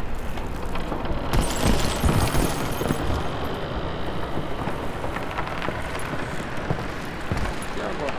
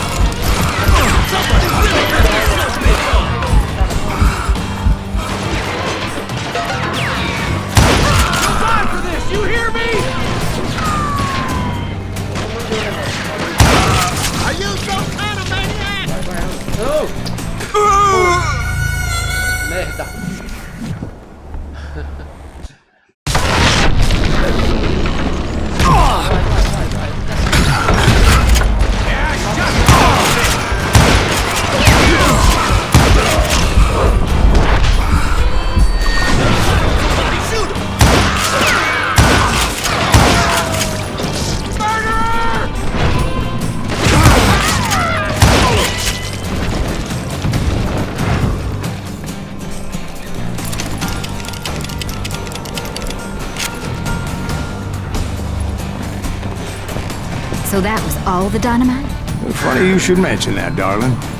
As actually there was a fourth charge impeding my progress.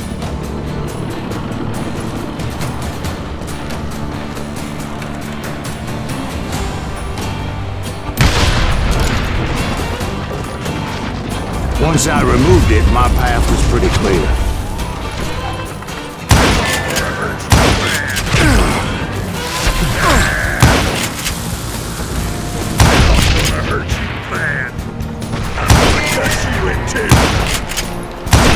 Pissing me off.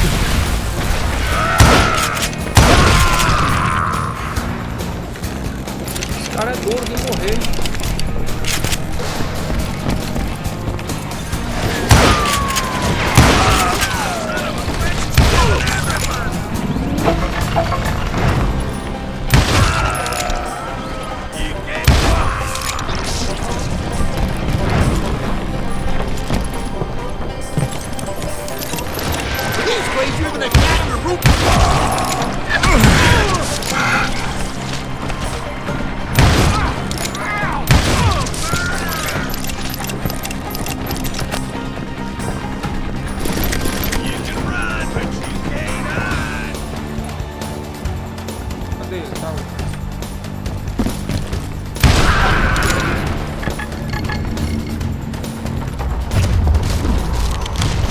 So I proceeded onward and realized that that way just wasn't gonna work.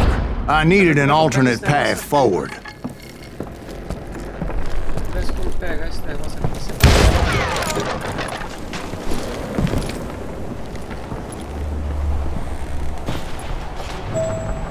Se eu for pra ali eu vou cair. Vamos por aqui pra ver se tá.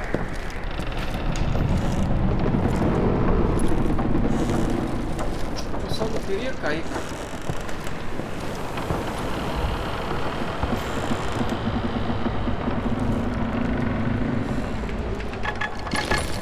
Isso.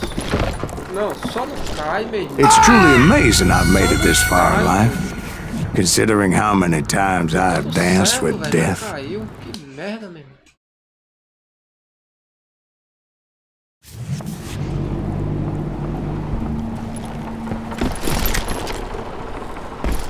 Não, calma, não é assim.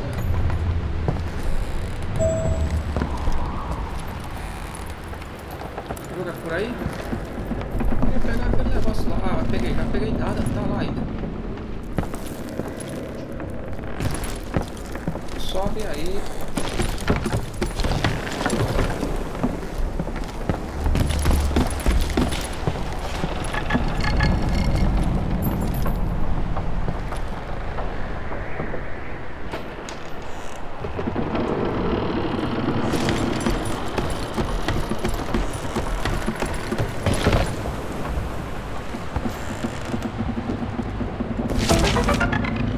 Boa.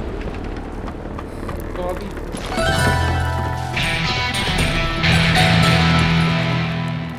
Pegou o negócio aqui.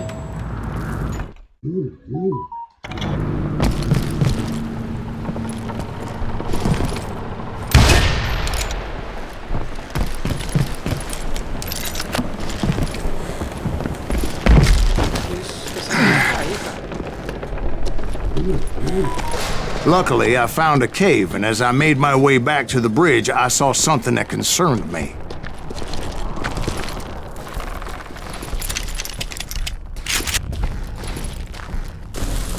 It was a long burning fuse, and it was moving fast as hell. I had to catch it.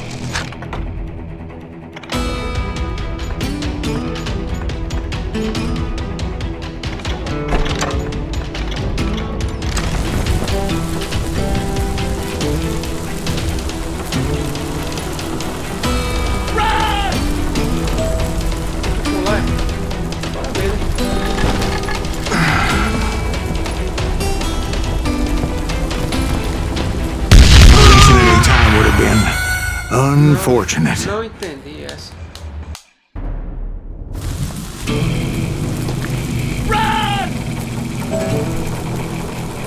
Ah, eles estão dando granada, velho.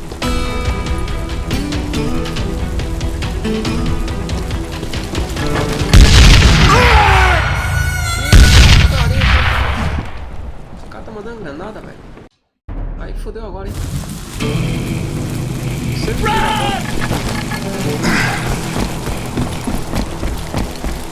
The burning fuse was so damn quick, I had to run like the wind. I almost had it, but no. Thought I was gonna have a coronary when I lost sight of those sparks. My heart was pounding like a sledgehammer. I knew that failure meant boom. Then, finally, at the last moment.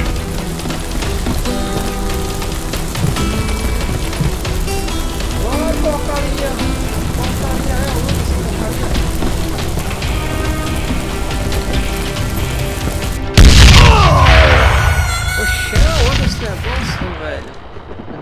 Cheguei lá e cadê?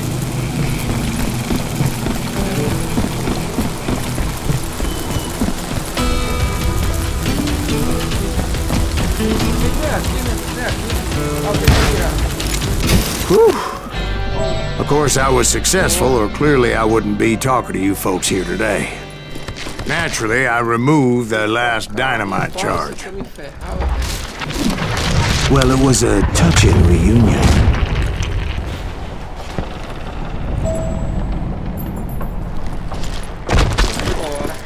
But by this time, I was thoroughly exhausted and dragging my ass as I was not a young man anymore.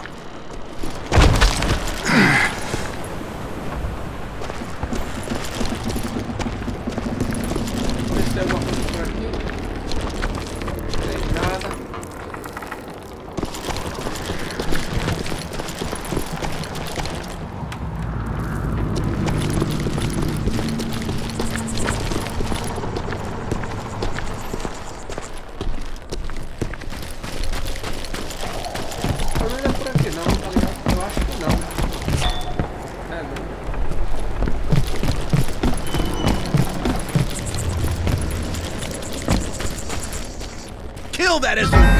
Make him bleed! Send him to perdition! A bala enganou de novo. A bala enganou, meu velho. Kill that SOB! Make him bleed! Send him to perdition! Finally, I found those boys. Or more precisely, they found me. Eu não gosto dessa arma, cara. Essa pistolinha de 2 tiros é uma merda.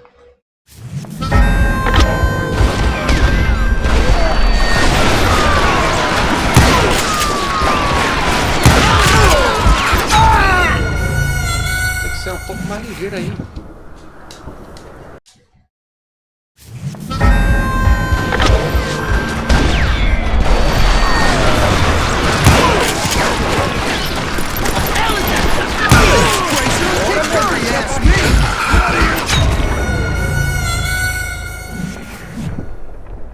Tá foda, hein?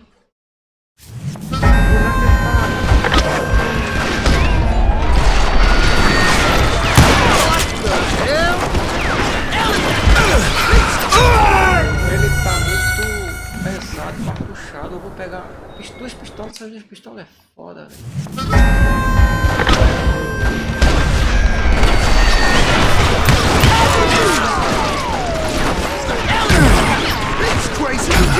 Somebody really lift this thing! Ah, menino, essas duas... Aqui tá difícil. Aqui essas 2 pistolas é foda, velho.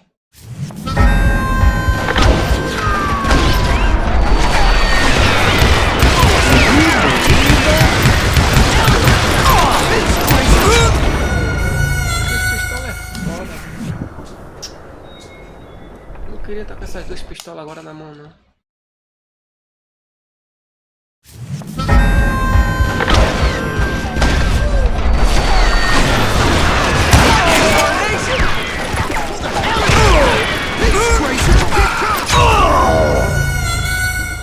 É, velho. O negócio agora vai ficar doido, hein? Eu não queria estar com essas 2 pistolas.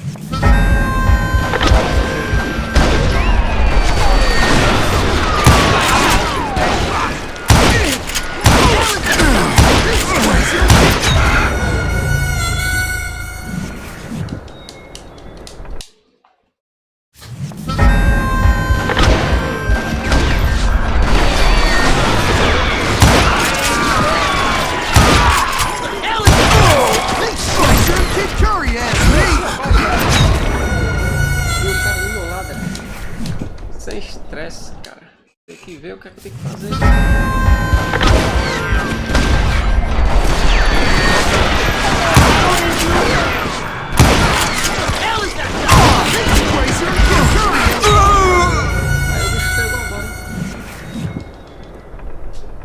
Pô, essa pistola, velho, tem que trocar a arma.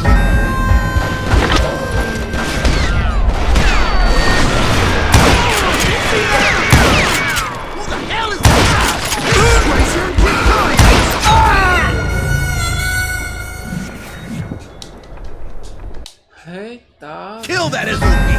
Make him bleed! Send him to perdition! Finally, I found those boys. Or more precisely, they found me. Tem que ver, deixa eu ver logo o negócio aqui, só antes de tudo.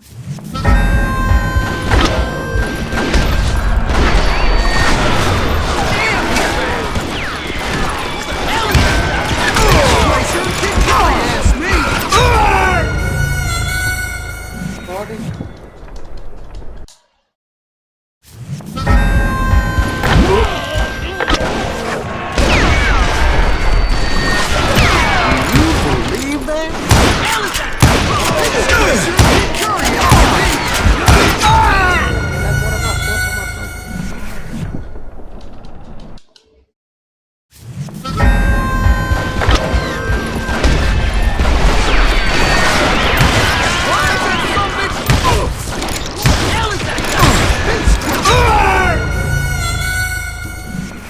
Eu errei o tiro.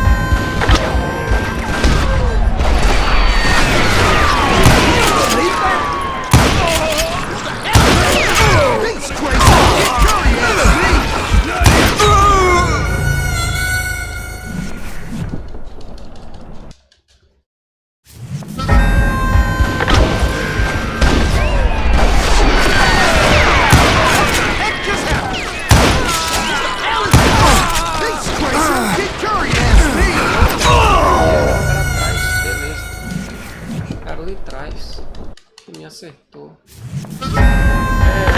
eu pegar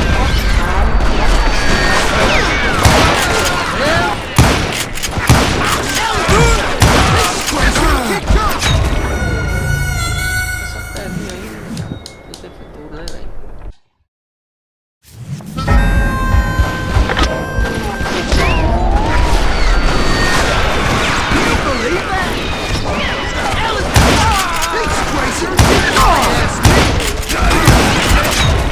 Mata não, bicho. A arma não tá matando não, velho.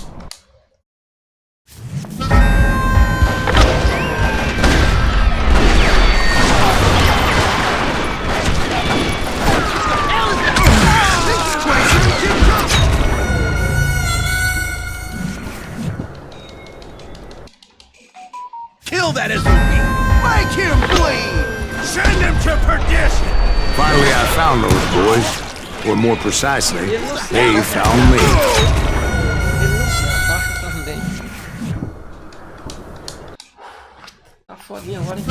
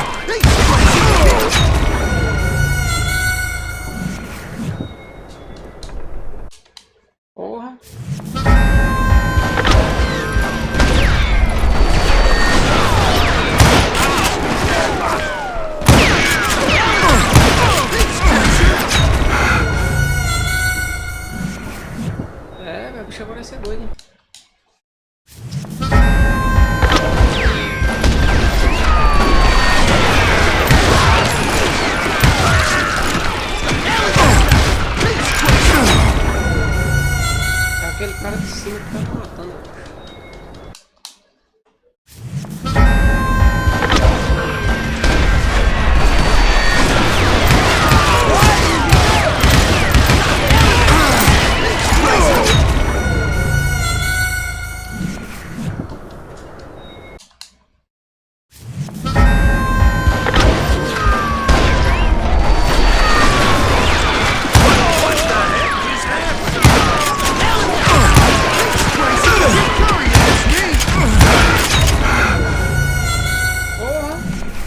Esconder onde? Não tem nem lugar pra você se esconder, meu irmão.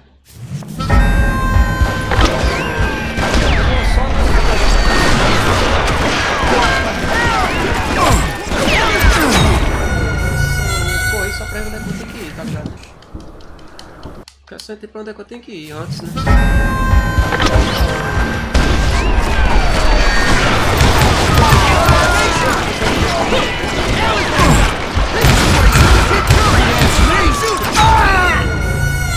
Essa merda, essa pistola maldita.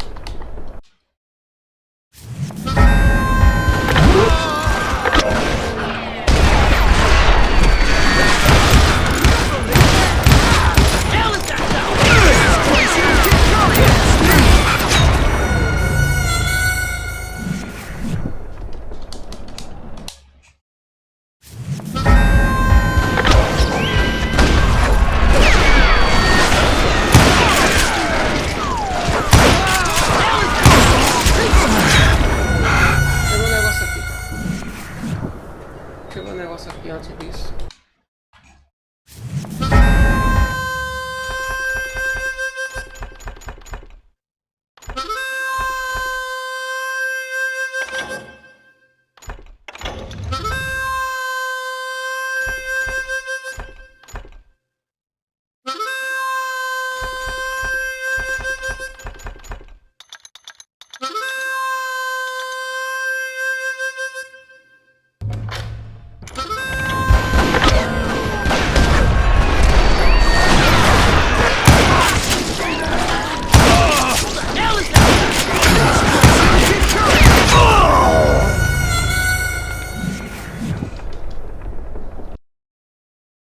That is make him bleed!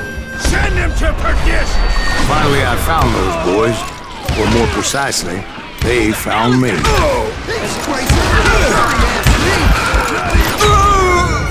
Esses de cima que estão me pegando. Tá doido, velho.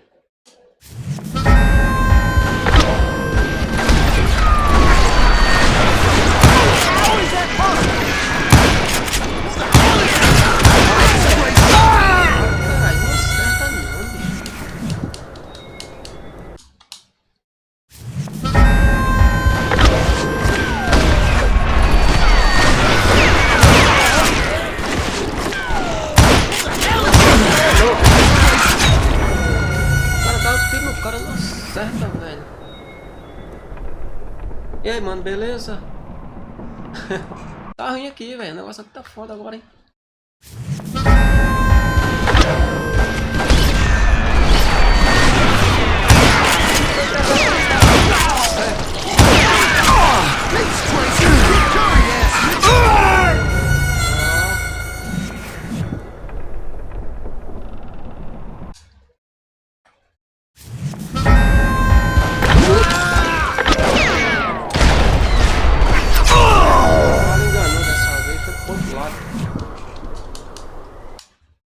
Foda, meu velho.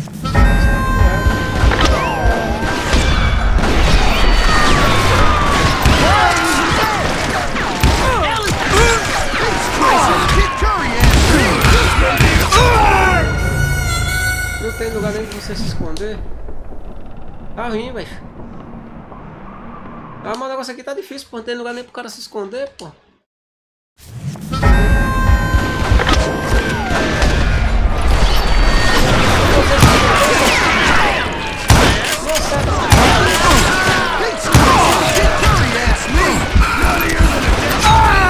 Não dá pra você se esconder não, mano.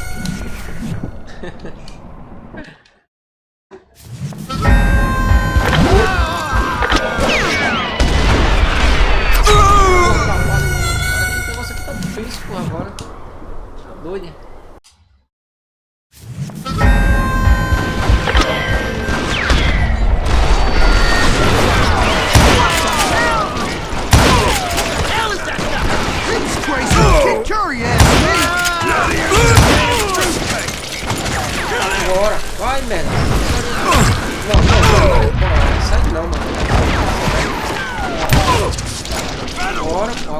respirar esse caralho.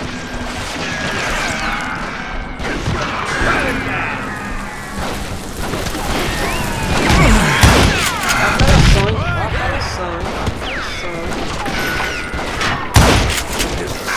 Você é papel, ela também uma pedra. Você é papel, ela também uma pedra.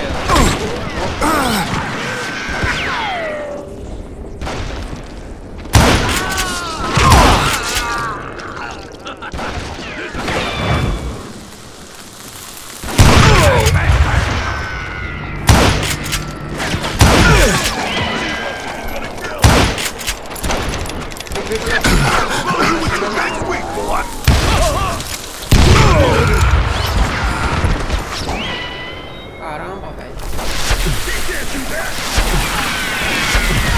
Não, velho. Não, se esconde. Já tem outro cara ali.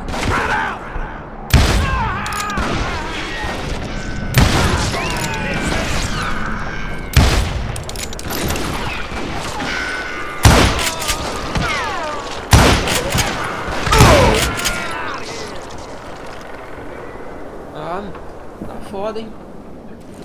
Vai carregar. Tá doido, meu irmão.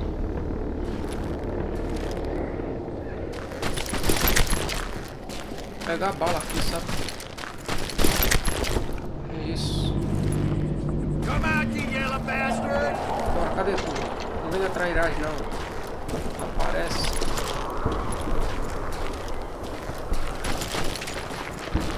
Just when I thought things couldn't get worse, Kid Curry opened up on me with a goddamn Gatling gun.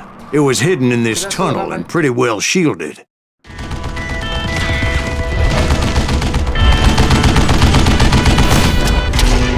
Merda agora.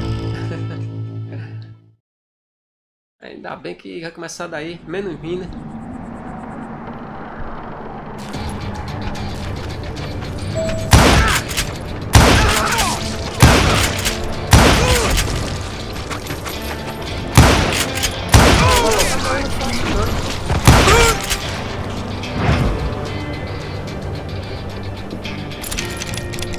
I'm gonna shoot you dead. Calma, não é assim não.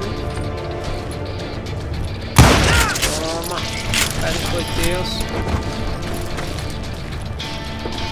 Get out of here! Opa. Stand still so I can kill you!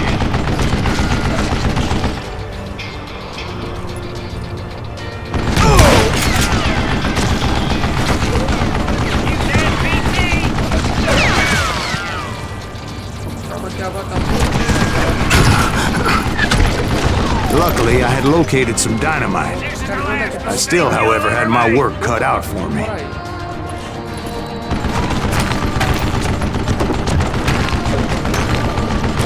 Kill yourself, you coward! Do you know who I am?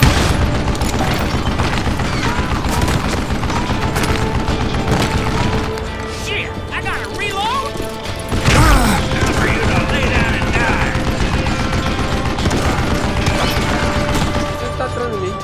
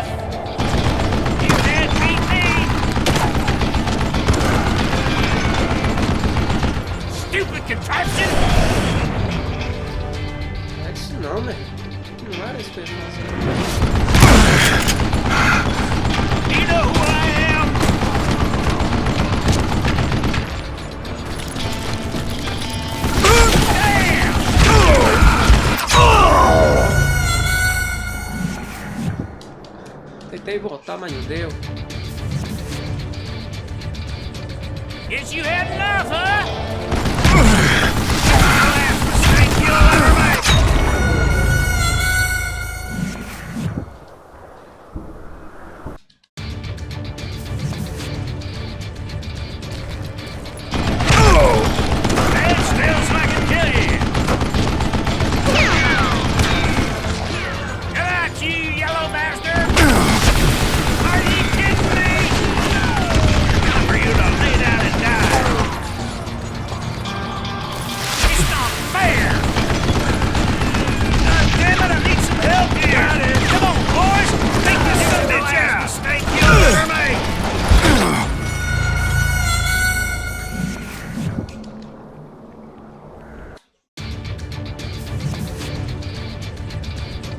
What are you, Yella? You can't beat me! Am I out of bullets already? Do you know who I am?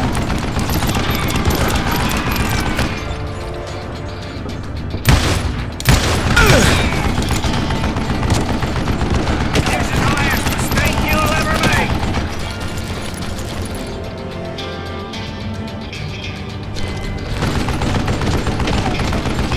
Stand still so I can kill you! Yeah!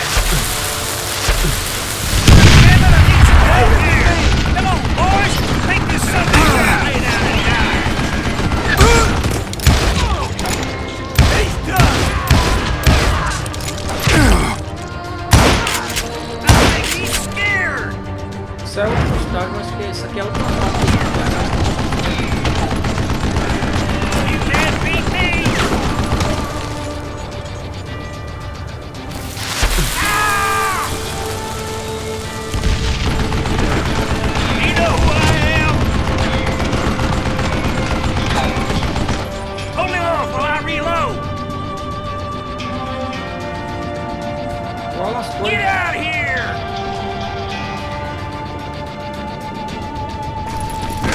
It's like this mistake you'll ever make! Do it, boys!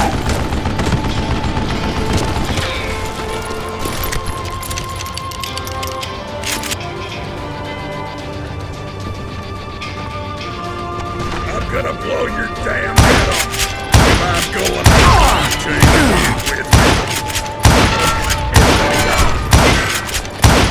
I'm still scared. Oh, I cut you in two.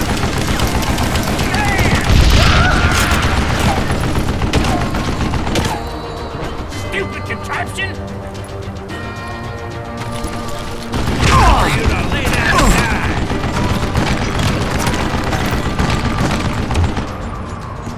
What are you, Yella? You can't beat me! Are you kidding me? Eventually, I brought that tunnel Give me a down. hand here, goddammit! And that's when I met Kid Curry himself. He had decided to stop pussyfooting around and deal with me personally. Não sei, né? Eu acho que ainda tem esse duelo ainda, mano. Pô, o duelo é foda, velho. Acho que isso é outro estágio.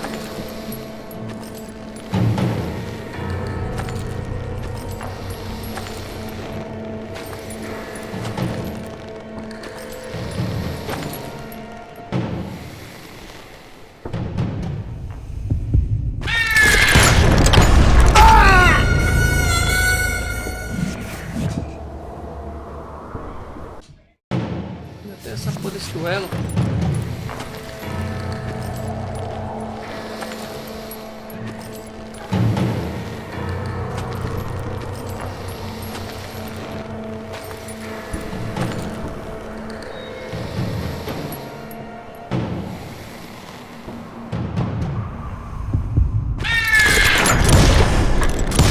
As fast as he was, I was just a bit faster. And as he lay wounded, I demanded to know the whereabouts of Roscoe Bob Bryant. He shouted at me. Is that what this is about? Bob went with Butch and Sundance to South America. You ain't never finding him.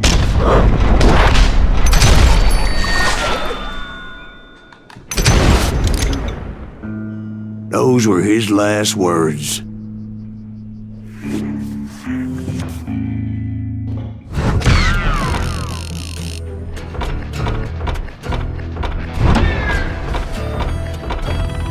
Vocês estão fogo no estádio, não podem.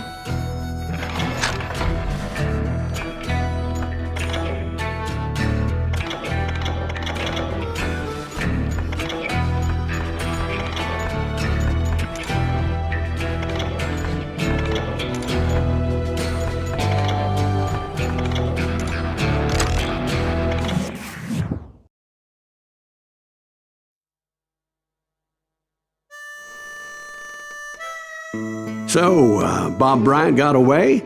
I knew I'd never find him in South America. What about the other killer? Yeah, you kinda glossed over that one. Well, I found Jim not long after my showdown with Ringo. At the time, he was riding with the James Younger gang. Did I neglect to mention that?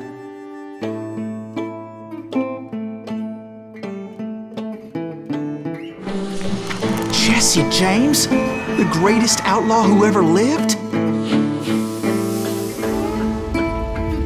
Jesse and his kin rode with Quantrill when he raided Lawrence, Kansas, and killed near 200 people, boy. Nothing great about that. And from there, him and his brother went on to rob banks and trains from Kansas to Missouri. Which is why there was such a rich bounty on their heads. 40 grand for both of them, dead or alive. That's one hell of a payday. Ainda tem o último, acho que esse é o último do trem.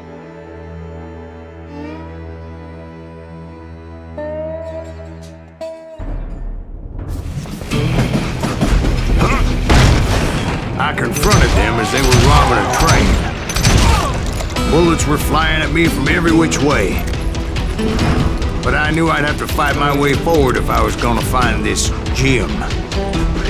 You can't fight James, gang!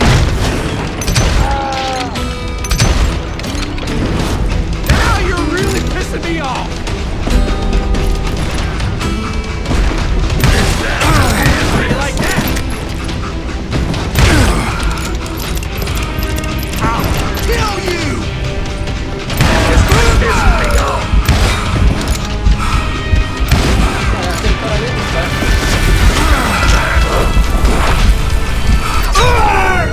E a reta que essa bala engana, velho. Vai pro lado e pro outro, o cara puxa pro lado e ela vai pro outro.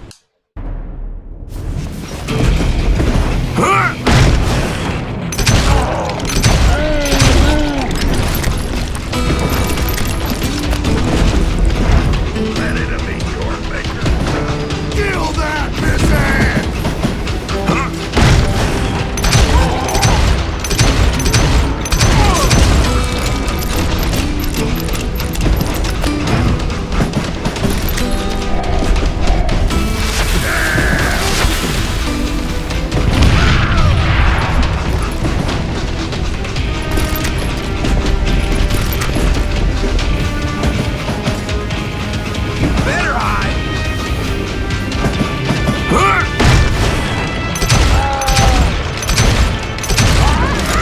Now wait a second. Now, how'd they stop this train in the first place? Well, the James boys were experts at this.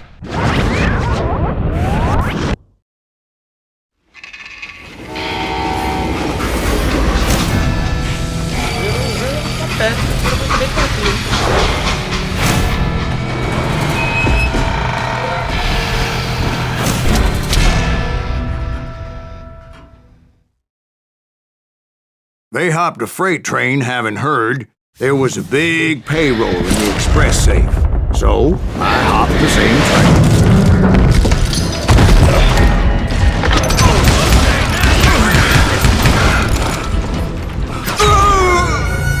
Foi isso que eu fiz. Não entendi nada agora.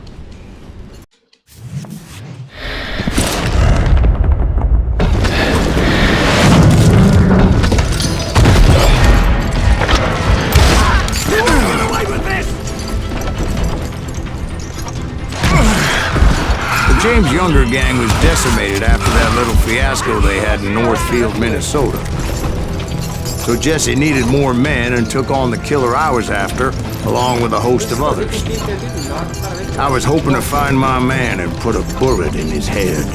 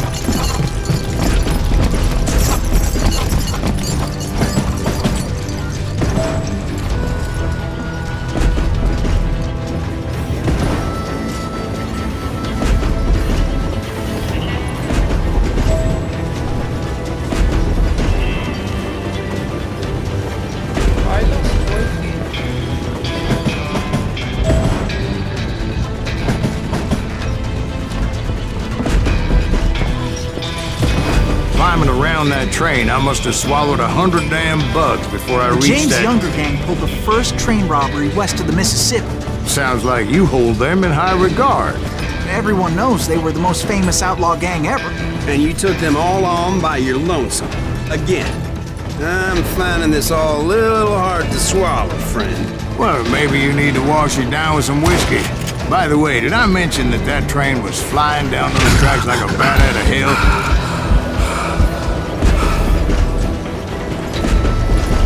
Show yourself, coward!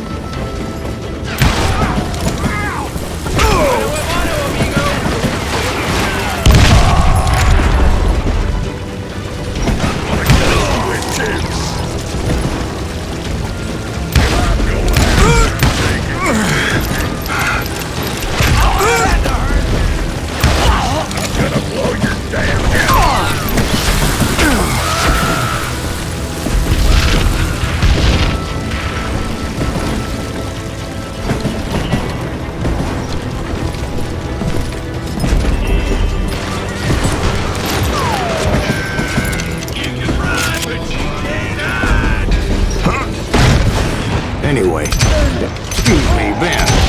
Where would I find the gentleman's facilities? Suddenly I have an urgent need to drain my one-eyed snake. Well, I've had more than a few drinks, and I've been sitting here for quite a spell. Right through there. Let me show you.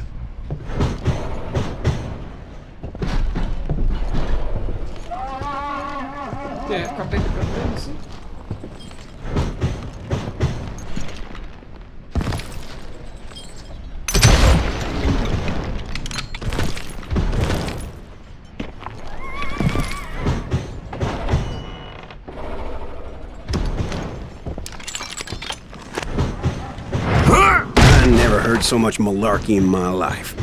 You think he's bullshitting us? You don't think he's Silas Greaves? I think he's just some old drunk looking for some free liquor.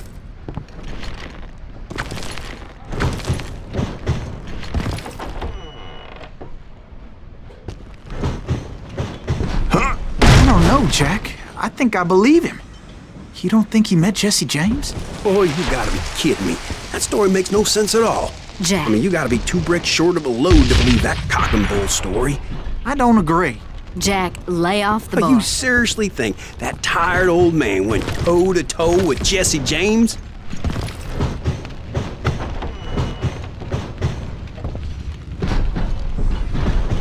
Well, that's better. Did I mention that this Jim was married to the infamous Belle Starr? Of course, I didn't learn that until later. Anyway, I made my way forward the best I could.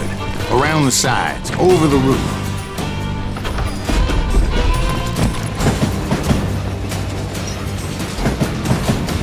Come out, you yellow bastard!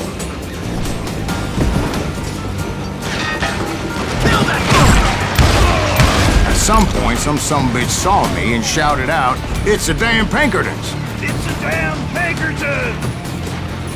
Now, I never worked for that lyman cocksucker, but I guess they assumed I was one of his assassins. Those evil bastards firebombed Jesse's mother's house and killed his stepbrother. So it's no wonder each and every asshole on that train wanted me dead. Everybody's always mistaking you for somebody else, aren't they? Why is that, I wonder? Don't rightly know, Jack. I'm just telling you how I remember it. I bet you are. Hide forever! You know who we are!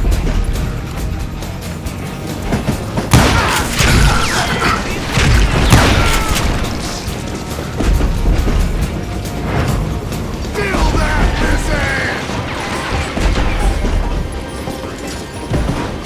I think he's scared!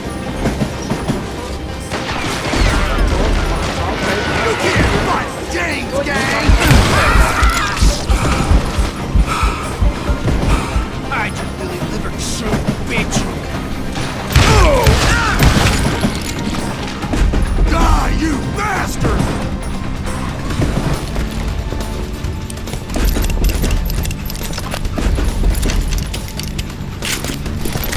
Come and get me, you got the guts!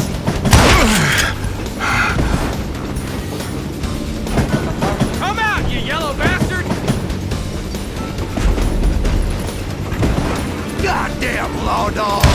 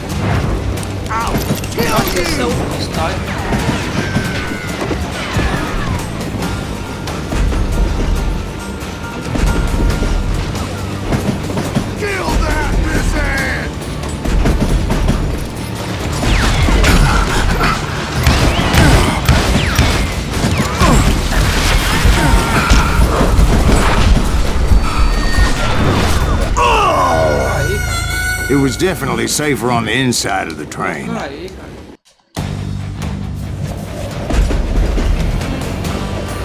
Yeah, you know you can't be.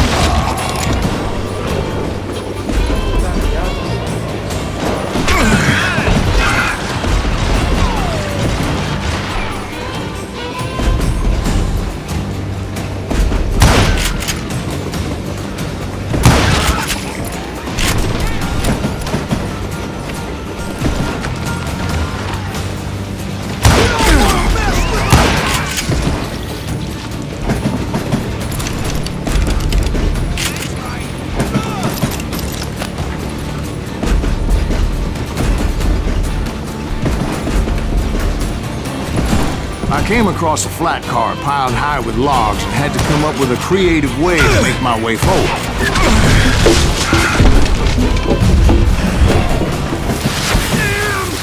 I wondered if I was ever gonna find the front of that train. Or the bastard I was after. Jesse hired a damn army after Northfield. Guess he didn't want to be outgunned like that ever again.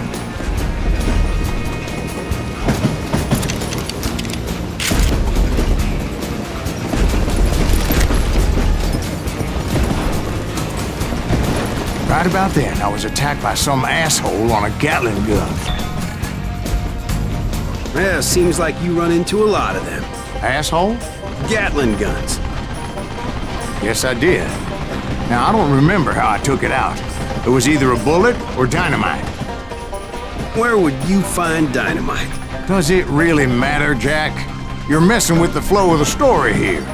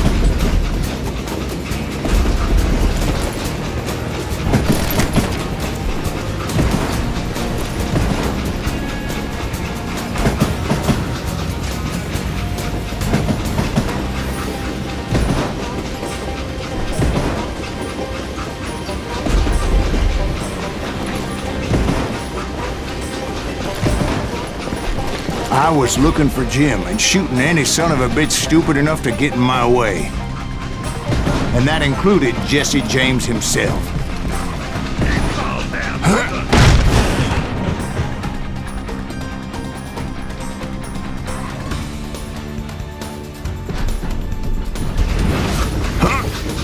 Shoot that stupid son of a bitch!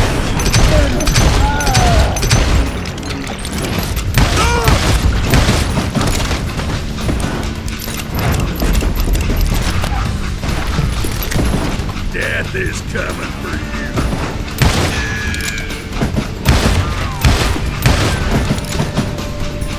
You're gonna have to do better than that.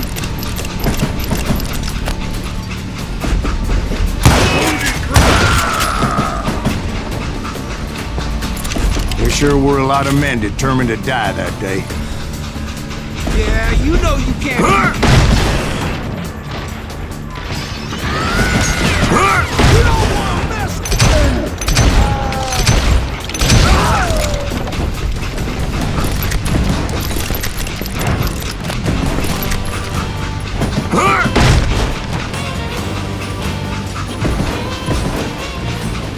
It was then that Jesse detached the express car from the rest of the damn train.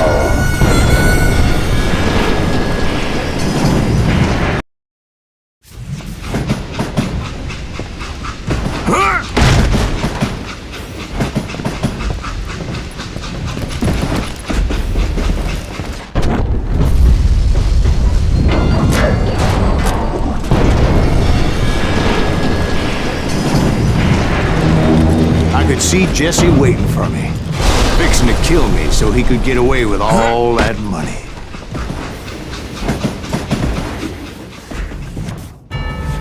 You had a showdown with Jesse James? Of course he didn't. Everybody knows that Jesse was killed by Bob Ford. Yeah, Jesse went out like John Wesley Hardin. Coward shot him in the back of the head. Guess it doesn't matter how far you run, does it, Ben? Your past always catches up with you.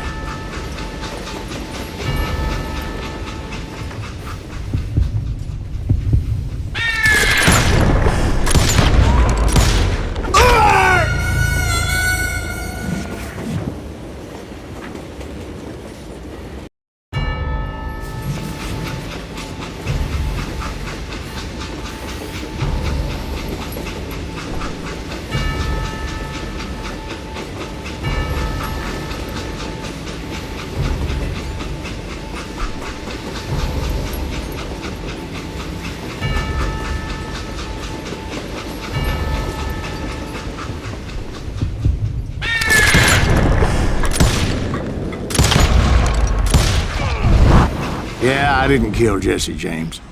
Just wounded him bad enough to convince him to hang up his guns. What about that Jim fella? What happened to him? I figure he was up front with a gun to the engineer's head. That bastard slipped away again. I'll tell you how I got him. But first I need to wet my whistle.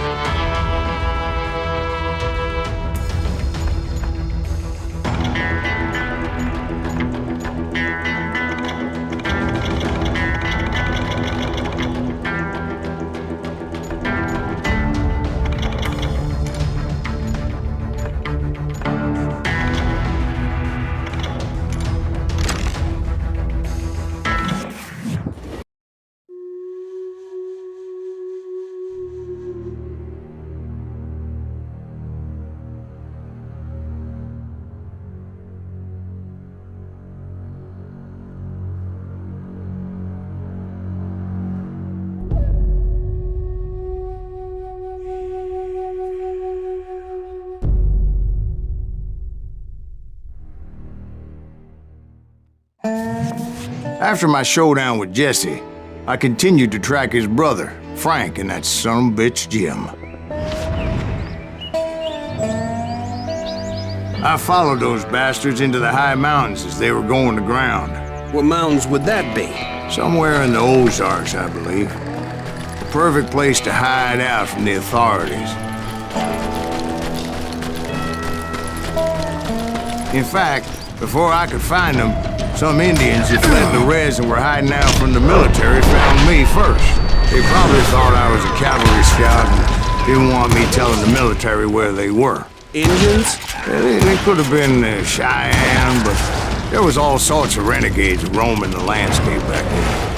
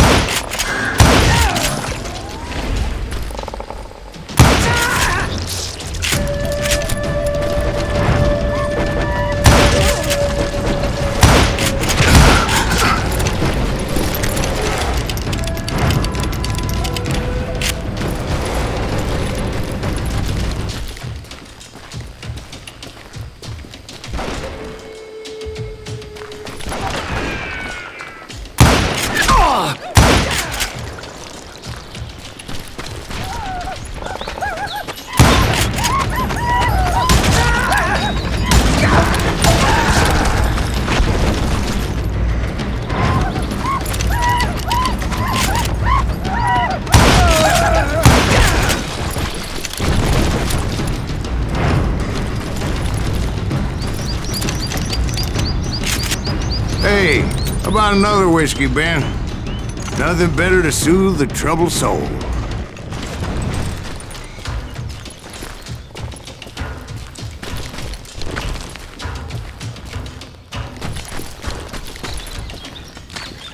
Now, where was I? Indians, right. I had more than my share of run-ins with the Red Man. Like that time... Did I tell you about Grey Wolf? Yes, sir. You did. Ah, of course I did. In fact, I can still remember that old medicine man's words to me. Jesus Christ, we're back to that again? You carry great darkness in your heart. It will claim your soul. You will come to this place again and kill many more men. And the darkness will grow until it consumes everything you are.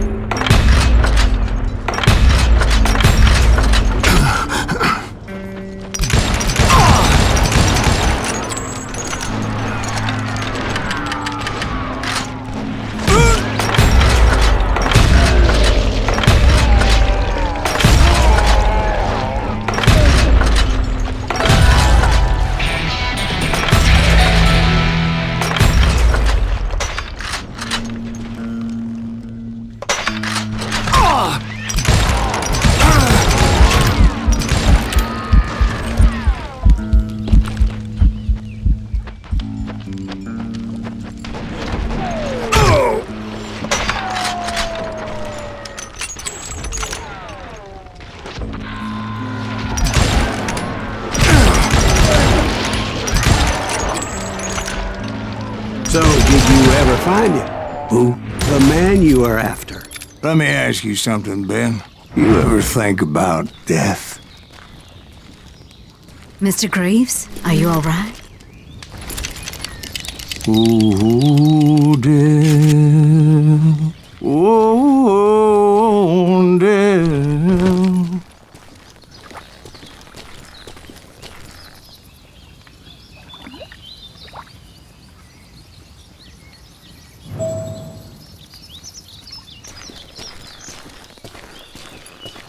Won't you spare me over till another year? What is this that I can't see with ice cold hands taking hold of me? Well, I am death, none can excel. I'll open the door to heaven or hell. Oh, death. Oh, death. Won't you spare me over till another year? Oh, death. Someone would pray. Could you wait to call me another day? Oh, death. Oh, death, won't you spare me over till another year? So are you gonna answer the question? What question is that? Jim Reed. Did you ever find him? Reed was indeed that son bitch's surname. That's right, Ben.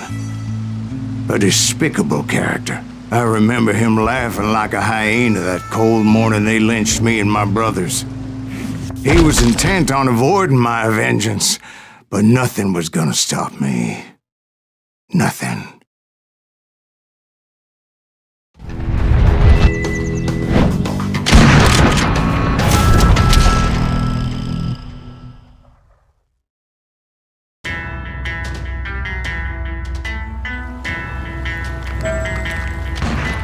I finally did track those outlaws down. They had long rifles with scopes and were well positioned to pick off any poor soul who came anywhere close.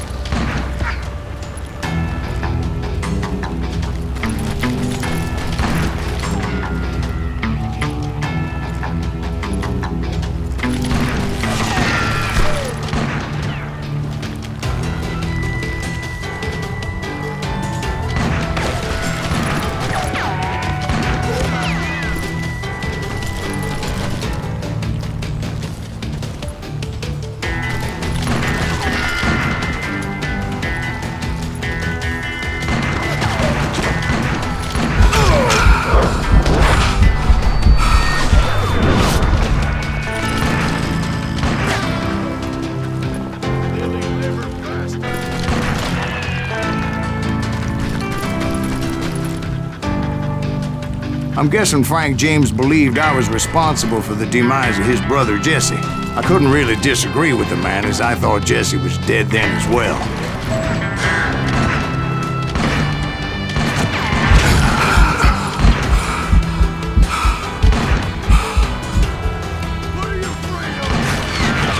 He backed off as I closed in on him, but he was still intent on killing me.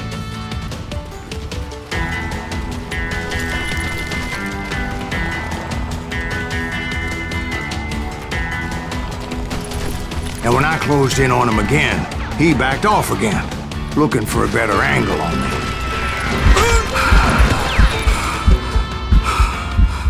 Hell, I can't fault Frank for wanting his revenge, as I was there for the same damn reason myself. At this point, I'm guessing you think Silas Greaves is a worse murderer than Jim Reed ever was. No, sir. A man who spent half his life killing somebody's brothers, fathers, sons. I think you were just looking for justice, sir. Is that what I was looking for, Dwight? Is that what it was? Justice? Isn't that why you were hunting the James gang? The James gang. Right. I finally found Frank holed up in his mountain cabin, and he was determined to have me dead. It was a pitched battle that could have gone either way. Luckily, I had some dynamite in my possession. Dynamite? On your person? A few sticks, just in case. It's always good to be prepared. Right. I'm just laying out the facts as I remember them, Jack.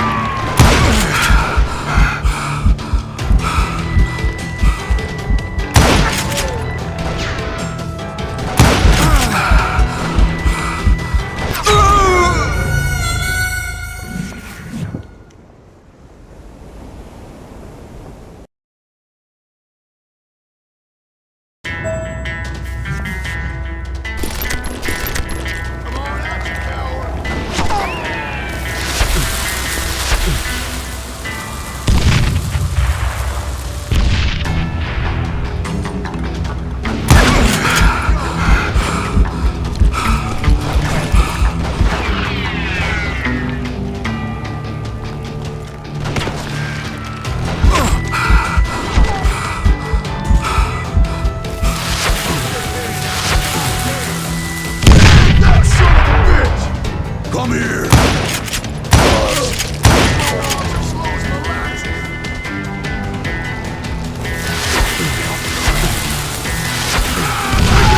He's just one man! Put him down! I want that bastard dead! You're gonna bleed! You'll burn in hell, please!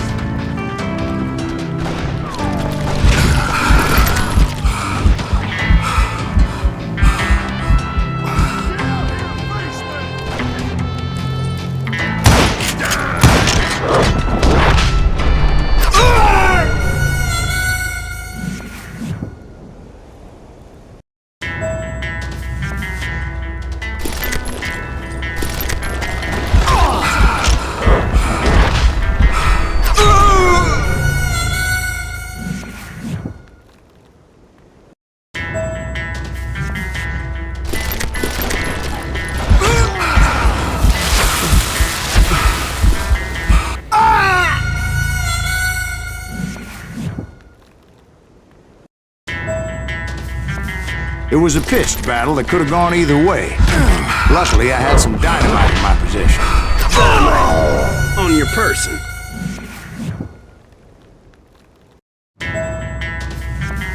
It was a pitched battle that could have gone either way. Luckily, I had some dynamite in my possession. Dynamite? On your person? A few sticks, just in case.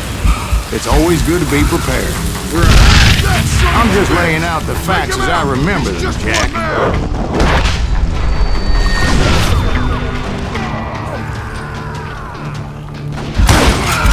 This is gonna hurt!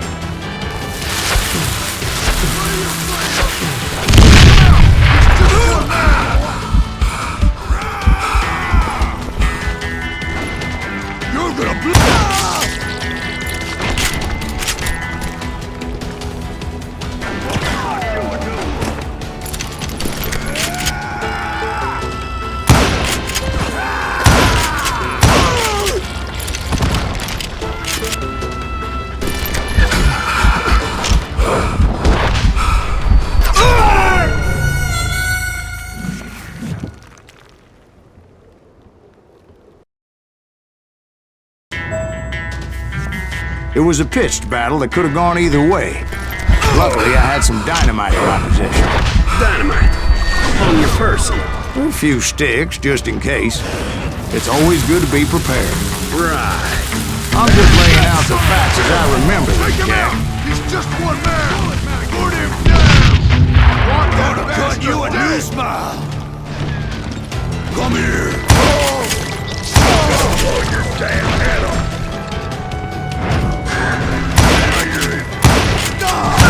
Still standing!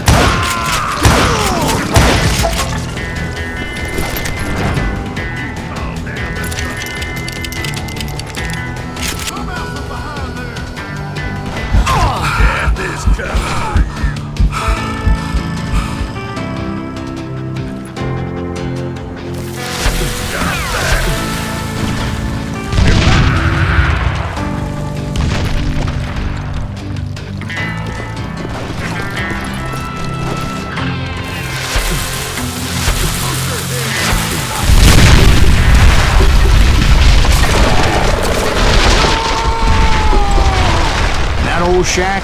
Well, it went tumbling right off that cliff. With Frank James still in it? Yes, sir. But Frank James is still alive, living in Missouri, showing folks around the family farm for 25 cents a tour. I didn't say he died in the fall, now did I?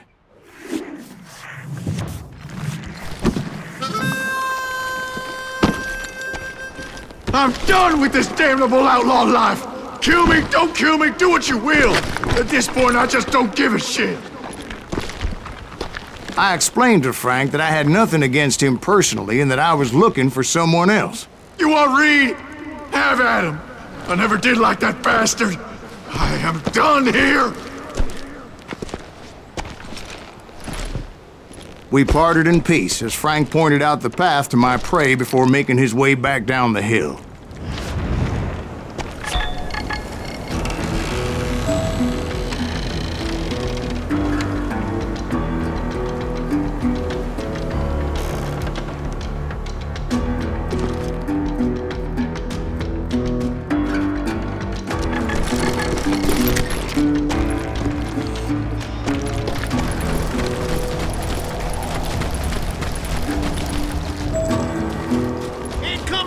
So, what happened with Reed? Well, I finally found the last of the gang hiding in a nearby cave. First, I had to dispatch the lookouts.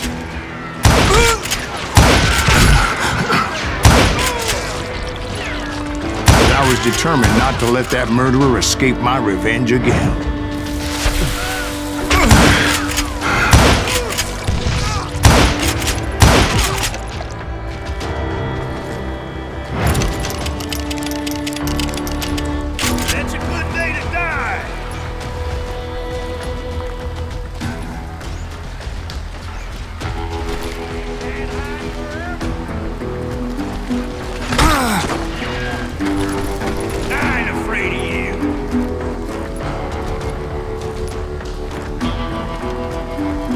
Rather than wander in willy-nilly, I decided it would be better to smoke that sumbitch out.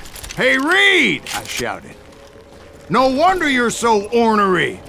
Can't be easy being married to Belle Starr. While you're off providing for the family, she's spreading her legs for every Tom, Dick, and Cole Younger. Not an attractive woman exactly, but very friendly. At least she was to me." Son of a bitch! It was then that the last bunch of bandits jumped out of hiding. Why won't this asshole give up? Would someone please kill him? Why won't this asshole die?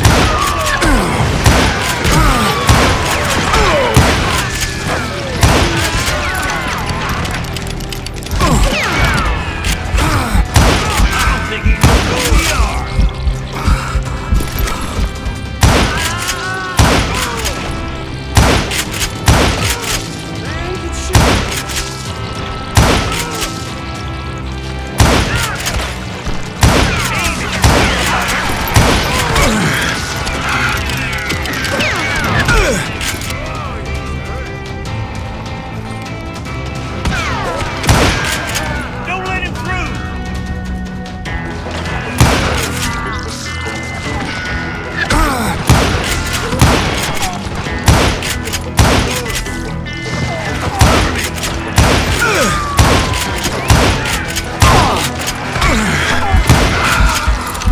Eventually, it was just me and Reed. I had waited a long time to face him down, so I could repay him for what he did to my brothers.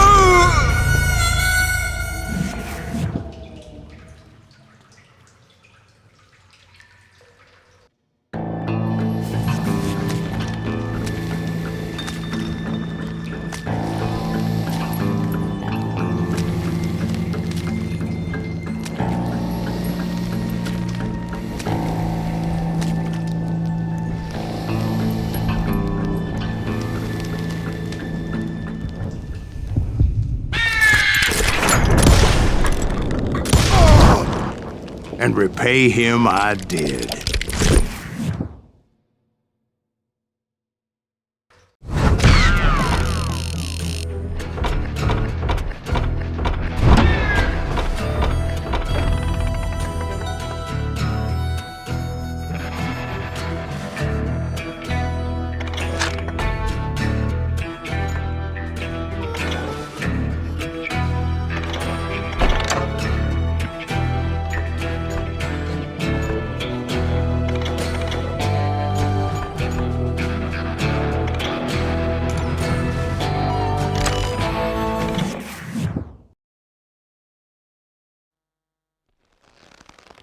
Well, I don't know about you boys, but I'm pretty beat.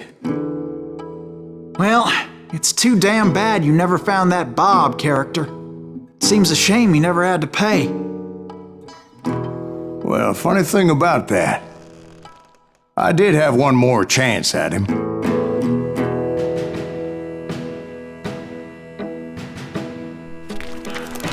Six months ago, I heard that Butch and Sundance were back in the States and had gathered up some of their old gang.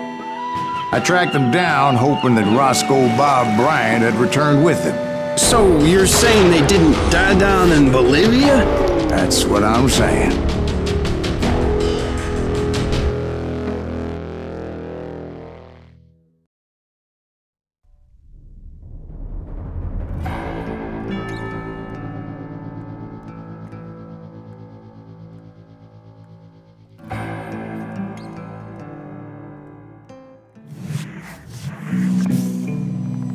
"40 years I had waited to get my hands on the last of my brother's killers.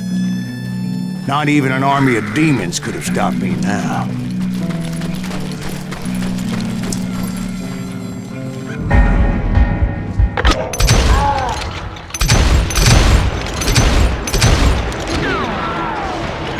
Both Johnny Ringo and Jim Reed fell fairly quickly, but the last one...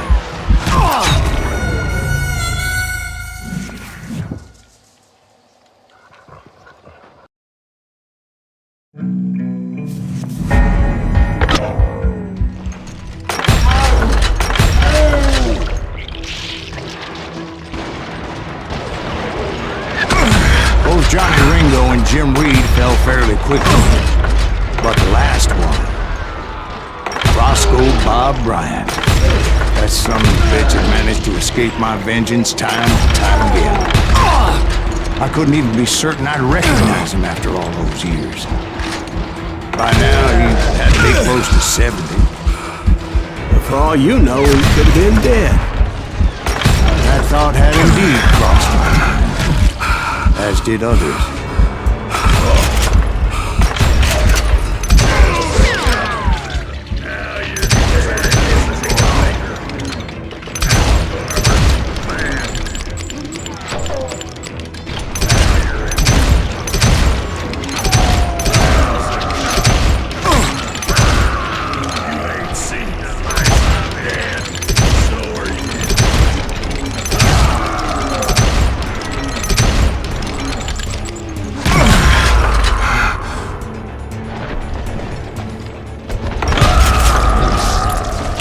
For instance, did my thirst for vengeance turn me into something worse than the man I was after?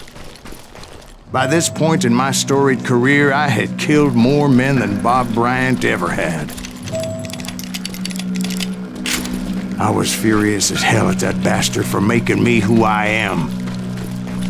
A man with no family, no friends, no purpose except shooting Bob Bryant dead.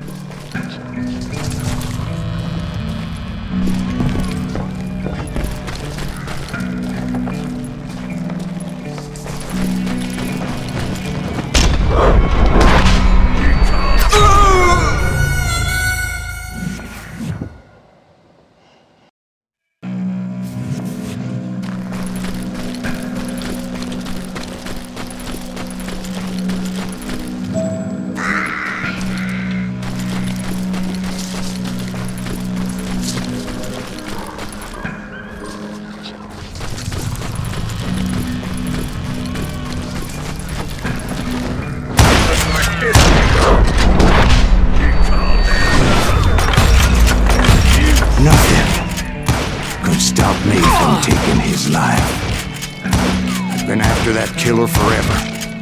From the time I rode with Billy the Kid. But that chapter of my story you already know. Chapter of that fairy tale, you mean? Suddenly it was 1910. There I was, an old man roaming a ghost town dead almost 2 decades.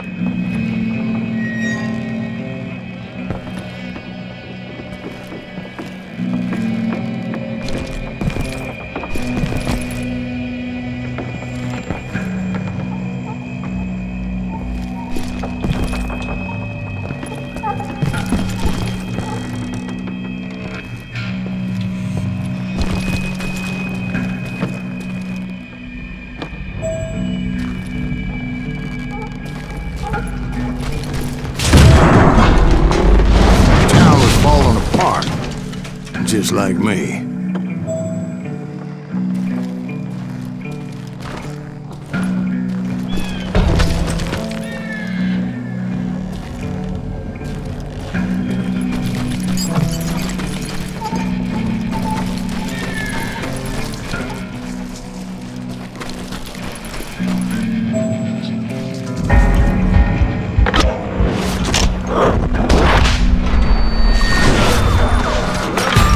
About to call it quits.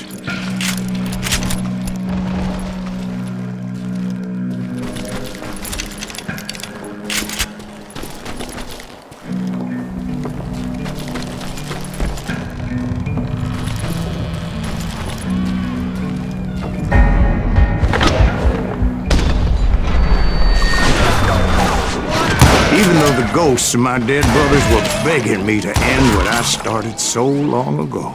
Mr. Graves, are you all right? Would you like some water? The Wild Bunch knew I was there. They were after a treasure they had hidden before they fled, buried in the grave of a dead amigo. Some folks think the town is haunted, so they figured there wouldn't be many people poking around.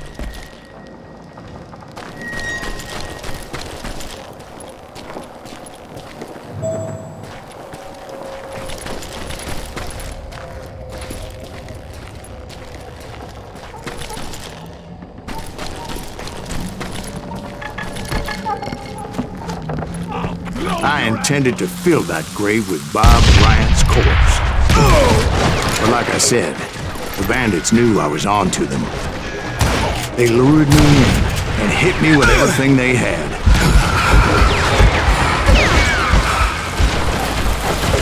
Who the hell is that old man?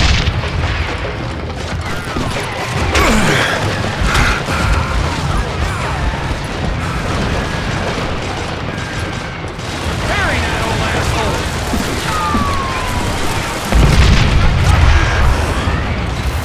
Son of a bitch!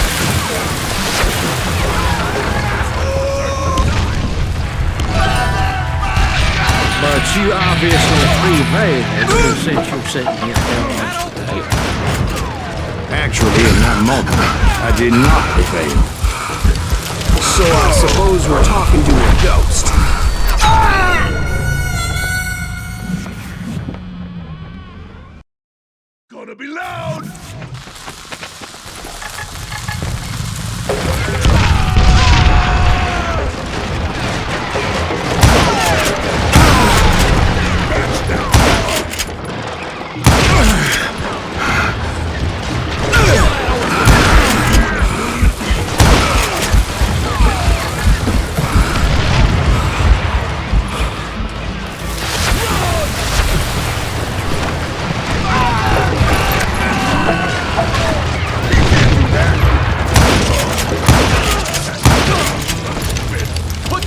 geezer in the ground!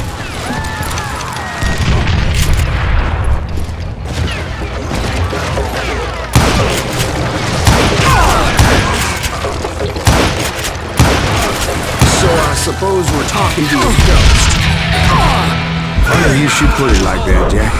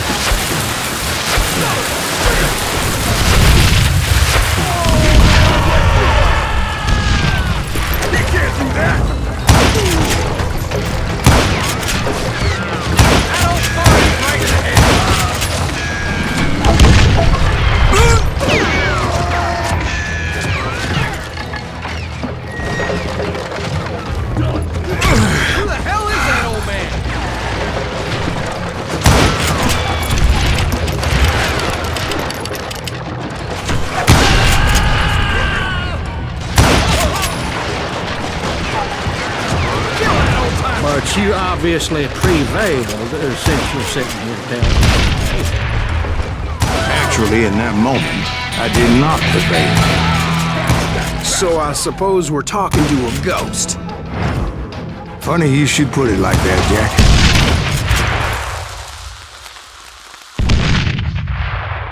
Because when I woke up... From the dead? There was silence all around me.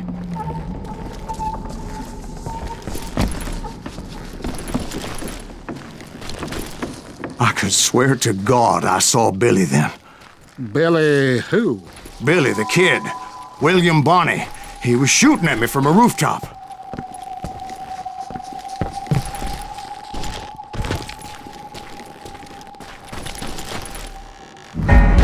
Here, there, even over there. So I am right. You are titched in the head. Mr. Greaves, perhaps we should switch you to coffee? You see that old Indian again, too? No, but I did see Billy's killer, Patrick Floyd Garrett. He came at me guns a-blazing. But I knew that old war horse had died 2 years before. I wondered if maybe I was dead too and confronting the ghosts of my past. Perhaps all my sins were coming back to haunt me and drag me down to perdition.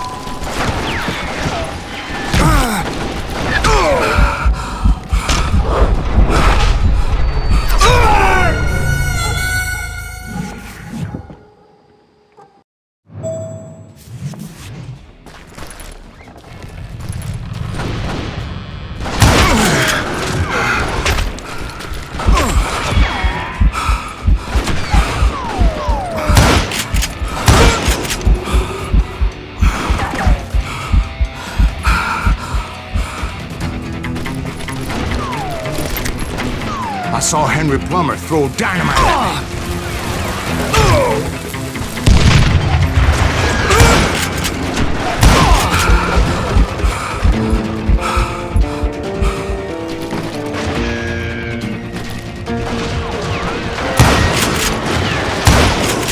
In the gates of the cemetery, I saw John Wesley Hardin, just like I remember him.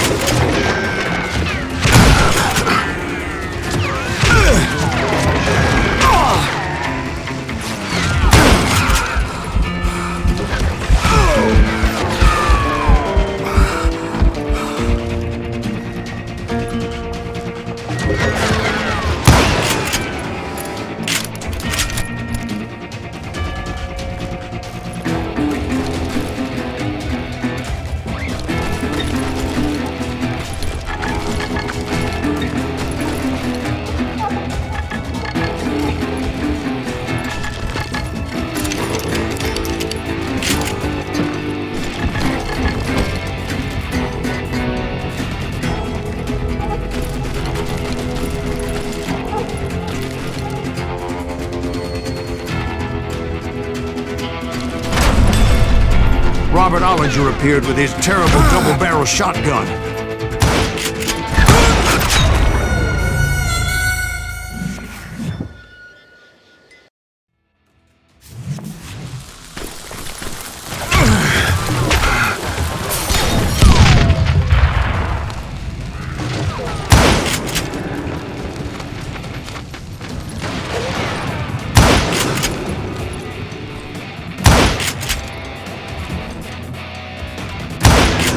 And in the gates of the cemetery, I saw John Wesley Hardin, just like I remembered him.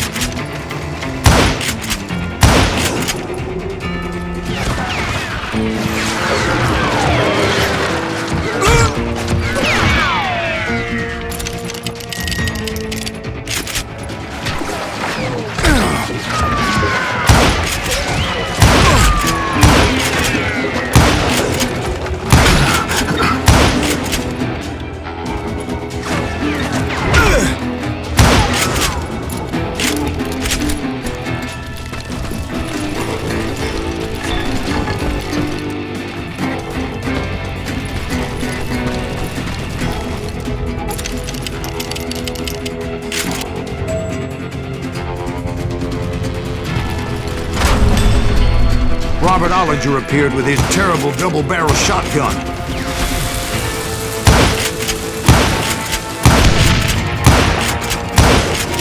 No ghost army was stopping me. My father-in-law got hit with a fallen branch. He spent the rest of his life talking to dogs.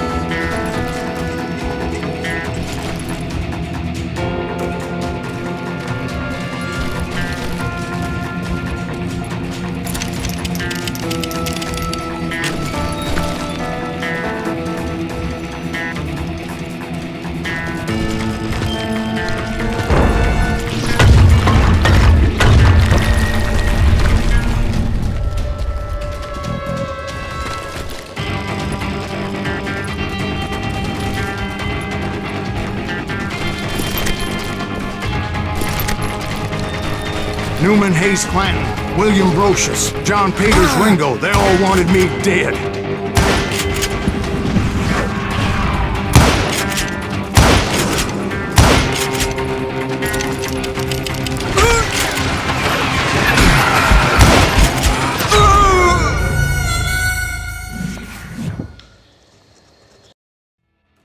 Newman Hayes Clanton, William Brocious, John Peters Ringo, they all wanted me dead.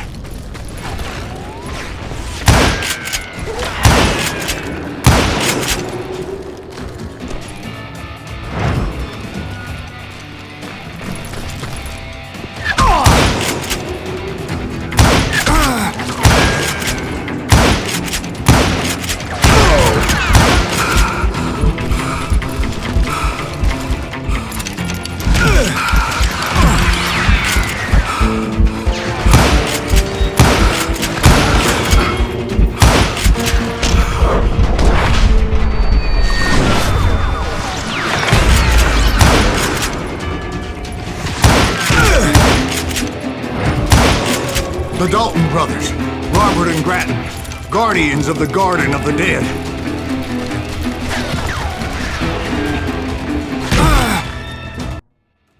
The Dalton brothers, Robert and Grattan, guardians of the Garden of the Dead.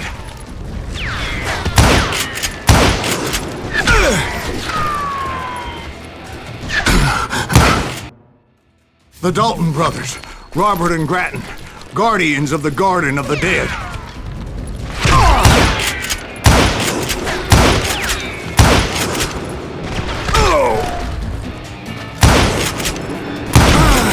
George Curry and Harvey Logan, alias Kid Curry, both thirsty for vengeance from the great...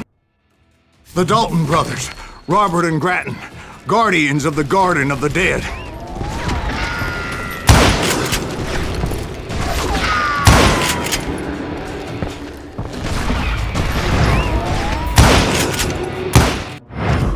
The Dalton brothers, Robert and Grattan, guardians of the Garden of the Dead.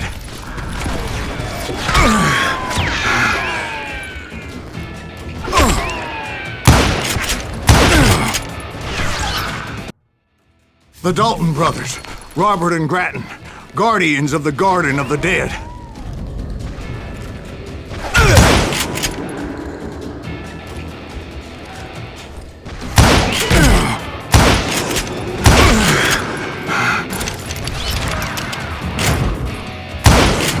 George Curry and Harvey Logan, alias Kid Curry, both thirsty for vengeance from the great beyond.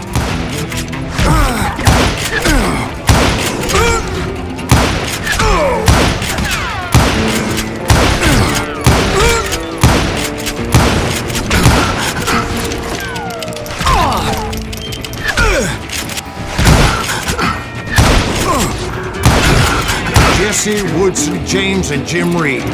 Each one deader than the next. I thought I would go crazy. Thought?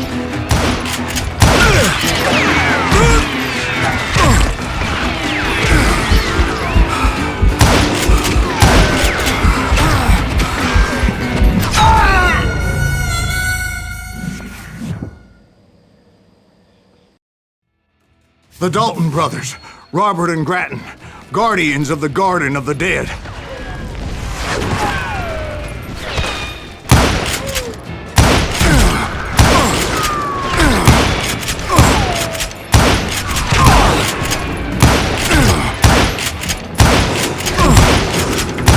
Curry and Harvey Logan, alias Kid Curry, both thirsty for vengeance from the great beyond.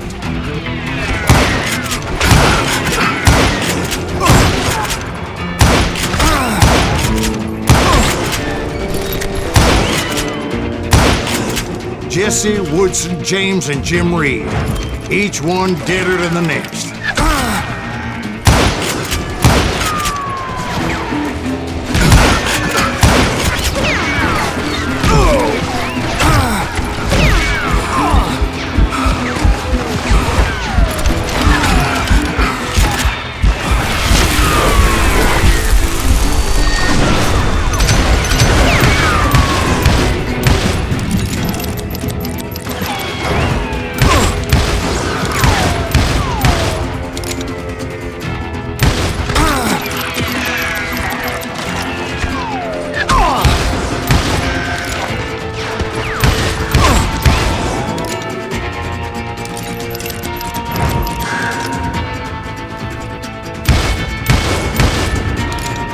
Finally, I saw Harry Alonzo Longabaugh.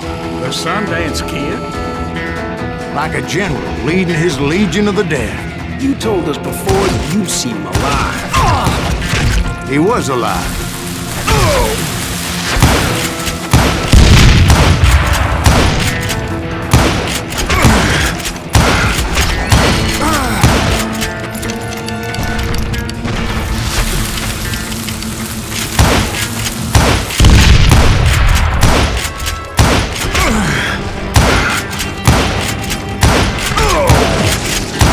Voice called to me from afar. It was Robert Leroy Parker, a.k.a. Butch Cassidy, coming at me from out of the fog. Thanks for taking care of that bastard.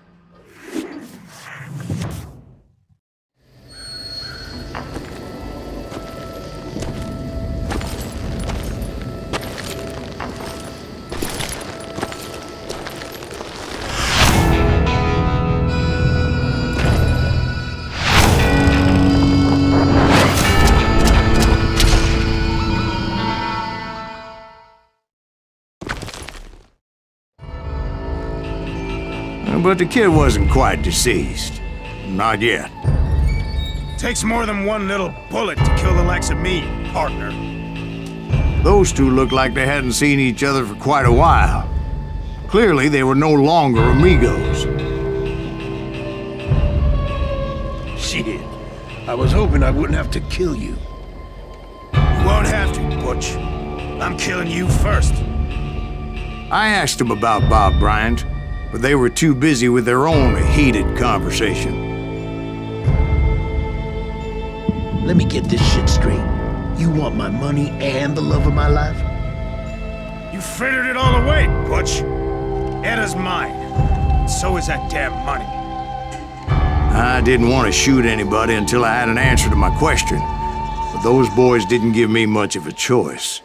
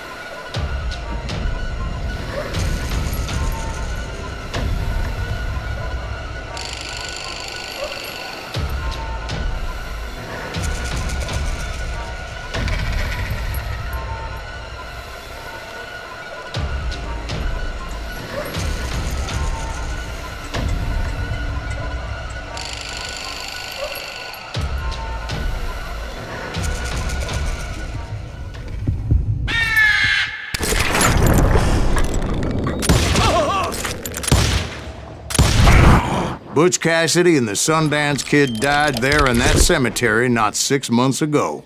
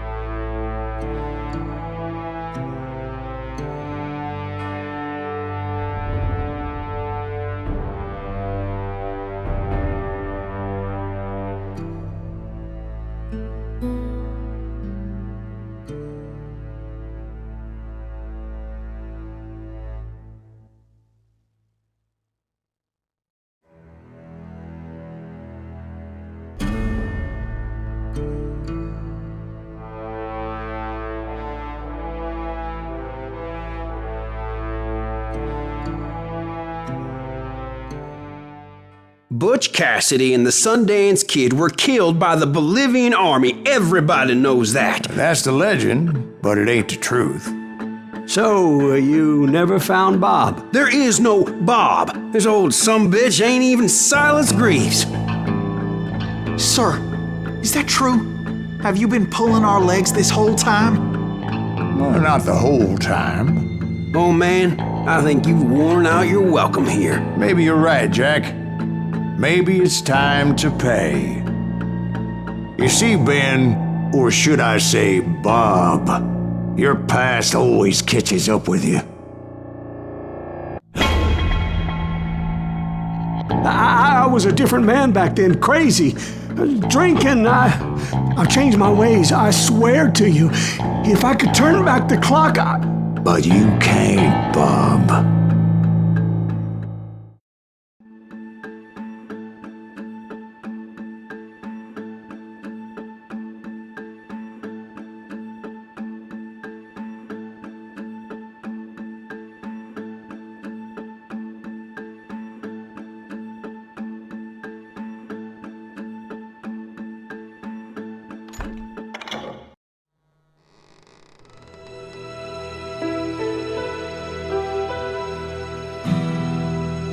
Why'd you toy with me like that? Telling those tales, knowing all along. Why not just lay your cards on the table? Here. I won't have it said that I left you with nothing. That's how you want it? So be it. Holy shit! Right, Molly, move against that wall. Go! Até isso, mano. Isso é a última, né?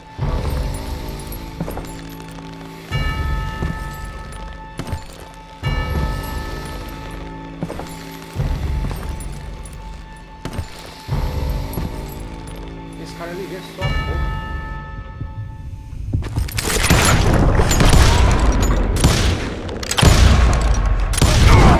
Oh my God! Oh, Jesus!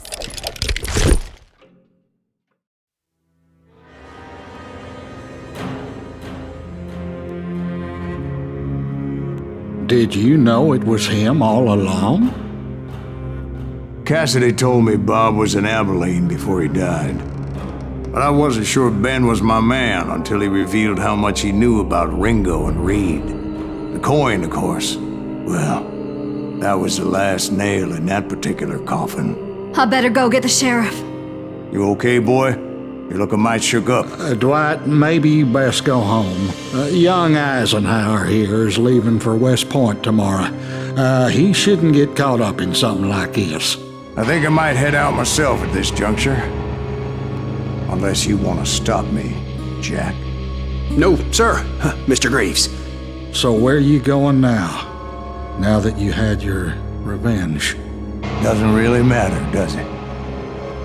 As I've sold my soul for it, and will never again walk with those I have lost.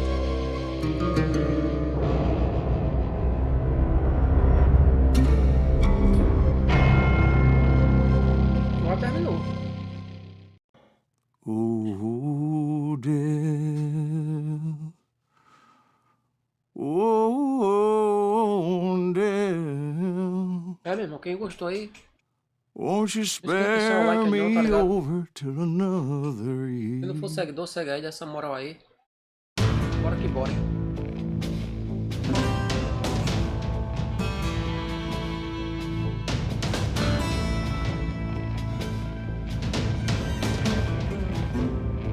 Esperar agora subir os prédios pra deixar o...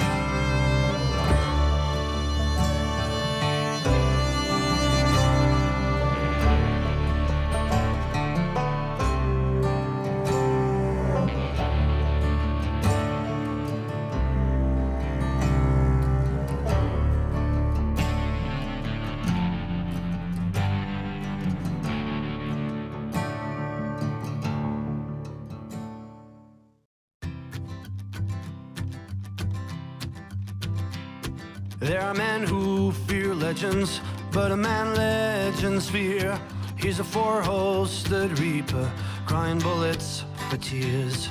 When a drought comes in justice, bullets make good rain. When the heartache has dried up, only blood heals the pain. There's a time for grieving and a time to just pray. There's a time for forgiving, but it's not for today. You can hide sins from the gavel, you can drown them in rum. When silence grease finds you, there's nowhere to run. And time goes too slowly for the gunslinger's eye. Till he's buried his promise, there's no time to cry.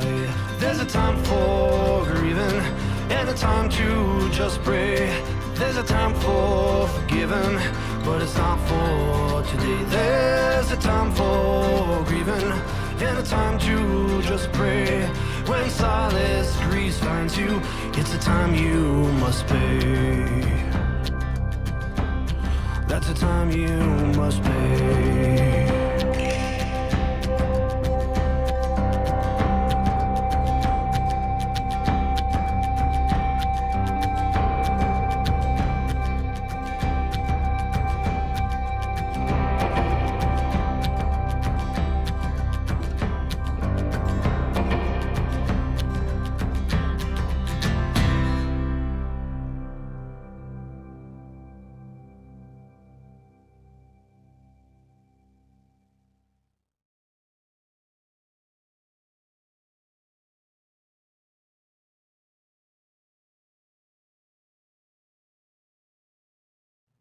Oh, Dell.